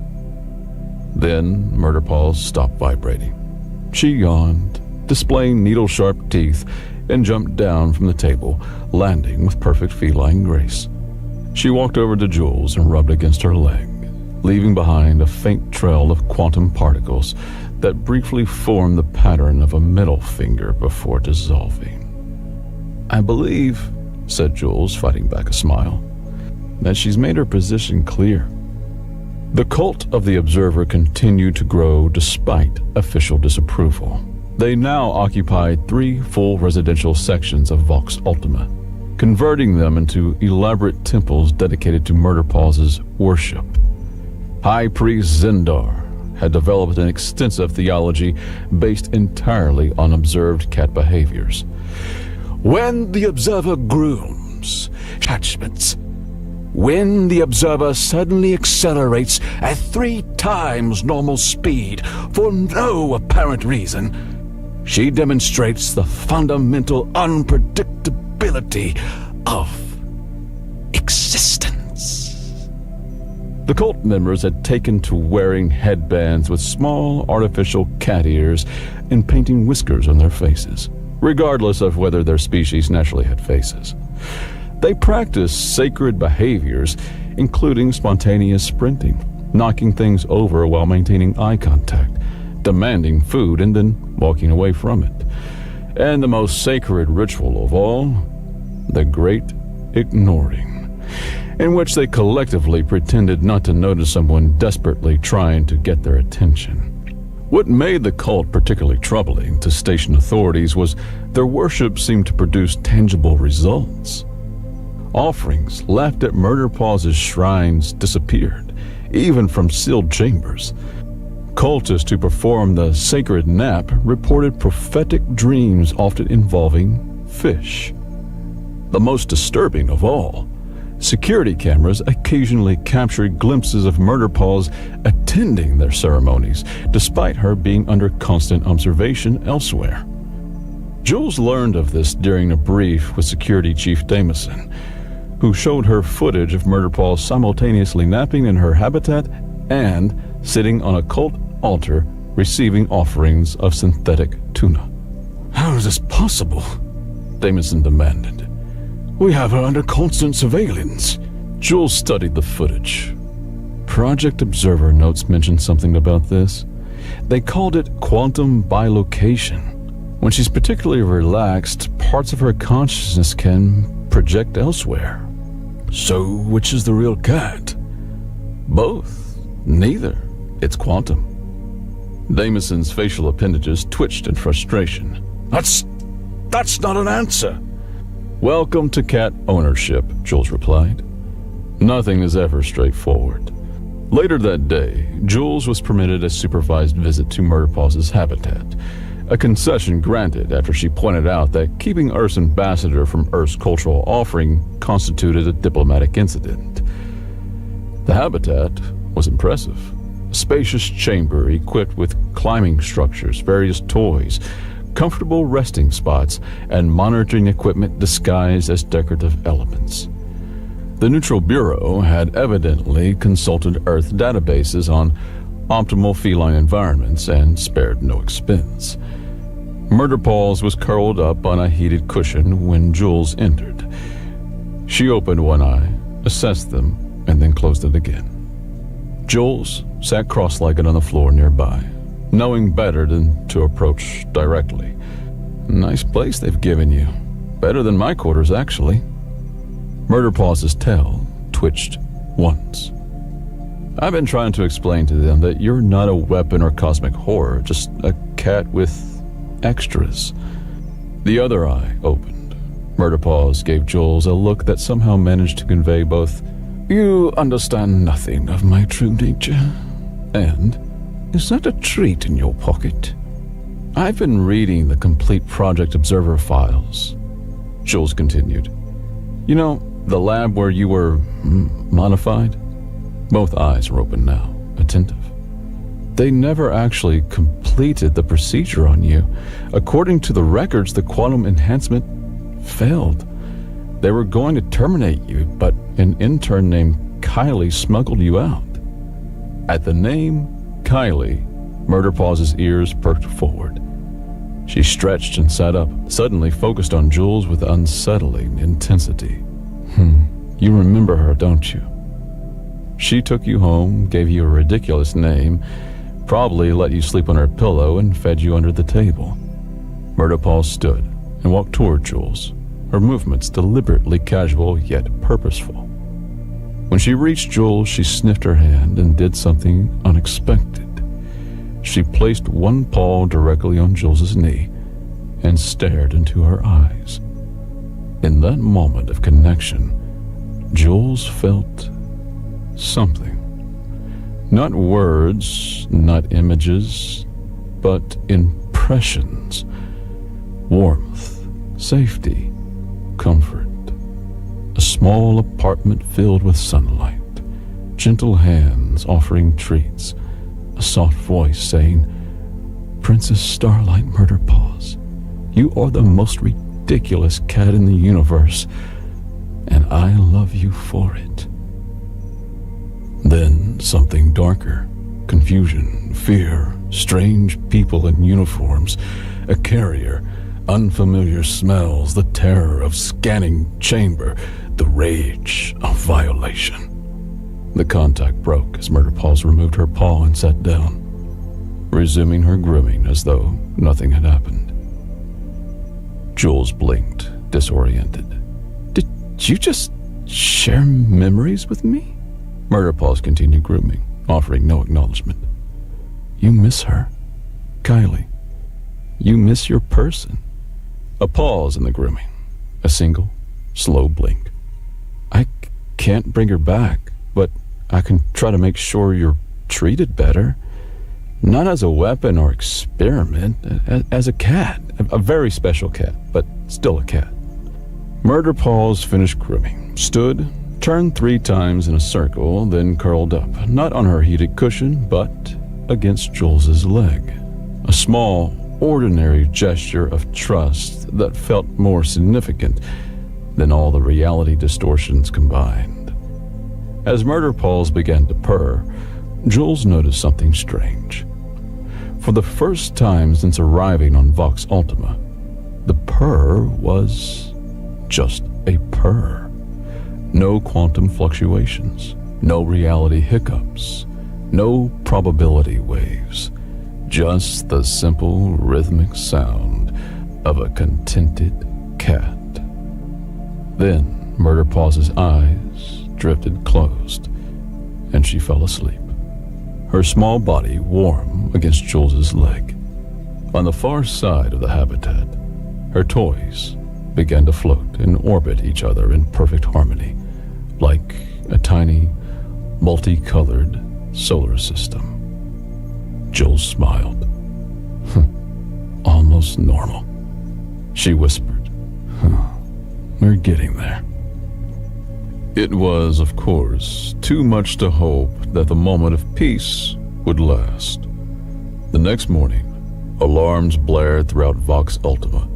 Jules was summoned to an emergency meeting of the Alliance High Command, where they found chaos in progress. The Purity Council has lost their minds, High General Thulux informed Jules grimly. They've authorized deployment of the observation grid. Jules felt her blood run cold. The what? A theoretical weapon designed to collapse quantum uncertainty fields. Never been field tested. Potentially catastrophic side effects. They plan to use it on your cat. That's insane. Where are they now? Containment Section Alpha. They've already begun the setup. Jules was running before Thulux finished speaking, dashing through corridors toward Murderpaw's habitat, cursing the bureaucratic stupidity that had led to this moment. Behind them, reality was already beginning to fray at the edges. The corridors stretched and contracted like breathing lungs. Gravity fluctuated with each step. The station's AI announced in 17 simultaneous voices, warning, reality coherence at 62% and falling. Please avoid thinking about paradoxes. Through it all, Jules ran, hoping she wasn't too late to prevent the Purity Council from making the worst mistake in the history of interspecies relations, trying to force a quantum cat into a single state of being. Because if there was one thing no power in the universe could make a cat do, it was behave according to someone else's rules. Jules burst into the containment area just as the observation grid powered up. The massive apparatus surrounded Murderpaw's habitat, a gleaming technological cage of sensors, emitters, and the probability compressors designed to force quantum uncertainty into a single stable state. It was the kind of device that would make the Schrödinger wake up screaming. Stop this immediately! Jules shouted, shoving past two Vespid guards. You're making a catastrophic mistake! High General Thulux turned 14 of his 18 eyes, narrowing simultaneously. Ambassador Reagan, this is a restricted operation.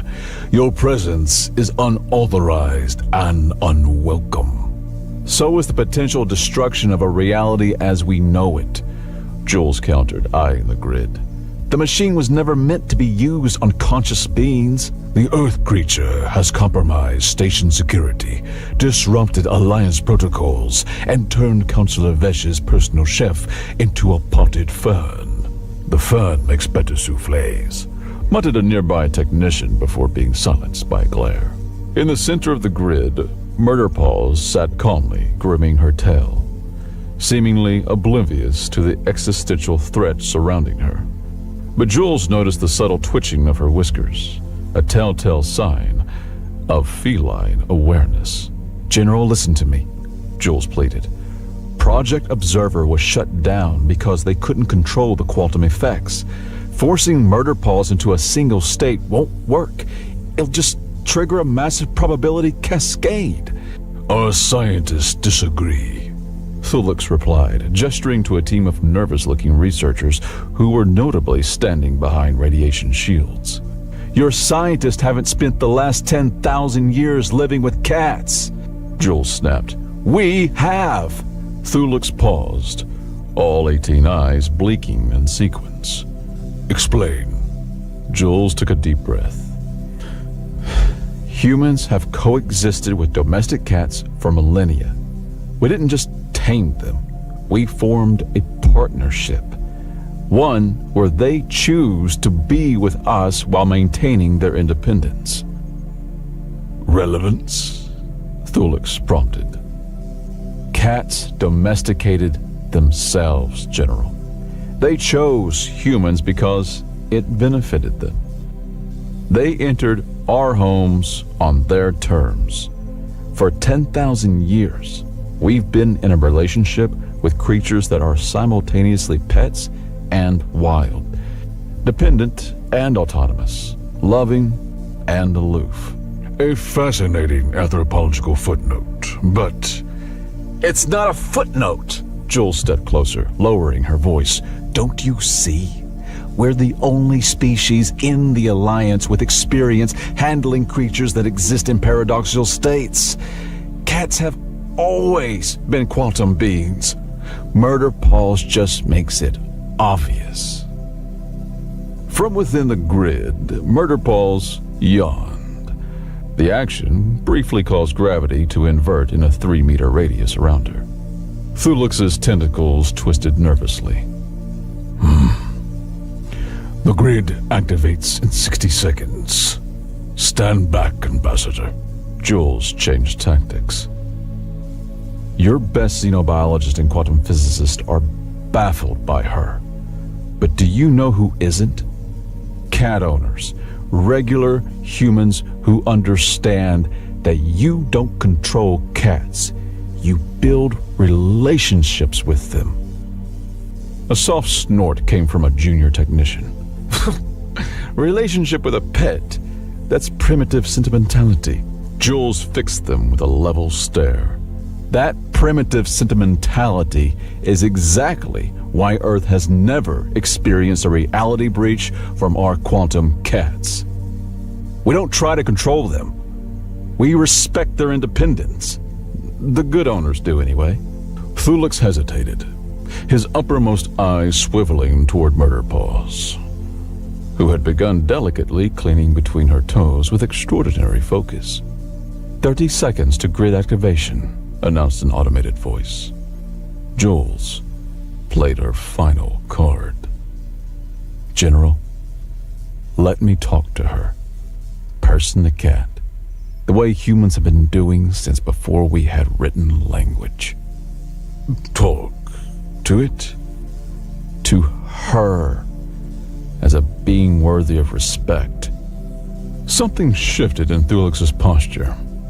A subtle release of tension that Jules recognized from countless diplomatic negotiations as the moment when certainty began to crack. 20 seconds. If I fail, Jules promised, you can activate your grid.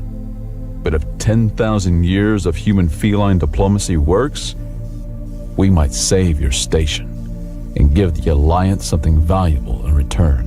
Which is? Jules smiled. A new way of thinking about consciousness itself. Thulux stared at Jules for an impregnated moment, then raised a tentacle.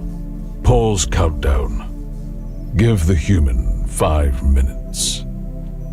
The technicians exchanged nervous glances, but complied. Jules approached the grid's containment field. There was an access port, designed for inserting testing equipment, not humans, but it would have to do. They squeezed through, ignoring the warning shouts from the technicians. Inside, the habitat had been stripped of its comforts. No cushions, no toys, or climbing structures remained. Just sterile surfaces and monitoring equipment. In the center sat Murder Paws, looking somehow smaller and more ordinary than Jules remembered. Jules knelt a respectful distance away. Hey there, princess. One ear flicked. Sorry about all this. Bureaucracy moves slowly, even when reality is unraveling. Jules settled cross-legged on the floor. They're afraid of you. Murder Paws blinked slowly, radiating smug satisfaction. Can't really blame him. You've been causing quite the cosmic ruckus. Outside the grid, the Alliance personnel watched in baffled silence as Jules appeared to have a casual conversation with a small mammal. I've been thinking about Kylie, Jules continued softly. About why you were stable with her. It wasn't just affection, was it? It was recognition. She saw you not as a weapon or an experiment or even a regular cat. She saw you as you. Murder Paws' ears perked forward. Her tail ceased its irritated twitching. These people, Jules gestured toward the watching scientist, They've been trying to measure you, categorize you, force you into their understanding of reality. No wonder you've been rewriting physics in protest. A small, chirping sound emerged from Murder Paws. The noise cats make when they spot birds through windows. Yeah, exactly. They're clueless.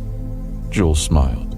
But humans, we've had practice.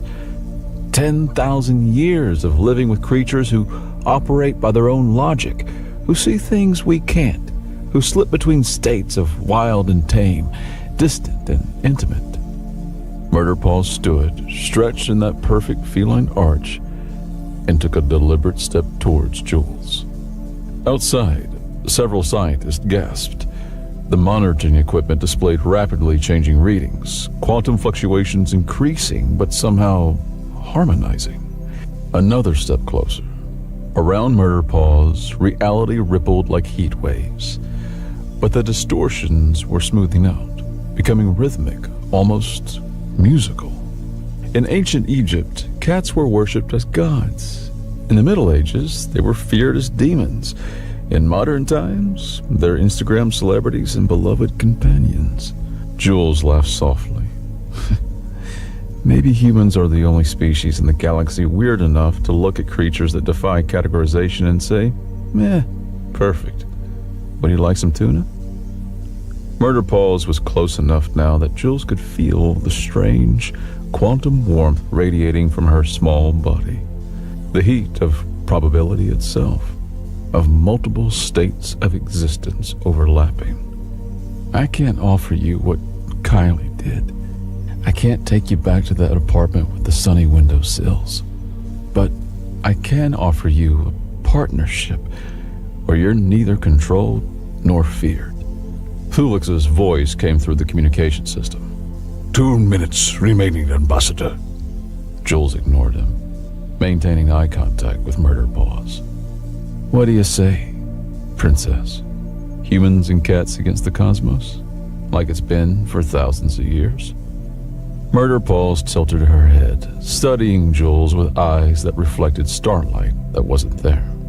Then, with deliberate dignity, she closed the final distance and placed one paw directly on Jules's outstretched hand. The contact point glowed, not with light, but with possibility. Reality shuddered, flexed, and then settled. Ambassador, Called a technician. the quantum readings are... they're harmonizing. Jules didn't respond. They were there experiencing something extraordinary. Through the point of contact with Murder Paws, Jules wasn't just feeling the cat's paw. They were experiencing fragments of feline consciousness itself. Not in words or even coherent images, but in sensations. The exhilaration of existing in multiple states simultaneously. The freedom of walking between dimensions as easily as walking between rooms. The profound annoyance. The freedom of walking between dimensions as easily as walking between rooms. The profound annoyance at having one's quantum nature poked and prodded by beings who couldn't comprehend it. And underneath it all, a deep, vibrating purr of recognition. Yes, human. I choose you. As we have always chosen your kind. Not as masters, but as worthy companions in the face of cosmic indifference. Murder Paws removed her paw, and with a deliberate casualness unique to cats who have just done something momentous, climbed into Jules's lap, turned 3 times, and settled down, and began to purr. The purr resonated at exactly the frequency needed to stabilize local quantum fields. The grid's readings showed reality waves smoothing out, probability collapsing not into a single rigid state, but into a harmonious wave pattern, structured enough for stability, flexible enough to breathe. What's happening? Demanded Thulix through the speaker. Jules smiled down at Murder Paws, who had closed her eyes in contentment. 10,000 years of human-feline diplomacy, General. She's chosen to cooperate. The aftermath involved several days of intensive negotiations, during which Jules discovered that having a quantum cat purring in your lap gives you a distinct advantage in diplomatic standoffs. The Alliance scientists were baffled by the readings from the grid incident. According to their models, Murder Paws had voluntarily constrained her quantum nature, not abandoned it, but channeled it into a stable resonance pattern that didn't disrupt conventional reality. But why? Asked Dr. Nizstiv, the newly appointed head of xenobiology. Dr. Mirax having been quietly reinstated after her accurate assessment proved correct. Why would a being with near infinite quantum potential choose limitation? Jules, stroking Murder Paws as she dozed on the conference table, directly on top of the most important documents naturally, considered the question. For the same reason cats chose domestication thousands of years ago. It's not limitation, it's selective expression. Cats have never been truly tame, Doctor. They're collaborative. Collaborative? Thulix echoed. Cats entered human settlements because it benefited them. Steady food, protection, warmth, but they never sacrificed their essential nature. They hunt when they want to. They maintain independence within relationship. Jules smiled at Murder Paws, rolled onto her back, exposing a fluffy belly that everyone knew better than to touch. That's not pets in the way dogs are pets. They're roommates who sometimes pay rent by killing mice. The Alliance representatives exchanged puzzled glances. And these relate to quantum physics how exactly? Asked Counselor primly. Jules explained. She's choosing to express both natures in balance, just as cats have always existed in the balance between wild and domestic. High General Thulix leaned forward, his voice uncharacteristically thoughtful. You're suggesting that your species' long association with these creatures prepared you for quantum diplomacy? In a way, yeah, Jules laughed. I mean, think about it. Humans are possibly the only species in the galaxy who looked at mysterious aloof predators with bewildering behaviors and said, I will build my civilization around accommodating these creatures' preferences. Murder Paws chose this moment to stand up, stretch, and delicately push a ceremonial stylus off the edge of the table while maintaining direct eye contact with Counselor Vesh. No one spoke as the stylus clattered to the floor. And sometimes, Jules added, we accept that they'll knock things off surfaces just to remind us of the fundamental impermanence of material existence. A week later, the Death World Alliance formally revised Earth's status from Level 7 threat culture to Level 9 enigmatic partner species. The official documentation cited humanity's unprecedented ability to form stable symbiotic relationships with quantum unstable entities as a valuable strategic asset. Translation: no one else in the galaxy had figured out how to get along with cats. The cult of the Observer was not disbanded, but instead officially recognized as a cultural appreciation society with strictly regulated activities. They were allowed to continue their worship provided they completed sensitivity training and stopped attempting to sacrifice space station equipment. The Purity Council's influence waned considerably after the grid incident. Its difficult to maintain an aura of superior control when your solution almost destroyed reality, while a human with a bag of treats achieved harmony. The Neutral Bureau produced 17 new forms for quantum feline incident reports and considered this their greatest achievement. And Murder Paws received a formal designation as Quantum Diplomatic Liaison, complete with an official Alliance collar tag that she immediately batted under a console, never to be seen again. They're building us a lunar compound, Jules told Murder Paws as they packed for the journey back to the Sol system. Private quarters for you, with Earth standard gravity, real sunbeams, and actual mice from time to time. Murder Paws curled on Jules's pillow, flicked an ear in acknowledgement. The Alliance is sending a delegation to learn more about Earth's quantum beam integration protocols, Jules smiled. They're going to be very disappointed when they discover it's mostly provide food and respect their personal space. In the corner of the room, Murder Paws' toys rose a few centimeters off the floor and began orbiting each other lazily. A small display of quantum satisfaction. You know, Jules said, sitting beside the cat, I've been wondering. The Project Observer files said the quantum enhancement procedure failed, that you were scheduled for termination before Kylie rescued you. Murder Paws began grooming her paw, radiating studied disinterest. So either the files are wrong, or Jules hesitated. Or you were like this all along. Maybe all cats are a little bit quantum. Maybe that's why ancient cultures worshipped you. Why you've always seemed to see things humans can't. The grooming paused. Murder Paws gave Jules a slow, deliberate blink, the feline equivalent of a kiss.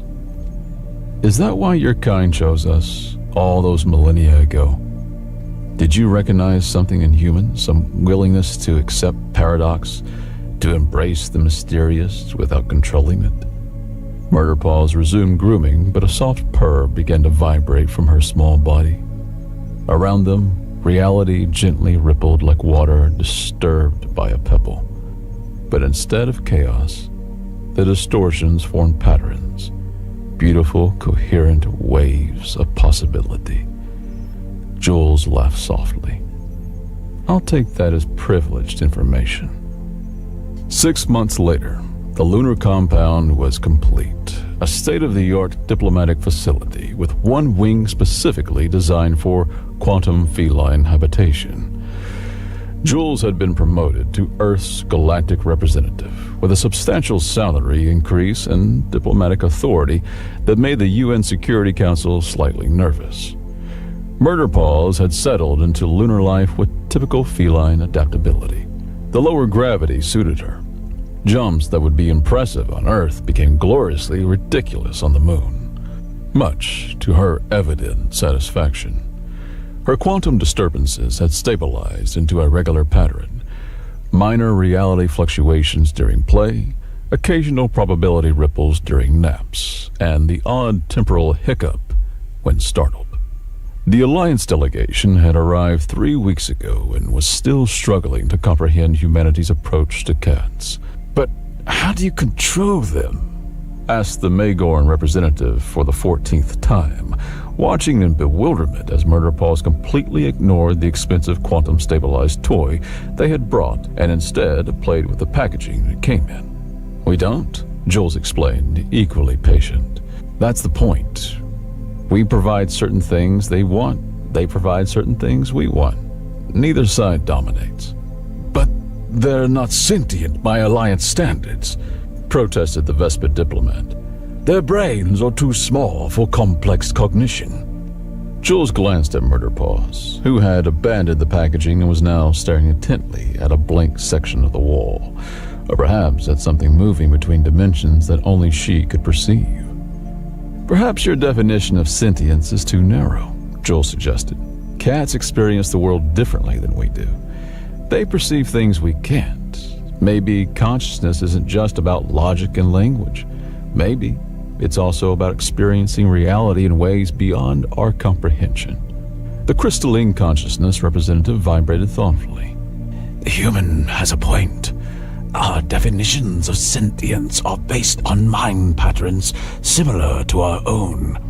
We may be overlooking entire categories of awareness.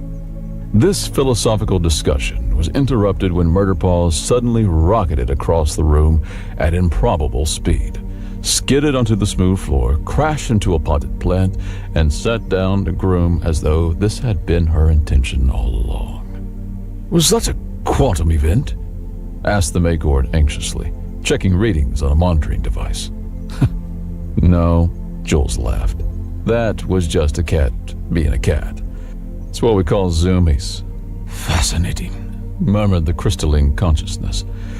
So, some behaviors mimic quantum uncertainty, even without actual quantum properties. Or maybe, Jules suggested, cats have always been quantum beings, and we humans just adapted to it without realizing. Maybe that's humanity's greatest strength, our ability to form relationships with the inexplicable. That night, as the earth hung blue and beautiful in the lunar sky, Jules sat in the observation dome with Murderpaws curled on her lap. The cat was purring contentedly, her small body warm and solid and somehow simultaneously ordinary and miraculous. You know, Jules said softly, before all this, I never had a pet. My diplomatic career kept me too busy, too mobile. Murderpaw's ear twitched, but her eyes remained closed. I never understood the appeal, why humans throughout history have shared their homes, their food, their lives with animals that don't share our language or thoughts. The purring deepened. But I get it now. The connection to something outside our human experience. Something that reminds us the universe is bigger and stranger than we can comprehend. I get it. Murderpaw stretched, yawned, and then settled back down, her paws tucked neatly beneath her body. The Alliance thinks Earth has some secret quantum technology or special scientific understanding. They don't get that our secret is 10,000 years of learning to respect beings that don't think like us. As Jules spoke, she absently stroked behind Murderpaw's ears, that perfect spot that all cat owners throughout human history have discovered. Murderpaws began to purr louder, and as she did, the observation dome seemed to expand, not physically, but perceptually. For a brief, breathtaking moment, Jules could see beyond the visible spectrum, beyond three-dimensional space. They saw Earth not just as a planet, but as a nexus of possibility. Billions of conscious minds creating and shaping reality through perception and belief. She saw the quantum fabric that underlay physical existence, vibrating in patterns that mirrored the rhythms of life itself. And most extraordinarily, she saw cats, millions of them, scattered across the planet below, each one a small anchor point in the quantum field, each purr a stabilizing resonance that helped reality maintain coherence. Then Murderpaws shifted position, and the vision faded.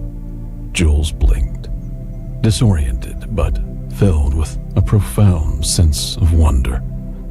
"Did you just show me something?" she whispered. Murderpaws opened one eye, regarding Jules with an expression that somehow conveyed both, "I have no idea what you're talking about," and "You're welcome." Then she stretched, stood up, and deliberately pressed her forehead against Jules's chin, a gesture of feline affection that transcended species, planets, and apparently quantum states. As she settled back onto Jules's lap, Jules smiled, understanding the beautiful improbability of consciousness in an infinite universe. I love you too, you quantum catastrophe.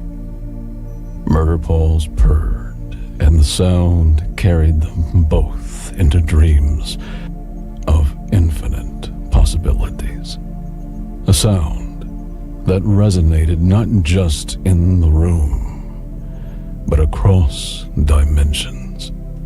A vibration that spoke of the strange, beautiful harmony between humans and cats that had endured for millennia and would continue among the stars.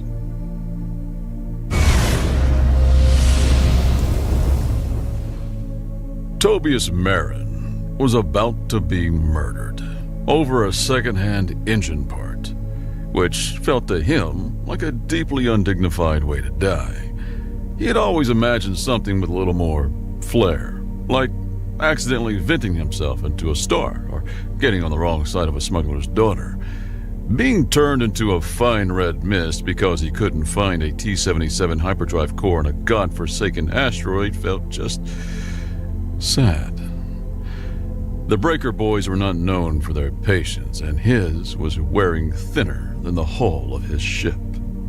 His breath plumed inside his helmet, fogging the visor for the 5th time in as many minutes. "This is pointless," he muttered, the words bouncing back at him from the cheap plasteel. Rye 9 was a cosmic pile of rubble, a place where gravity was more of a polite suggestion than a law. Every step was a careful dance between floating off into the blackness and cracking an ankle in a crevice.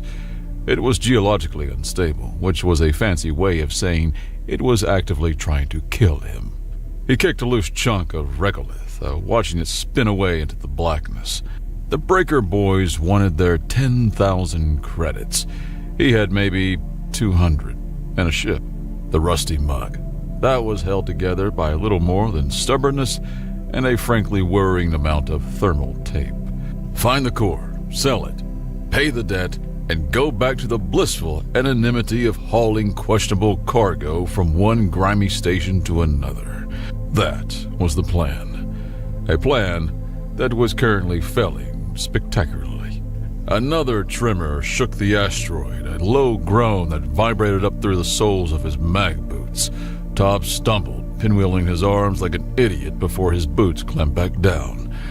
The tremor had opened a new fissure nearby, a gash in the gray rock.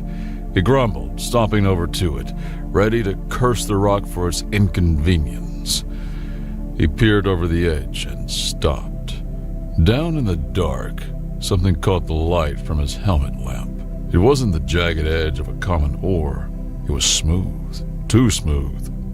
A flat black surface half buried in rock and eons of dust. It was huge, the visible part at least, 3 meters across. He scrambled down into the fissure, his boots sticking to the strange surface with a solid thunk. Moss-like alien lichen clung to it, but underneath, the metal was a perfect, seamless black. There were no rivets, no weld lines, nothing. Just a slab of impossible engineering. He ran a gloved hand over it. It was cold, inert, dead. Probably worthless. He sighed. Probably just a big, weird rock.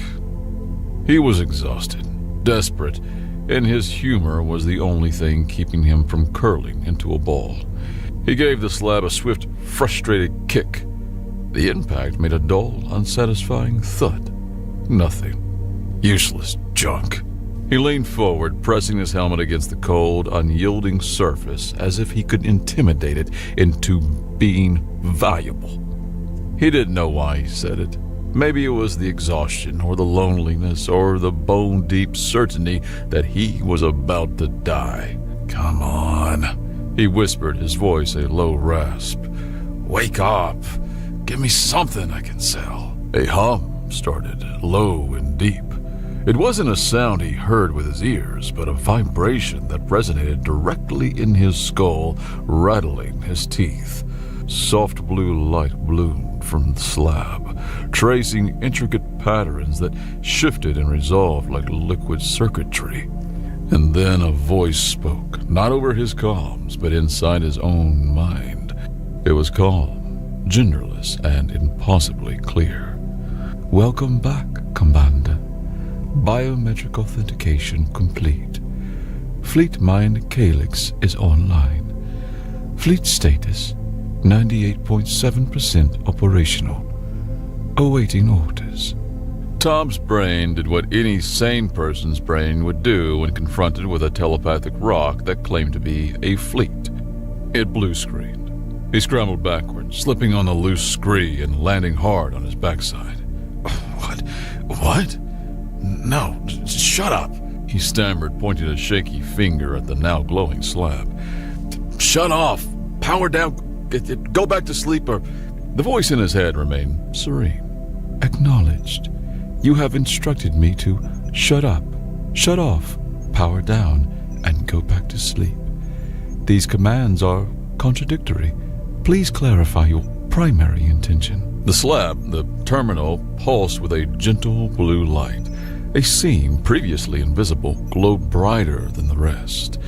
With a soft hiss of displaced air, a section of the slab recessed and a smaller object rose from within on a pedestal of light. It was a prism of some dark, glassy substance about the size of a Terran football, glowing with the same internal blue energy. I didn't mean it. Tom yelled at the terminal, then felt profoundly stupid for doing so. I was joking. It was a joke. You know, a joke? Haha, very funny. No. Processing concept joke. A statement made for amusement rather than serious intent. Query. Was your wake-up command also a joke? Yes, exactly. It's a joke. A terrible, terrible joke. So just go back to being a rock, please.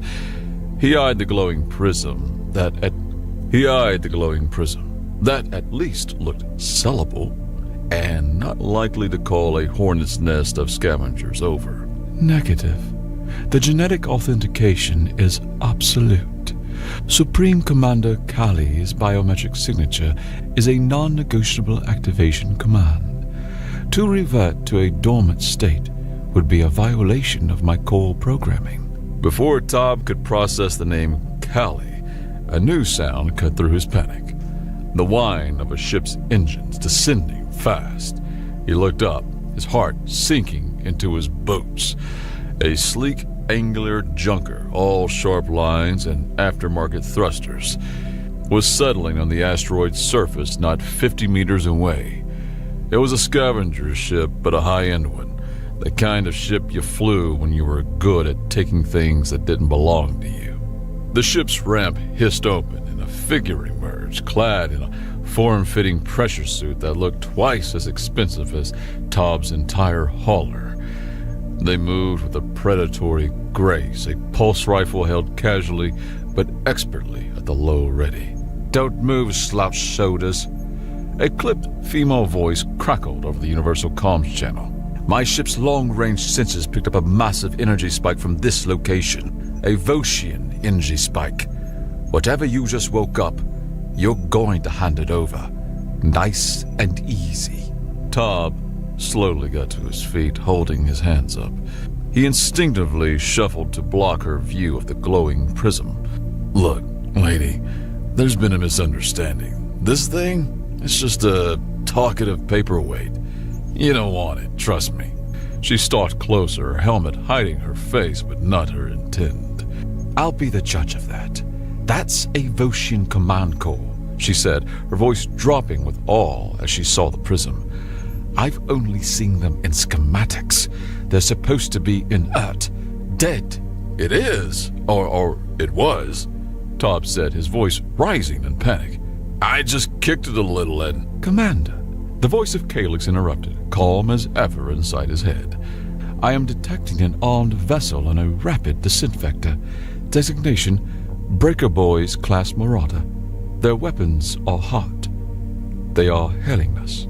"Oh, perfect," Tom groaned, squeezing his eyes shut. "Just perfect." The Breaker Boys' ship was the antithesis of the sleek junker. It was a bloated, ugly beast of a vessel, bristling with mismatched gun turrets and scarred with years of clumsy docking. A skull and crossbones, crudely painted on its bow, was flaking off.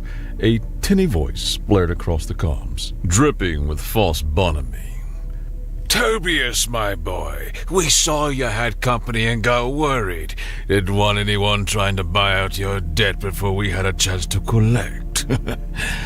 The voice belonged to Rax, a low-level pirate captain whose hygiene was as questionable as his morals. We'll be taking your ship, and whatever that glowing trinket is as a down payment. Be a good lad and power down your life support. Makes the cleanup easier. The other junker, Zana, as her suit's ID tag read, swung a rifle toward the descending pirate ship. Breaker boys, bottom feeders. This just got complicated. Complicated? Tob squeaked. Oh, we're about to be spaced by a bunch of thugs. You're trying to rob me, and I've got a ghost in my head. We are miles past complicated and are currently cruising through catastrophically screwed. Zana ignored him, her attention fixed on the pirate ship. They're powering the main cannon. We've got seconds. Tob was hyperventilating. His life was flashing before his eyes, and it was mostly a montage of greasy engine rooms and bad synth noodles. He was trapped between a pirate with a cannon and a thief with a rifle. All because he had made a joke to a rock. Desperation clawed at his throat. He wasn't thinking, he just reacting. He shouted at empty air, at the voice in his skull, at the universe that had decided to single him out for this cosmic prank. Calyx, just make it go away. There was a half-second of silence. Then, the calm, placid voice returned. Acknowledge, Commander. Sanitizing threat factor. Zana glanced at him. What did you just... She never finished the question. High above, in the blackness of orbit, something happened.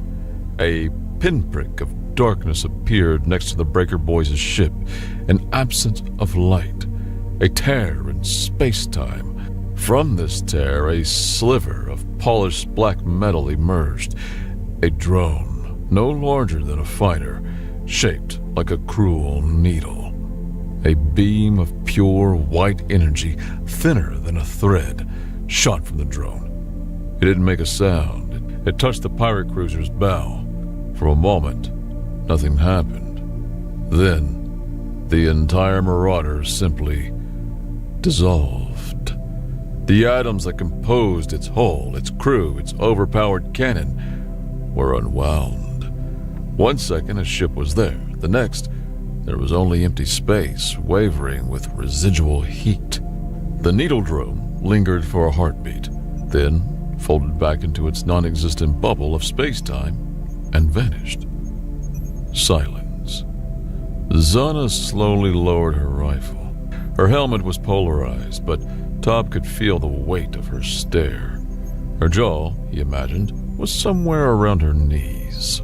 The ship's erasure from existence sent a wave of nausea through him so powerful he had to brace himself against the terminal slab. He hadn't just seen a ship destroyed, he had seen it erased from existence. He quickly snatched the glowing prism from its pedestal before Zana's shock wore off, tucking it securely in his salvage pack. Okay, he said, his voice a weak, trembling thing. New problem. The standoff on the rusty mug was a panicked affair, the two of them trying very hard not to scream at each other. The air in the cockpit was thick with the familiar sense of recycled air, faintly burnt wiring, and years of spilled synth calf. Zana had followed him back to his ship, her pulse rifle never wavering, but the aggressive confidence was gone, replaced by a wide-eyed, shell-shocked caution. So, she said, her voice tight, you have a Voshian ghost fleet at your beck and call. I do not, he protested, waving his hands frantically as he paced the small cockpit. I have a rock that talks in my head and deletes people. He gestured to the glowing prism now sitting on his dash, pulsing with a soft, ominous light. It deleted a pirate cruiser, Tob. she shot back, using his first name with an unnerving familiarity. A whole cruiser without making a sound. That's a doomsday weapon. The Galactic Concord will hang us from the nearest orbital gantry just for looking at that tech. Then what do you want me to do? I tried telling it to shut off. It gave me a lecture of contradictory commands. As they argued, a small, high-pitched voice piped up from near the co-pilot station. The commander is troubled. His divine burden is great. Both Tom and Zana froze. They turned. Huddled behind a crate of spare filters was a tiny creature, no taller than Tom's knee. He was vaguely rodent-like, with two wiry arms held up in a placating gesture and another pair fidgeting at its waist, its fur the color of dust. It was currently prostrating itself on the grimy deck plating. Tom stared. I have a rat problem? The creature lifted its head, its eyes shining with zealous light. I am no mere pest. I am Milo, a humble servant. I hid here from the cargo master at Port Primus, a simple stowaway seeking passage. But then the ship changed. The hum of the engines, the very feel of the deck plates under my feet, it shifted. It shifted. I felt the power awaken, and I knew the legends were true. He bowed again, his little head thumping on the floor. He returns with thunder! It didn't make any thunder. Zana deadpanned, lowering her rifle slightly. It was very quiet, disappointingly so. Milo shot her a look of pure offense. The thunder is metaphorical, a symbol of galactic rebirth. The stars themselves shall tremble. Tom rubbed his temples, a headache blooming behind his eyes. Okay. So to recap, I have a genocidal alien AI in a prism, a pirate deleting ghost fleet on speed dial, a high-strung junker who wants to steal it, and a religious zealot mouse in my cockpit. He took a deep breath. This is fine. Zana finally lowered her rifle completely, leaning it against the bulkhead. The immediate threat of violence had been replaced by the far more pressing threat of galactic pandemonium. Look, slouched shoulders, she said, her tone shifting from hostile to purely pragmatic. You're in over your head. I'm in over my head. That thing, she gestured at Milo, is clearly several nuts short of a full boat. But right now, we're the only three beings in the galaxy who know what just happened. 4, Tom corrected weakly. Don't forget the ghost. Right, 4. She crossed her arms. The Concord will be sniffing around the Breaker Boys' wreck soon. They'll find the energy signature. When they do, every fleet, every government, every crackpot cult from here to Dead Worlds is going to be looking for us. You need me. I know how to disappear, and she gave him a sharp look, need to make sure Commander Catastrophe here doesn't accidentally sneeze and wipe out a civilization. This was a pact for mutually assured survival. Tom looked from Zana's hard, determined face to Milo, who was now attempting to polish Tom's scuffed boot with his sleeve. He was out of options. Fine, he sighed, the word tasting like defeat. We're partners, but if the mouse starts chanting again, he's going in the airlock. The stars shall sing his praises from the starless dark. Milo squeaked happily. That doesn't make any... whatever. Tom just groaned and slumped into his pilot's chair. The first FTL jump was a teeth-rattling, gut-churning affair, courtesy of the Rusty Mug's ancient, poorly maintained drive. As the nauseating whirls of hyperspace streaked past the viewport, Tom decided to test the limits of his new, unwanted appendage. He was a practical man, and if he was stuck with a god-tier AI, it might as well be useful. Okay, Calyx, he said, tapping the glitching navigation console. The screen flickered, showing their position somewhere between known space and here be dragons. The nav computer's on the fritz again. Can you, I don't know, fix it? Affirmative, Commander. Calyx's voice echoed in his mind. The main console in front of him, the one he had inherited with the ship, went dark. For a heart-stopping second, Top thought he had broken his own ship. Then, a soft blue light emanated from the panel. A flawless three-dimensional holographic map bloomed in the air above it, showing their ship, their trajectory, and the surrounding star systems. Real-time stellar drift, gravitational eddies, subspace currents. It was all there, detail that made Concord charts look like a child's crayon drawing. Whoa, Zana breathed from the co-pilot's chair, leaning in to get a closer look. That's better. Huh, Top said, genuinely surprised. Okay, not bad. He was starting to think this might have some perks. He leaned back in his chair, feeling a bit smug. All right, Calyx, let's try something else. Make some coffee. Acknowledged. Processing request. Make some coffee. A moment later, Zana yelled from the galley, a small alcove behind the cockpit. Top, you might want to see this.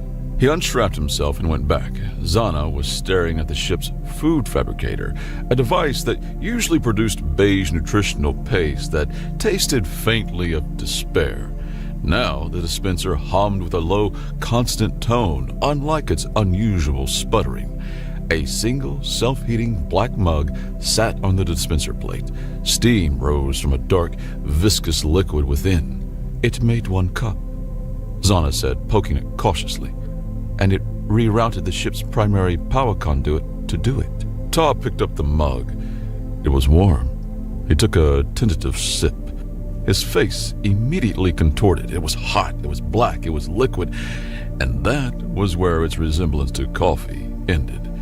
It had no flavor, no aroma, just a flat utilitarian bitterness.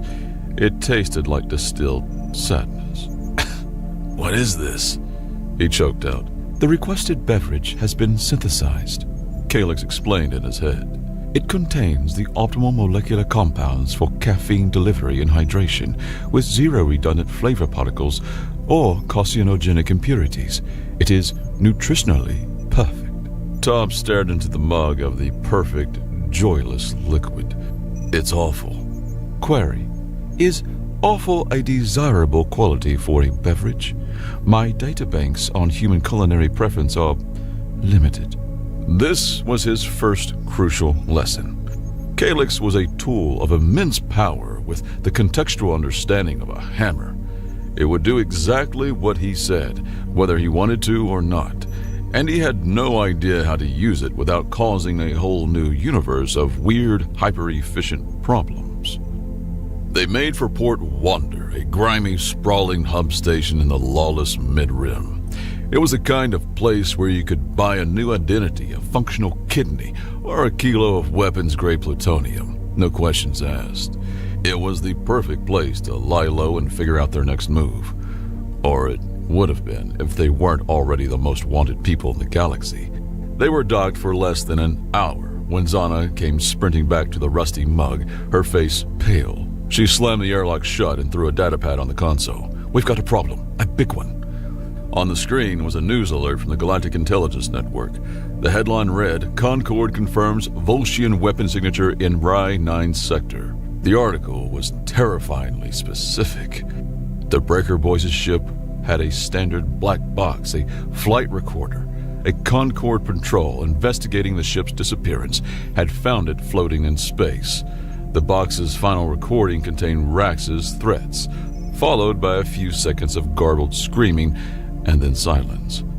But the crucial part was the energy analysis, the unique, terrifying, and unmistakable signature of a Volscian disruption beam. The rumor was now hard data, rocketing through every intelligence agency in military command from the core worlds to the outer fringe. They have proof, Tom breathed, his blood running cold. It's getting worse, Zana said, scrolling down the datapad. This signature wasn't just picked up by the Concorde. She pointed to a symbol, a stylized comet with a single, unblinking eye. The Woken. The who? A cult, Zana explained, her voice low and grim. A collection of fanatics from a dozen species who worship the memory of the Volscian dominion. They see them as gods of order, cleansers. They've spent centuries listening for a sign, maintaining ancient sensor arrays calibrated for this exact energy signature. They saw the beam as a divine sign, an answered prayer. Commander, Calyx's voice cut in, its usual calm tinged with something that might have been urgency. I am tracking multiple vessels bearing Woken insignia altering course. Their projected destination is our current location. Tob realized with dawning horror that they weren't being hunted. The fanatics were simply following the light. He had activated the divine lighthouse for a fleet of fanatics who now simply had to come to him, like moths to a galaxy-ending flame. "We have to go," Zana said, already at the helm, her fingers toggling power relays and confirming system readiness on the console. "Now, where do we go?" Tob asked, his voice raw with panic. "They can track us anywhere." "We go dark," she said, her eyes fixed on the new, perfect holographic star map. "And we go deep." The jump was long, a desperate flight into the uncharted territories of the Galactic Arm. For days they flew, the silence on the ship broken only by the hum of the recycler and Milo's quiet, unnerving humming. During the long hours, with the swirling vortex of hyperspace as his only view, Tob tried to understand the entity chained to his DNA. "Calyx," he began, trying to sound casual. "Tell me about yourself. What are you, really?" "I am the Gestalt consciousness of the Volscian Dominion's Third Grand Fleet," the AI replied. "A unified strategic intelligence woven from the processing cores of 4,828 capital-class warships, 12,000 drone carriers, and numerous support platforms, all linked into a single mind. My primary function is to execute the will of the Supreme Commander." "Right. And the fleet, where is it?" "Dormant, conserving power. Hidden within the folds of space-time, anchored in stable gravity wells as per final directives. Would you care to inspect them?" Before Tob could answer, his vision dissolved. The cockpit of the rusty mug vanished, replaced by a staggering vista. He was floating in the heart of a vibrant, swirling nebula. Around him, silent and majestic, were ships, colossal obsidian vessels that dwarfed anything the Concorde had ever built. They were carved from the same seamless black metal as the core, their forms both elegant and brutally functional. They hung in the glowing gas clouds like sharks waiting in the deep. The silence was absolute, a profound quiet that was more terrifying than any roar. The scene shifted.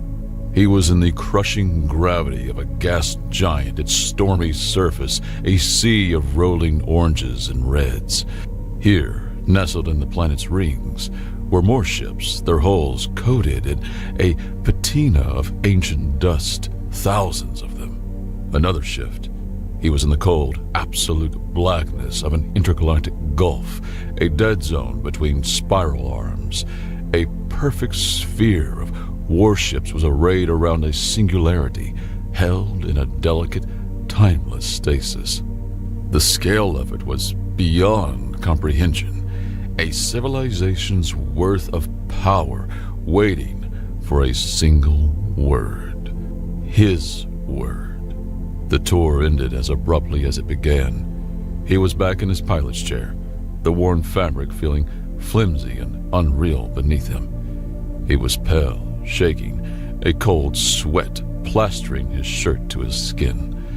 He felt the phantom pressure of 1 trillion tons of warship on his shoulders. Zana, who had been watching him, said nothing. Her cynical armor seemed to have cracked. Her gaze changed. The calculation of threat and opportunity faded. She saw only a terrified man who had just seen the monster under his bed and realized it was real. Wordlessly, she got up, went to the galley, and came back. She didn't offer words of comfort. She just pushed a nutrient paste packet and a water bulb into his trembling hands. It was a blunt, practical gesture. For her, it was a profound act of compassion. He took them, his fingers fumbling. "Thanks," he mumbled. She nodded, her expression unreadable, and returned to her seat. The silence that followed was different, the quiet of two people in the same lifeboat, realizing just how vast the ocean was. "If we're going to have any chance," Zana said, breaking the silence, "we need to know what we're dealing with. Not just the what, but the why. I know a place." The place was a data haven called the Archive of Whispers, located on the shattered moon of a dead world in a system even the pirates avoided. It was run by information brokers who valued privacy and credits above all else. They navigated the rusty mug through a graveyard of decommissioned satellites and automated defense platforms. Zana's skilled piloting, the only thing keeping them from being turned into scrap. Inside the station, they paid an exorbitant fee to a multi-limbed creature floating in a tank of murky fluid for access to a secure data terminal. Tob set the glowing prism on the console beside him. Zana sliced through layers of archaic encryption, her fingers swiping through menus and disabling firewalls in the holographic interface.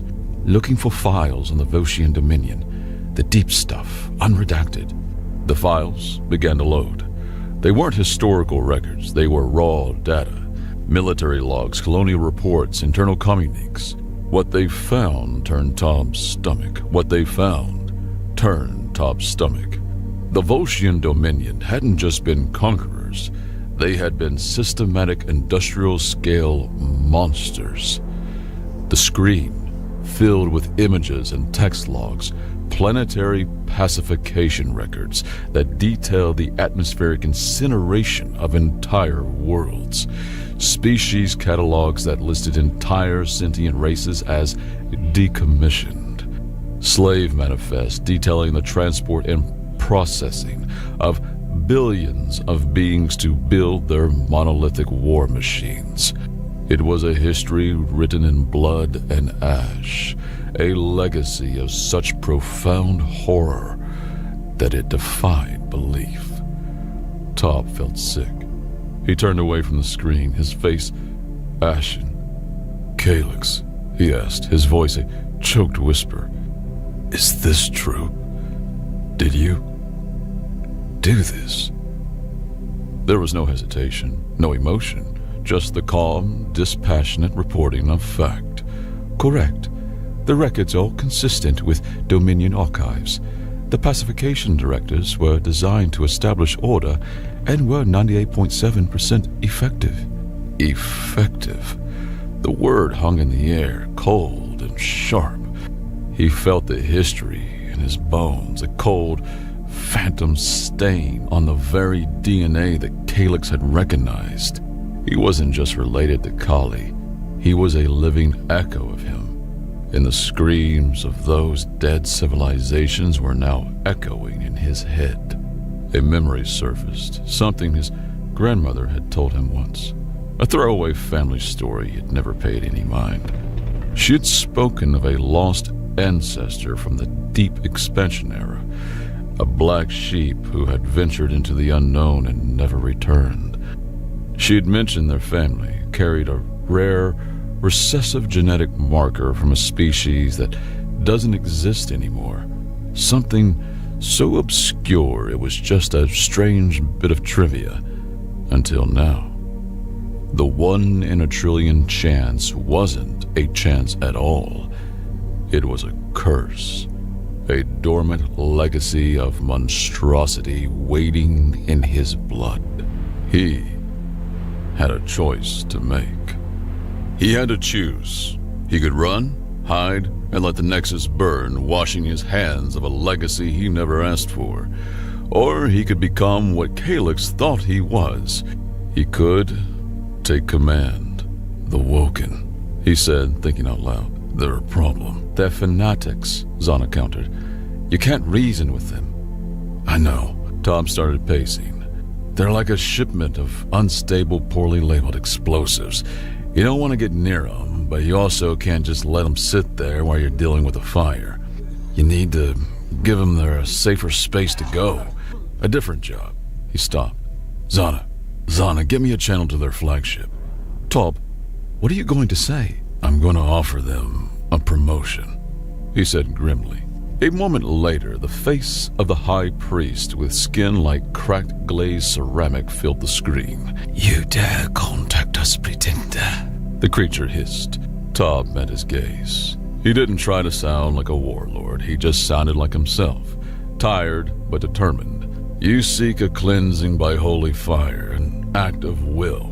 This swarm is a mindless plague. There is no glory in being devoured by pestilence. A true commander does not let an accident do his work. He leaned in. Help me stop this plague, and then when the battle is won, we will decide the fleet's true purpose together. You can be the arbiters of a new age, or you can be the fools who cheered for a wildfire as it burned down your own house. Your choice. He cut the channel before the priest could reply. Then he turned to the empty air. Calyx, open a channel to the entire fleet. Acknowledged. All 4,828 capital ships are now receiving. Tob swallowed hard. His voice, when it came out, was quiet, but it carried across light years into command centers of thousands of sleeping warships. Okay, look. My name is Tob Marin. I'm not Supreme Commander Cali. I haul garbage for a living. He took a breath, the weight of the Archive's revelation heavy on him. But there are people in the Nexus system, trillions of them, and they're about to die. The old Dominion, what it did, it was wrong. It was a crime on a scale I can't even comprehend. He looked at the view screen, at the dying Concord ships. Today, we're not going to be that. Today, we're not conquerors. We're not sanitizers. Today, we protect. It was a repudiation of everything Cali stood for, a defiance aimed at his own genetic legacy. He clenched his fist.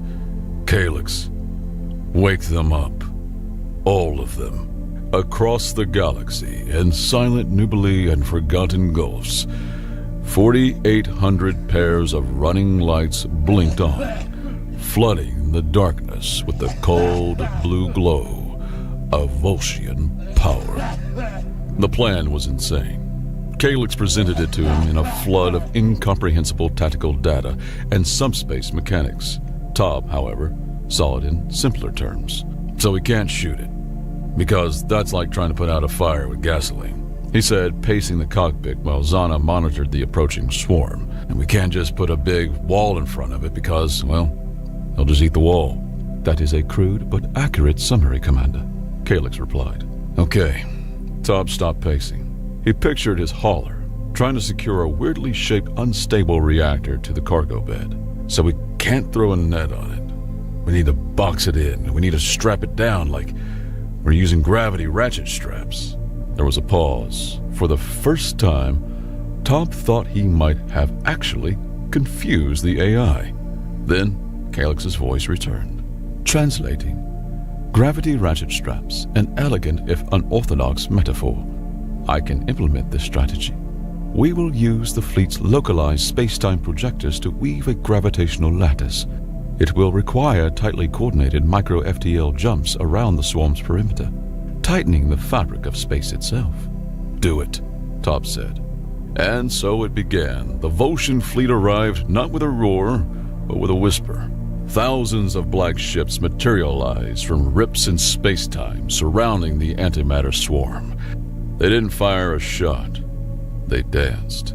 Guided by Calyx, orchestrated by Tob's simple, practical command, the fleet moved as one. Ships blinked in and out of existence, their drives warping space for a nanosecond before they vanished again. They wove a cage, not of matter or energy, but of pure gravity. The swarm sensing the trap, surged against the invisible walls, but the cage held, tightening with every jump.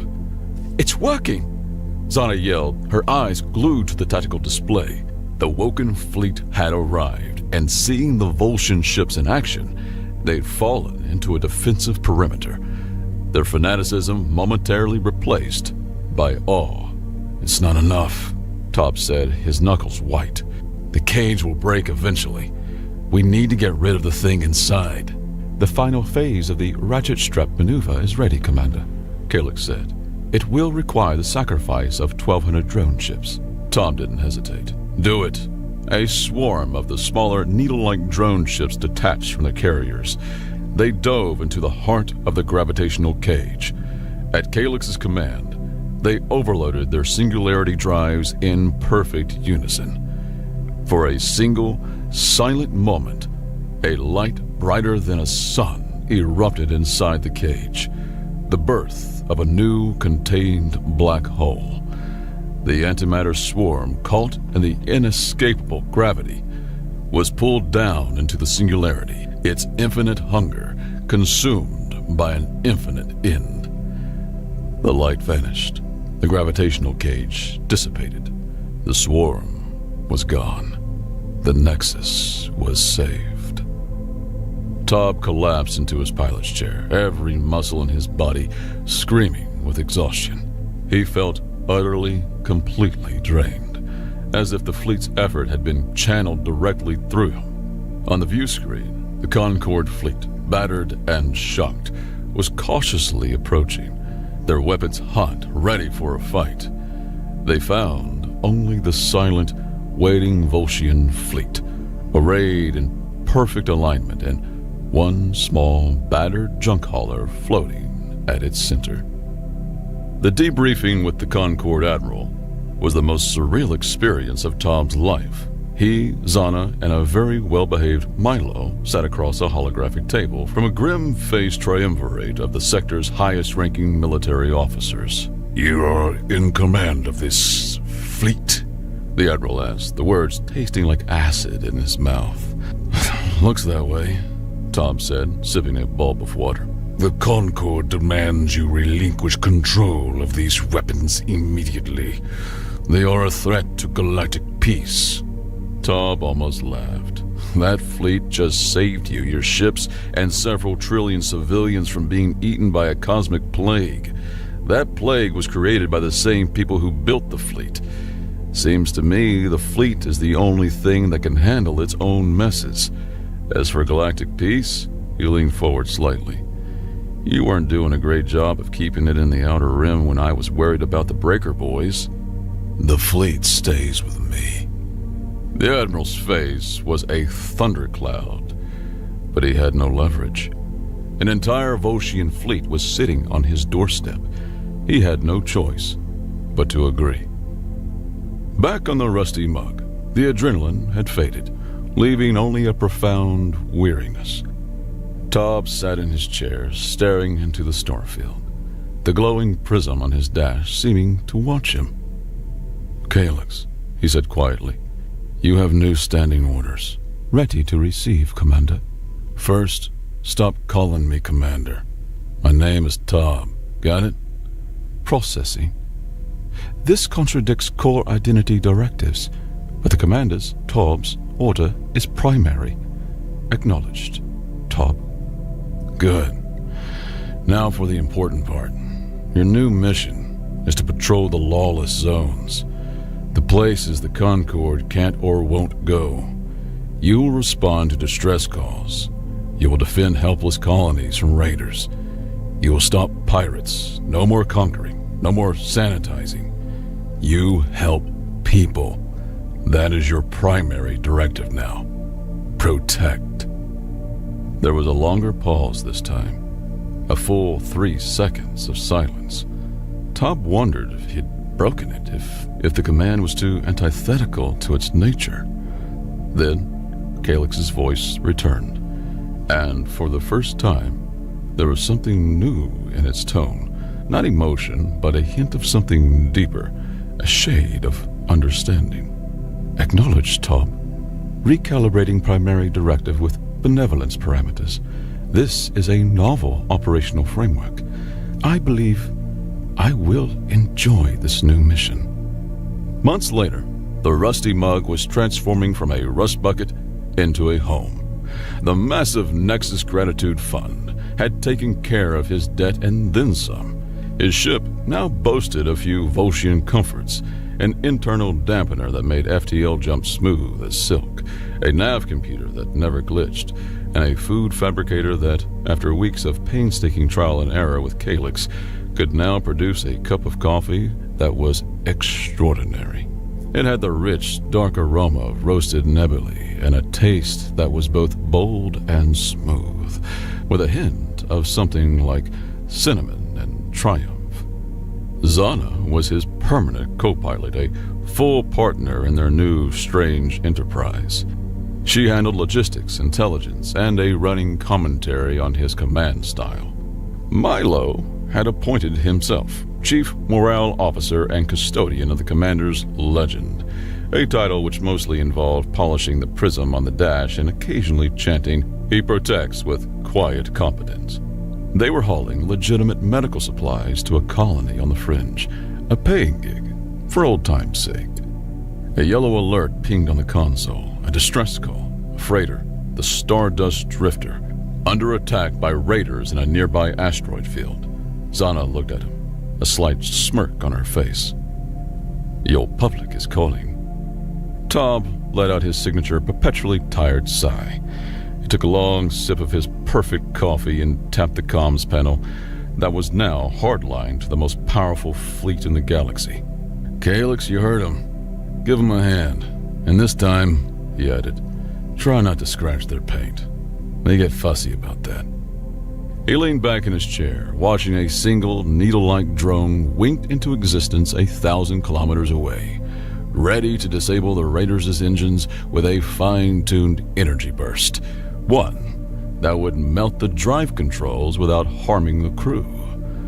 Warlord, prophet, hero. The galaxy could call him what it wanted. In his own mind, he was just a guy with a fleet, a conscience, and a job to do. And for the first time in his entire chaotic life, Tob Marin felt like he was exactly where he was supposed to be.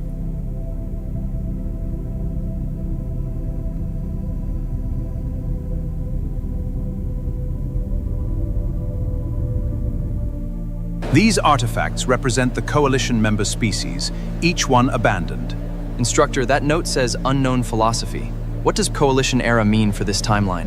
The Combat History and Weapons Evolution module at Interstellar Coalition Academy ran every semester, a mandatory component of the comprehensive tactical education curriculum that every cadet completed regardless of their operational track specialization.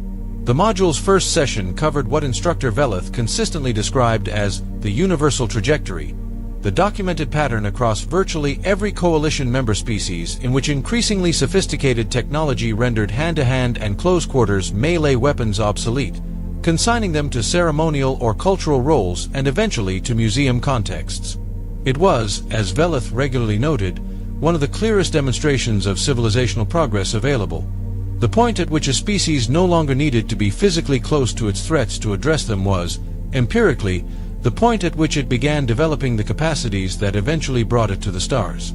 The display cases in the Academy's atrium had been assembled from authentic pieces across 50 years of Coalition cultural exchange, a Carvashi bone blade from an era predating their first orbital flight, a Moritese ceremonial impact weapon from 3 centuries before their fusion drive development, a Drenic liquid membrane tool whose function as a weapon had taken xenoanthropologists some time to fully decode. Each display case carried a plaque with species origin, estimated age, classification, and brief cultural context notes. The notes were consistent in their characterization: ritual use following decommission, ceremonial preservation post-obsolescence, cultural heritage artifact. The human broadsword's plaque read, Human Terra, Class, Melee Weapon, Origin, Piri Coalition ERA, Notes, Unknown Philosophy. Reelan Ashby studied this plaque for longer than the other cadets spent on the entire display. His expression wasn't confused. it was the expression of someone performing a calculation. Instructor Veleth, recognizing the quality of attention Relan was giving the display, approached.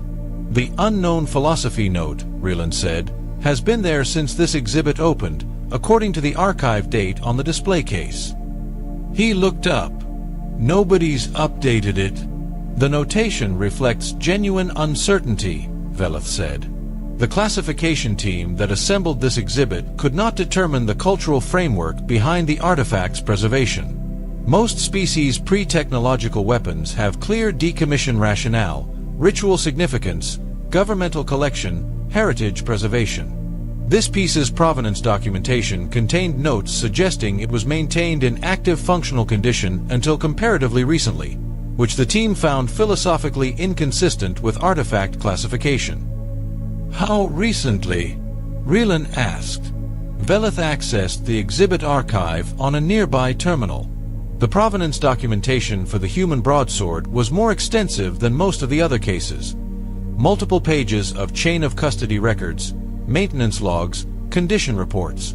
"The most recent maintenance notation in the provenance record," Veleth said, reading carefully, "is from a pause 47 years ago, which would be approximately 11 years after first contact with the Coalition," Relan said, "and before Earth's formal member acceptance."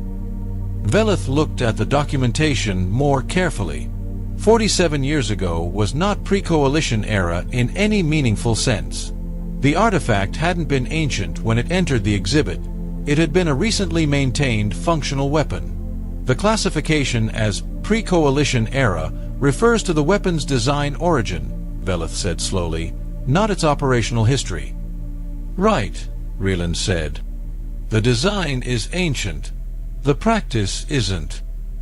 He turned to look at the class behind him, which had gathered with the collective attention of people who'd noticed a conversation developing outside the expected parameters of a weapons history lecture.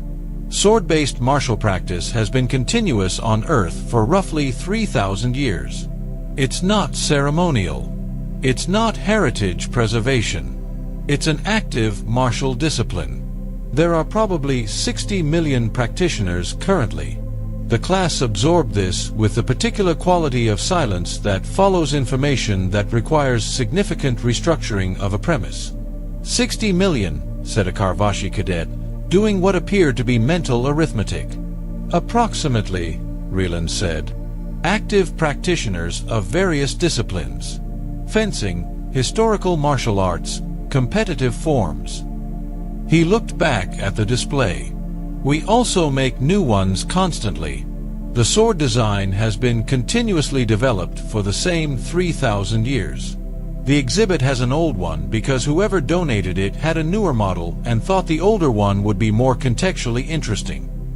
Veleth was quiet for a moment, looking at the display plaque. The notation "Unknown Philosophy" had seemed adequate when the exhibit was assembled. It seemed considerably less adequate now. "You practice," the Drenic cadet said. "Not quite a question." "Since I was 8, Relan said.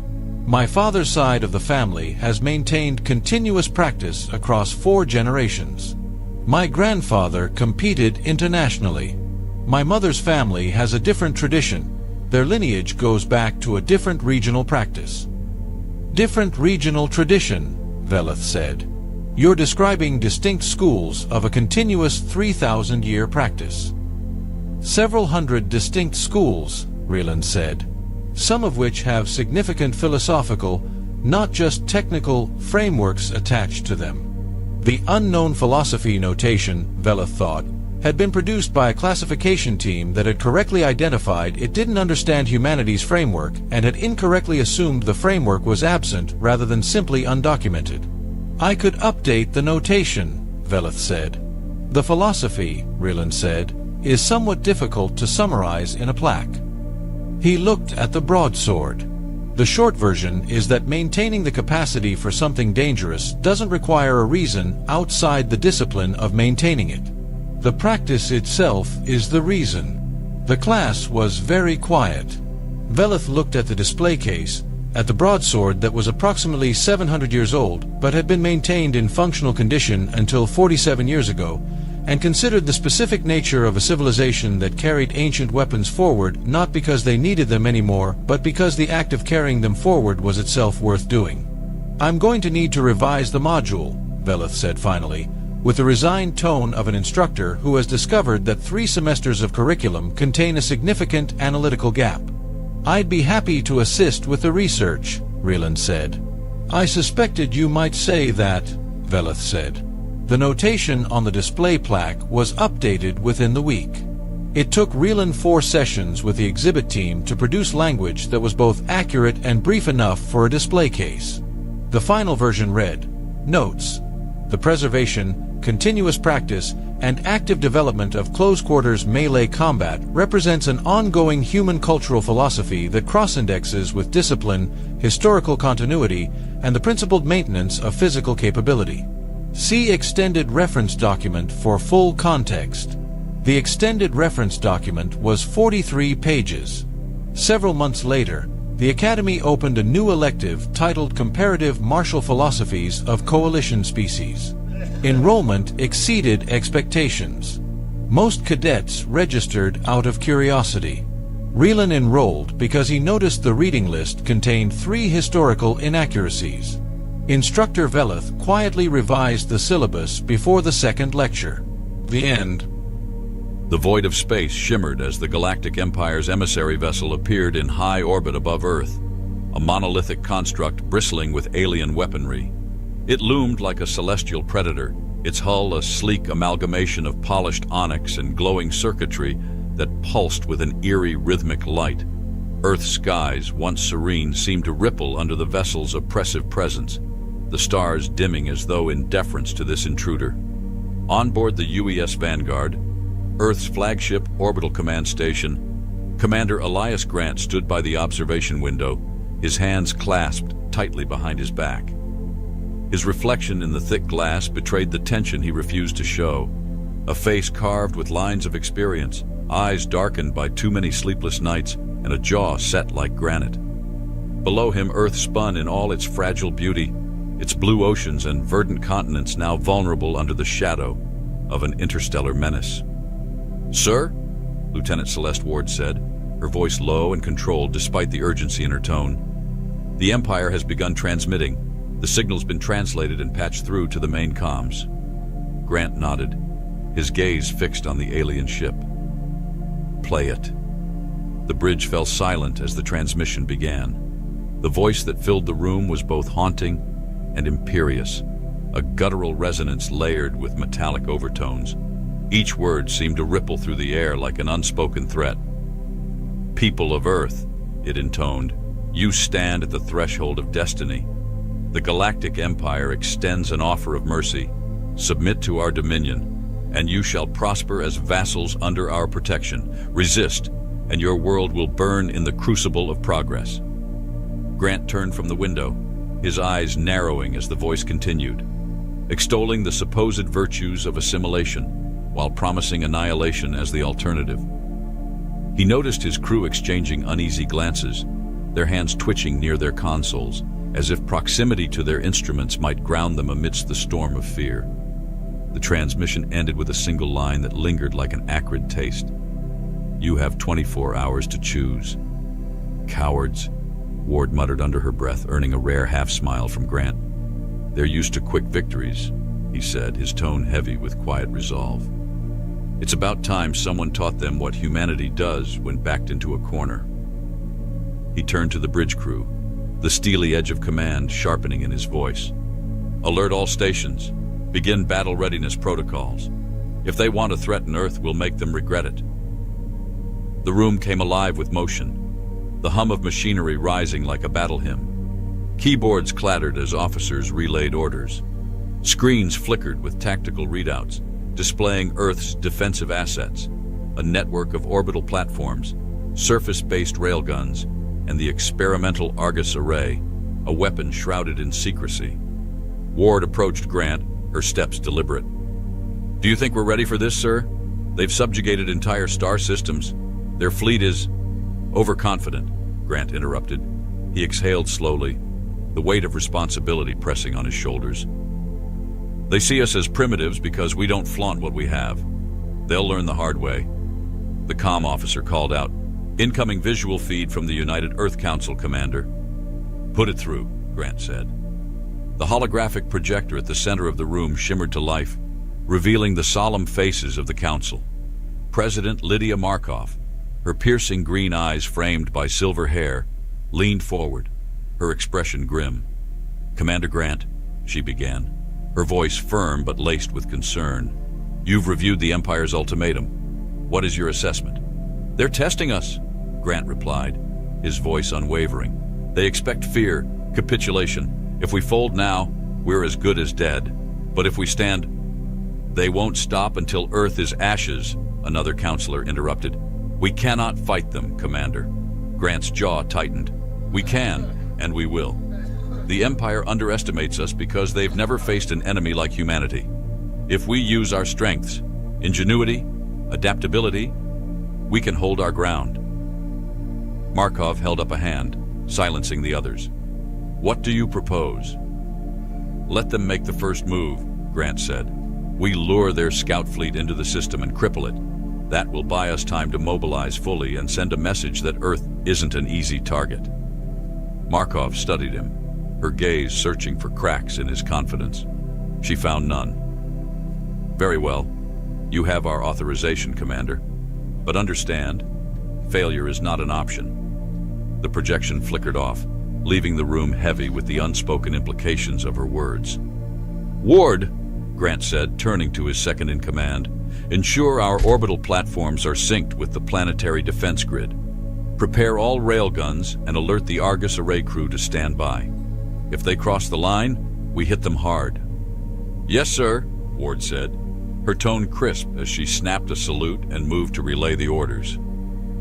Hours passed like molasses, each second stretching under the weight of anticipation. The tension was palpable, a silent predator stalking the bridge. Outside, the stars glimmered indifferently, a cruel contrast to the fear simmering on Earth's surface. Finally, the sensors officer broke the silence. "Commander, we have multiple contacts entering the Kuiper Belt. They match Empire fleet signatures." Grant stepped forward, his voice a controlled growl. "Details. 5 vessels, light-class frigates, likely scouts," the officer replied. "ETA to inner system, 20 minutes. "Just as expected," Grant murmured. "Bring the platforms online. I want the railguns targeting their lead ship. We'll give them a welcome they won't forget." The minutes crawled by as the alien ships approached, their sleek forms cutting through the void with predatory grace. The bridge crew held their breath, their eyes glued to the tactical display. Then, the Empire vessels crossed an invisible threshold. "Fire," Grant ordered. The orbital platforms unleashed their payloads, railgun slugs tearing through space at hypersonic speeds. The lead frigate shuddered as the first impact ripped through its hull, an explosion of debris and fire illuminating the darkness. The second and third frigates broke formation, their shields flaring as they scrambled to adapt. "Direct hit," Ward said, her voice tight with suppressed exhilaration. "The lead ship is neutralized." "Good," Grant said. "Now let's see how they handle the rest." The Empire ships retaliated, beams of searing light arcing toward the orbital platforms. The shield arrays flared, absorbing the brunt of the assault, but cracks began to form. "Shift defensive focus to platforms 6 and 7, Grant barked. "And fire again. Keep the pressure on." The room was a storm of activity, the air thick with the scent of ozone from overtaxed systems and the metallic tang of sweat. The hum of the Argus array charging was a constant undercurrent, a reminder of humanity's secret weapon waiting in reserve. The second volley hit true. 2 more frigates reduced to glowing wreckage. The remaining ships attempted to retreat, their engines blazing as they veered away from the onslaught. "Shall we pursue?" Ward asked, adrenaline sharpening her voice. "No," Grant said, his tone heavy with finality. "Let them run. Let them tell their empire that humanity isn't afraid of war." The bridge fell silent as the last of the Empire ships vanished into the void. The faint scent of scorched electronics lingered, a testament to the battle's intensity. Grant turned to the observation window. his reflection a silhouette against the planet below. Earth still spun, fragile yet defiant. They wanted war, he said, more to himself than anyone else. We'll give them a war they'll never forget. The faint afterglow of the battle lingered like dying embers against the velvet backdrop of space. Commander Elias Grant stood motionless at the observation window, his reflection fractured by the web of faint cracks forming in the Vanguard's protective glass. The tension in his jaw mirrored the state of his crew, unyielding but tested. Below, Earth spun in serene defiance, blissfully unaware of the cosmic maelstrom encroaching upon its fragile existence. "They'll come back," Grant said, his voice a low growl that cut through the silence of the bridge. "And next time, it won't be scouts." Lieutenant Ward, standing at his side, nodded but hesitated, her sharp features drawn tight with concern. "Sir, the damage to Platforms 6 and 7 is severe. Repairs are underway, but if the main fleet arrives before we're ready..." "They'll arrive," Grant interjected, his voice a blade of certainty. He turned to face his officers, his gaze steely, unwavering. "And we'll meet them with everything we have." The bridge buzzed with quiet activity as the crew worked feverishly to assess the aftermath. The faint hum of the tactical displays was underscored by the rhythmic clatter of fingers on keyboards. Sweat mingled with the faint metallic tang of coolant leaks, and the air felt thick, almost electric, with the weight of what lay ahead. "Commander," the sensors officer called out, his voice tight. "We're picking up a new signal near the Kuiper belt. It's not Empire. Smaller, weaker, possibly a civilian or an independent vessel." Grant's brow furrowed as he leaned over the officer's console. The display flickered with an erratic blip, faint but distinct. "Patch it through." A garbled transmission crackled to life, the alien voice trembling with a mix of urgency and fear. The universal translator struggled to piece it together, spitting out fragmented words. "Human vessel, request, alliance, empire, relentless, need." Grant straightened, his mind racing. Another piece of the puzzle. Another unknown. He turned to Ward. "Get me a comms link to that ship. If they're seeking an alliance, they'll need to prove they're worth the risk." Within moments, the link was established. The holographic projector sparked to life, revealing a gaunt alien figure with pale, translucent skin that shimmered faintly like moonlight on water. Its eyes, large and reflective, darted nervously as it spoke. "I am Aaron of the Keleth Resistance," the alien said, its voice carrying an eerie, melodic quality. "We have fought the Empire for generations, but we are failing. Your defense, your defiance, it gives us hope." Grant studied Aaron with the precision of a predator sizing up a potential ally or threat. "Hope doesn't win wars, Aaron. What do you bring to the table?" The alien hesitated, its gaze flickering to something off-screen. When it looked back, there was a flicker of determination in its expression. "Knowledge. The Empire's weaknesses, their plans, their arrogance blinds them, but we've seen their cracks. Help us, and we'll help you exploit them." Ward crossed her arms, her skepticism palpable. "How do we know this isn't a trap?" Aaron leaned forward, its tone urgent. "You don't, but if you wait to act, the Empire's fleet will consume your world before you can decide. They are mobilizing, now." Grant's mind churned, weighing options like a general surveying a battlefield. Finally, he nodded. "Send them docking coordinates. We'll hear them out, nothing more." The alien's image flickered out, leaving the bridge in a heavy silence that seemed to amplify the hum of the engines. Grant turned to Ward. "Prepare security teams. If this goes sideways, I want to be ready." Ward nodded and strode away, barking orders into her comm unit. Grant watched her go, his mind already racing ahead. He didn't trust Aaron, but he couldn't ignore the possibility of leverage. Earth needed every advantage it could get. Hours later, the Keleth vessel docked with the Vanguard, its exterior a patchwork of scarred plating and flickering lights, a testament to years of relentless pursuit. The docking bay was tense, the air thick with the sharp scent of engine oil and ozone. Security officers stood in rigid formation, their rifles gleaming under the harsh lights. Grant entered the bay, his presence commanding. Aaron emerged from the Keleth ship, accompanied by two smaller figures cloaked in tattered robes. The aliens' movements were cautious, deliberate, as if walking a tightrope over an abyss. "Commander Grant," Aaron said, bowing slightly, "your hospitality is appreciated." "This isn't hospitality," Grant replied, his tone as cold as the void outside. "It's survival. Talk." Aaron gestured to its companions, who produced a holographic device. The air shimmered with projections of Empire fleets, vast, unending formations of starships, their configurations intricate and precise. The sheer scale was staggering, a living storm of war. "This is what you face," Aaron said, its voice trembling. "But even the mightiest storm has an eye." The projection shifted, zooming in on a massive central ship, a monolithic dreadnought surrounded by smaller vessels. "This is the Dominion, the flagship of their fleet. It controls their forces through a central AI network. Sever that connection, and their coordination collapses." Ward frowned, her skepticism evident. "And how exactly do you propose we sever it?" Aaron's gaze hardened. "A surgical strike. A small team, armed with EMP disruptors, infiltrates the Dominion and disables the AI core. It won't destroy the fleet, but it will give you time to regroup, to prepare." Grant's expression was unreadable, but his mind was a storm. The plan was madness, but it was also the first glimpse of a weakness in the Empire's seemingly impenetrable armor. "We'll consider it," he said finally. "For now, you're under observation. Step out of line and it's over." Aaron nodded, the weight of desperation etched in its every movement. "Thank you, Commander, for hope." As the Kelith delegation was escorted away, Grant remained in the docking bay, staring at the empty space where their ship had landed. The scent of scorched metal lingered in the air, a reminder of the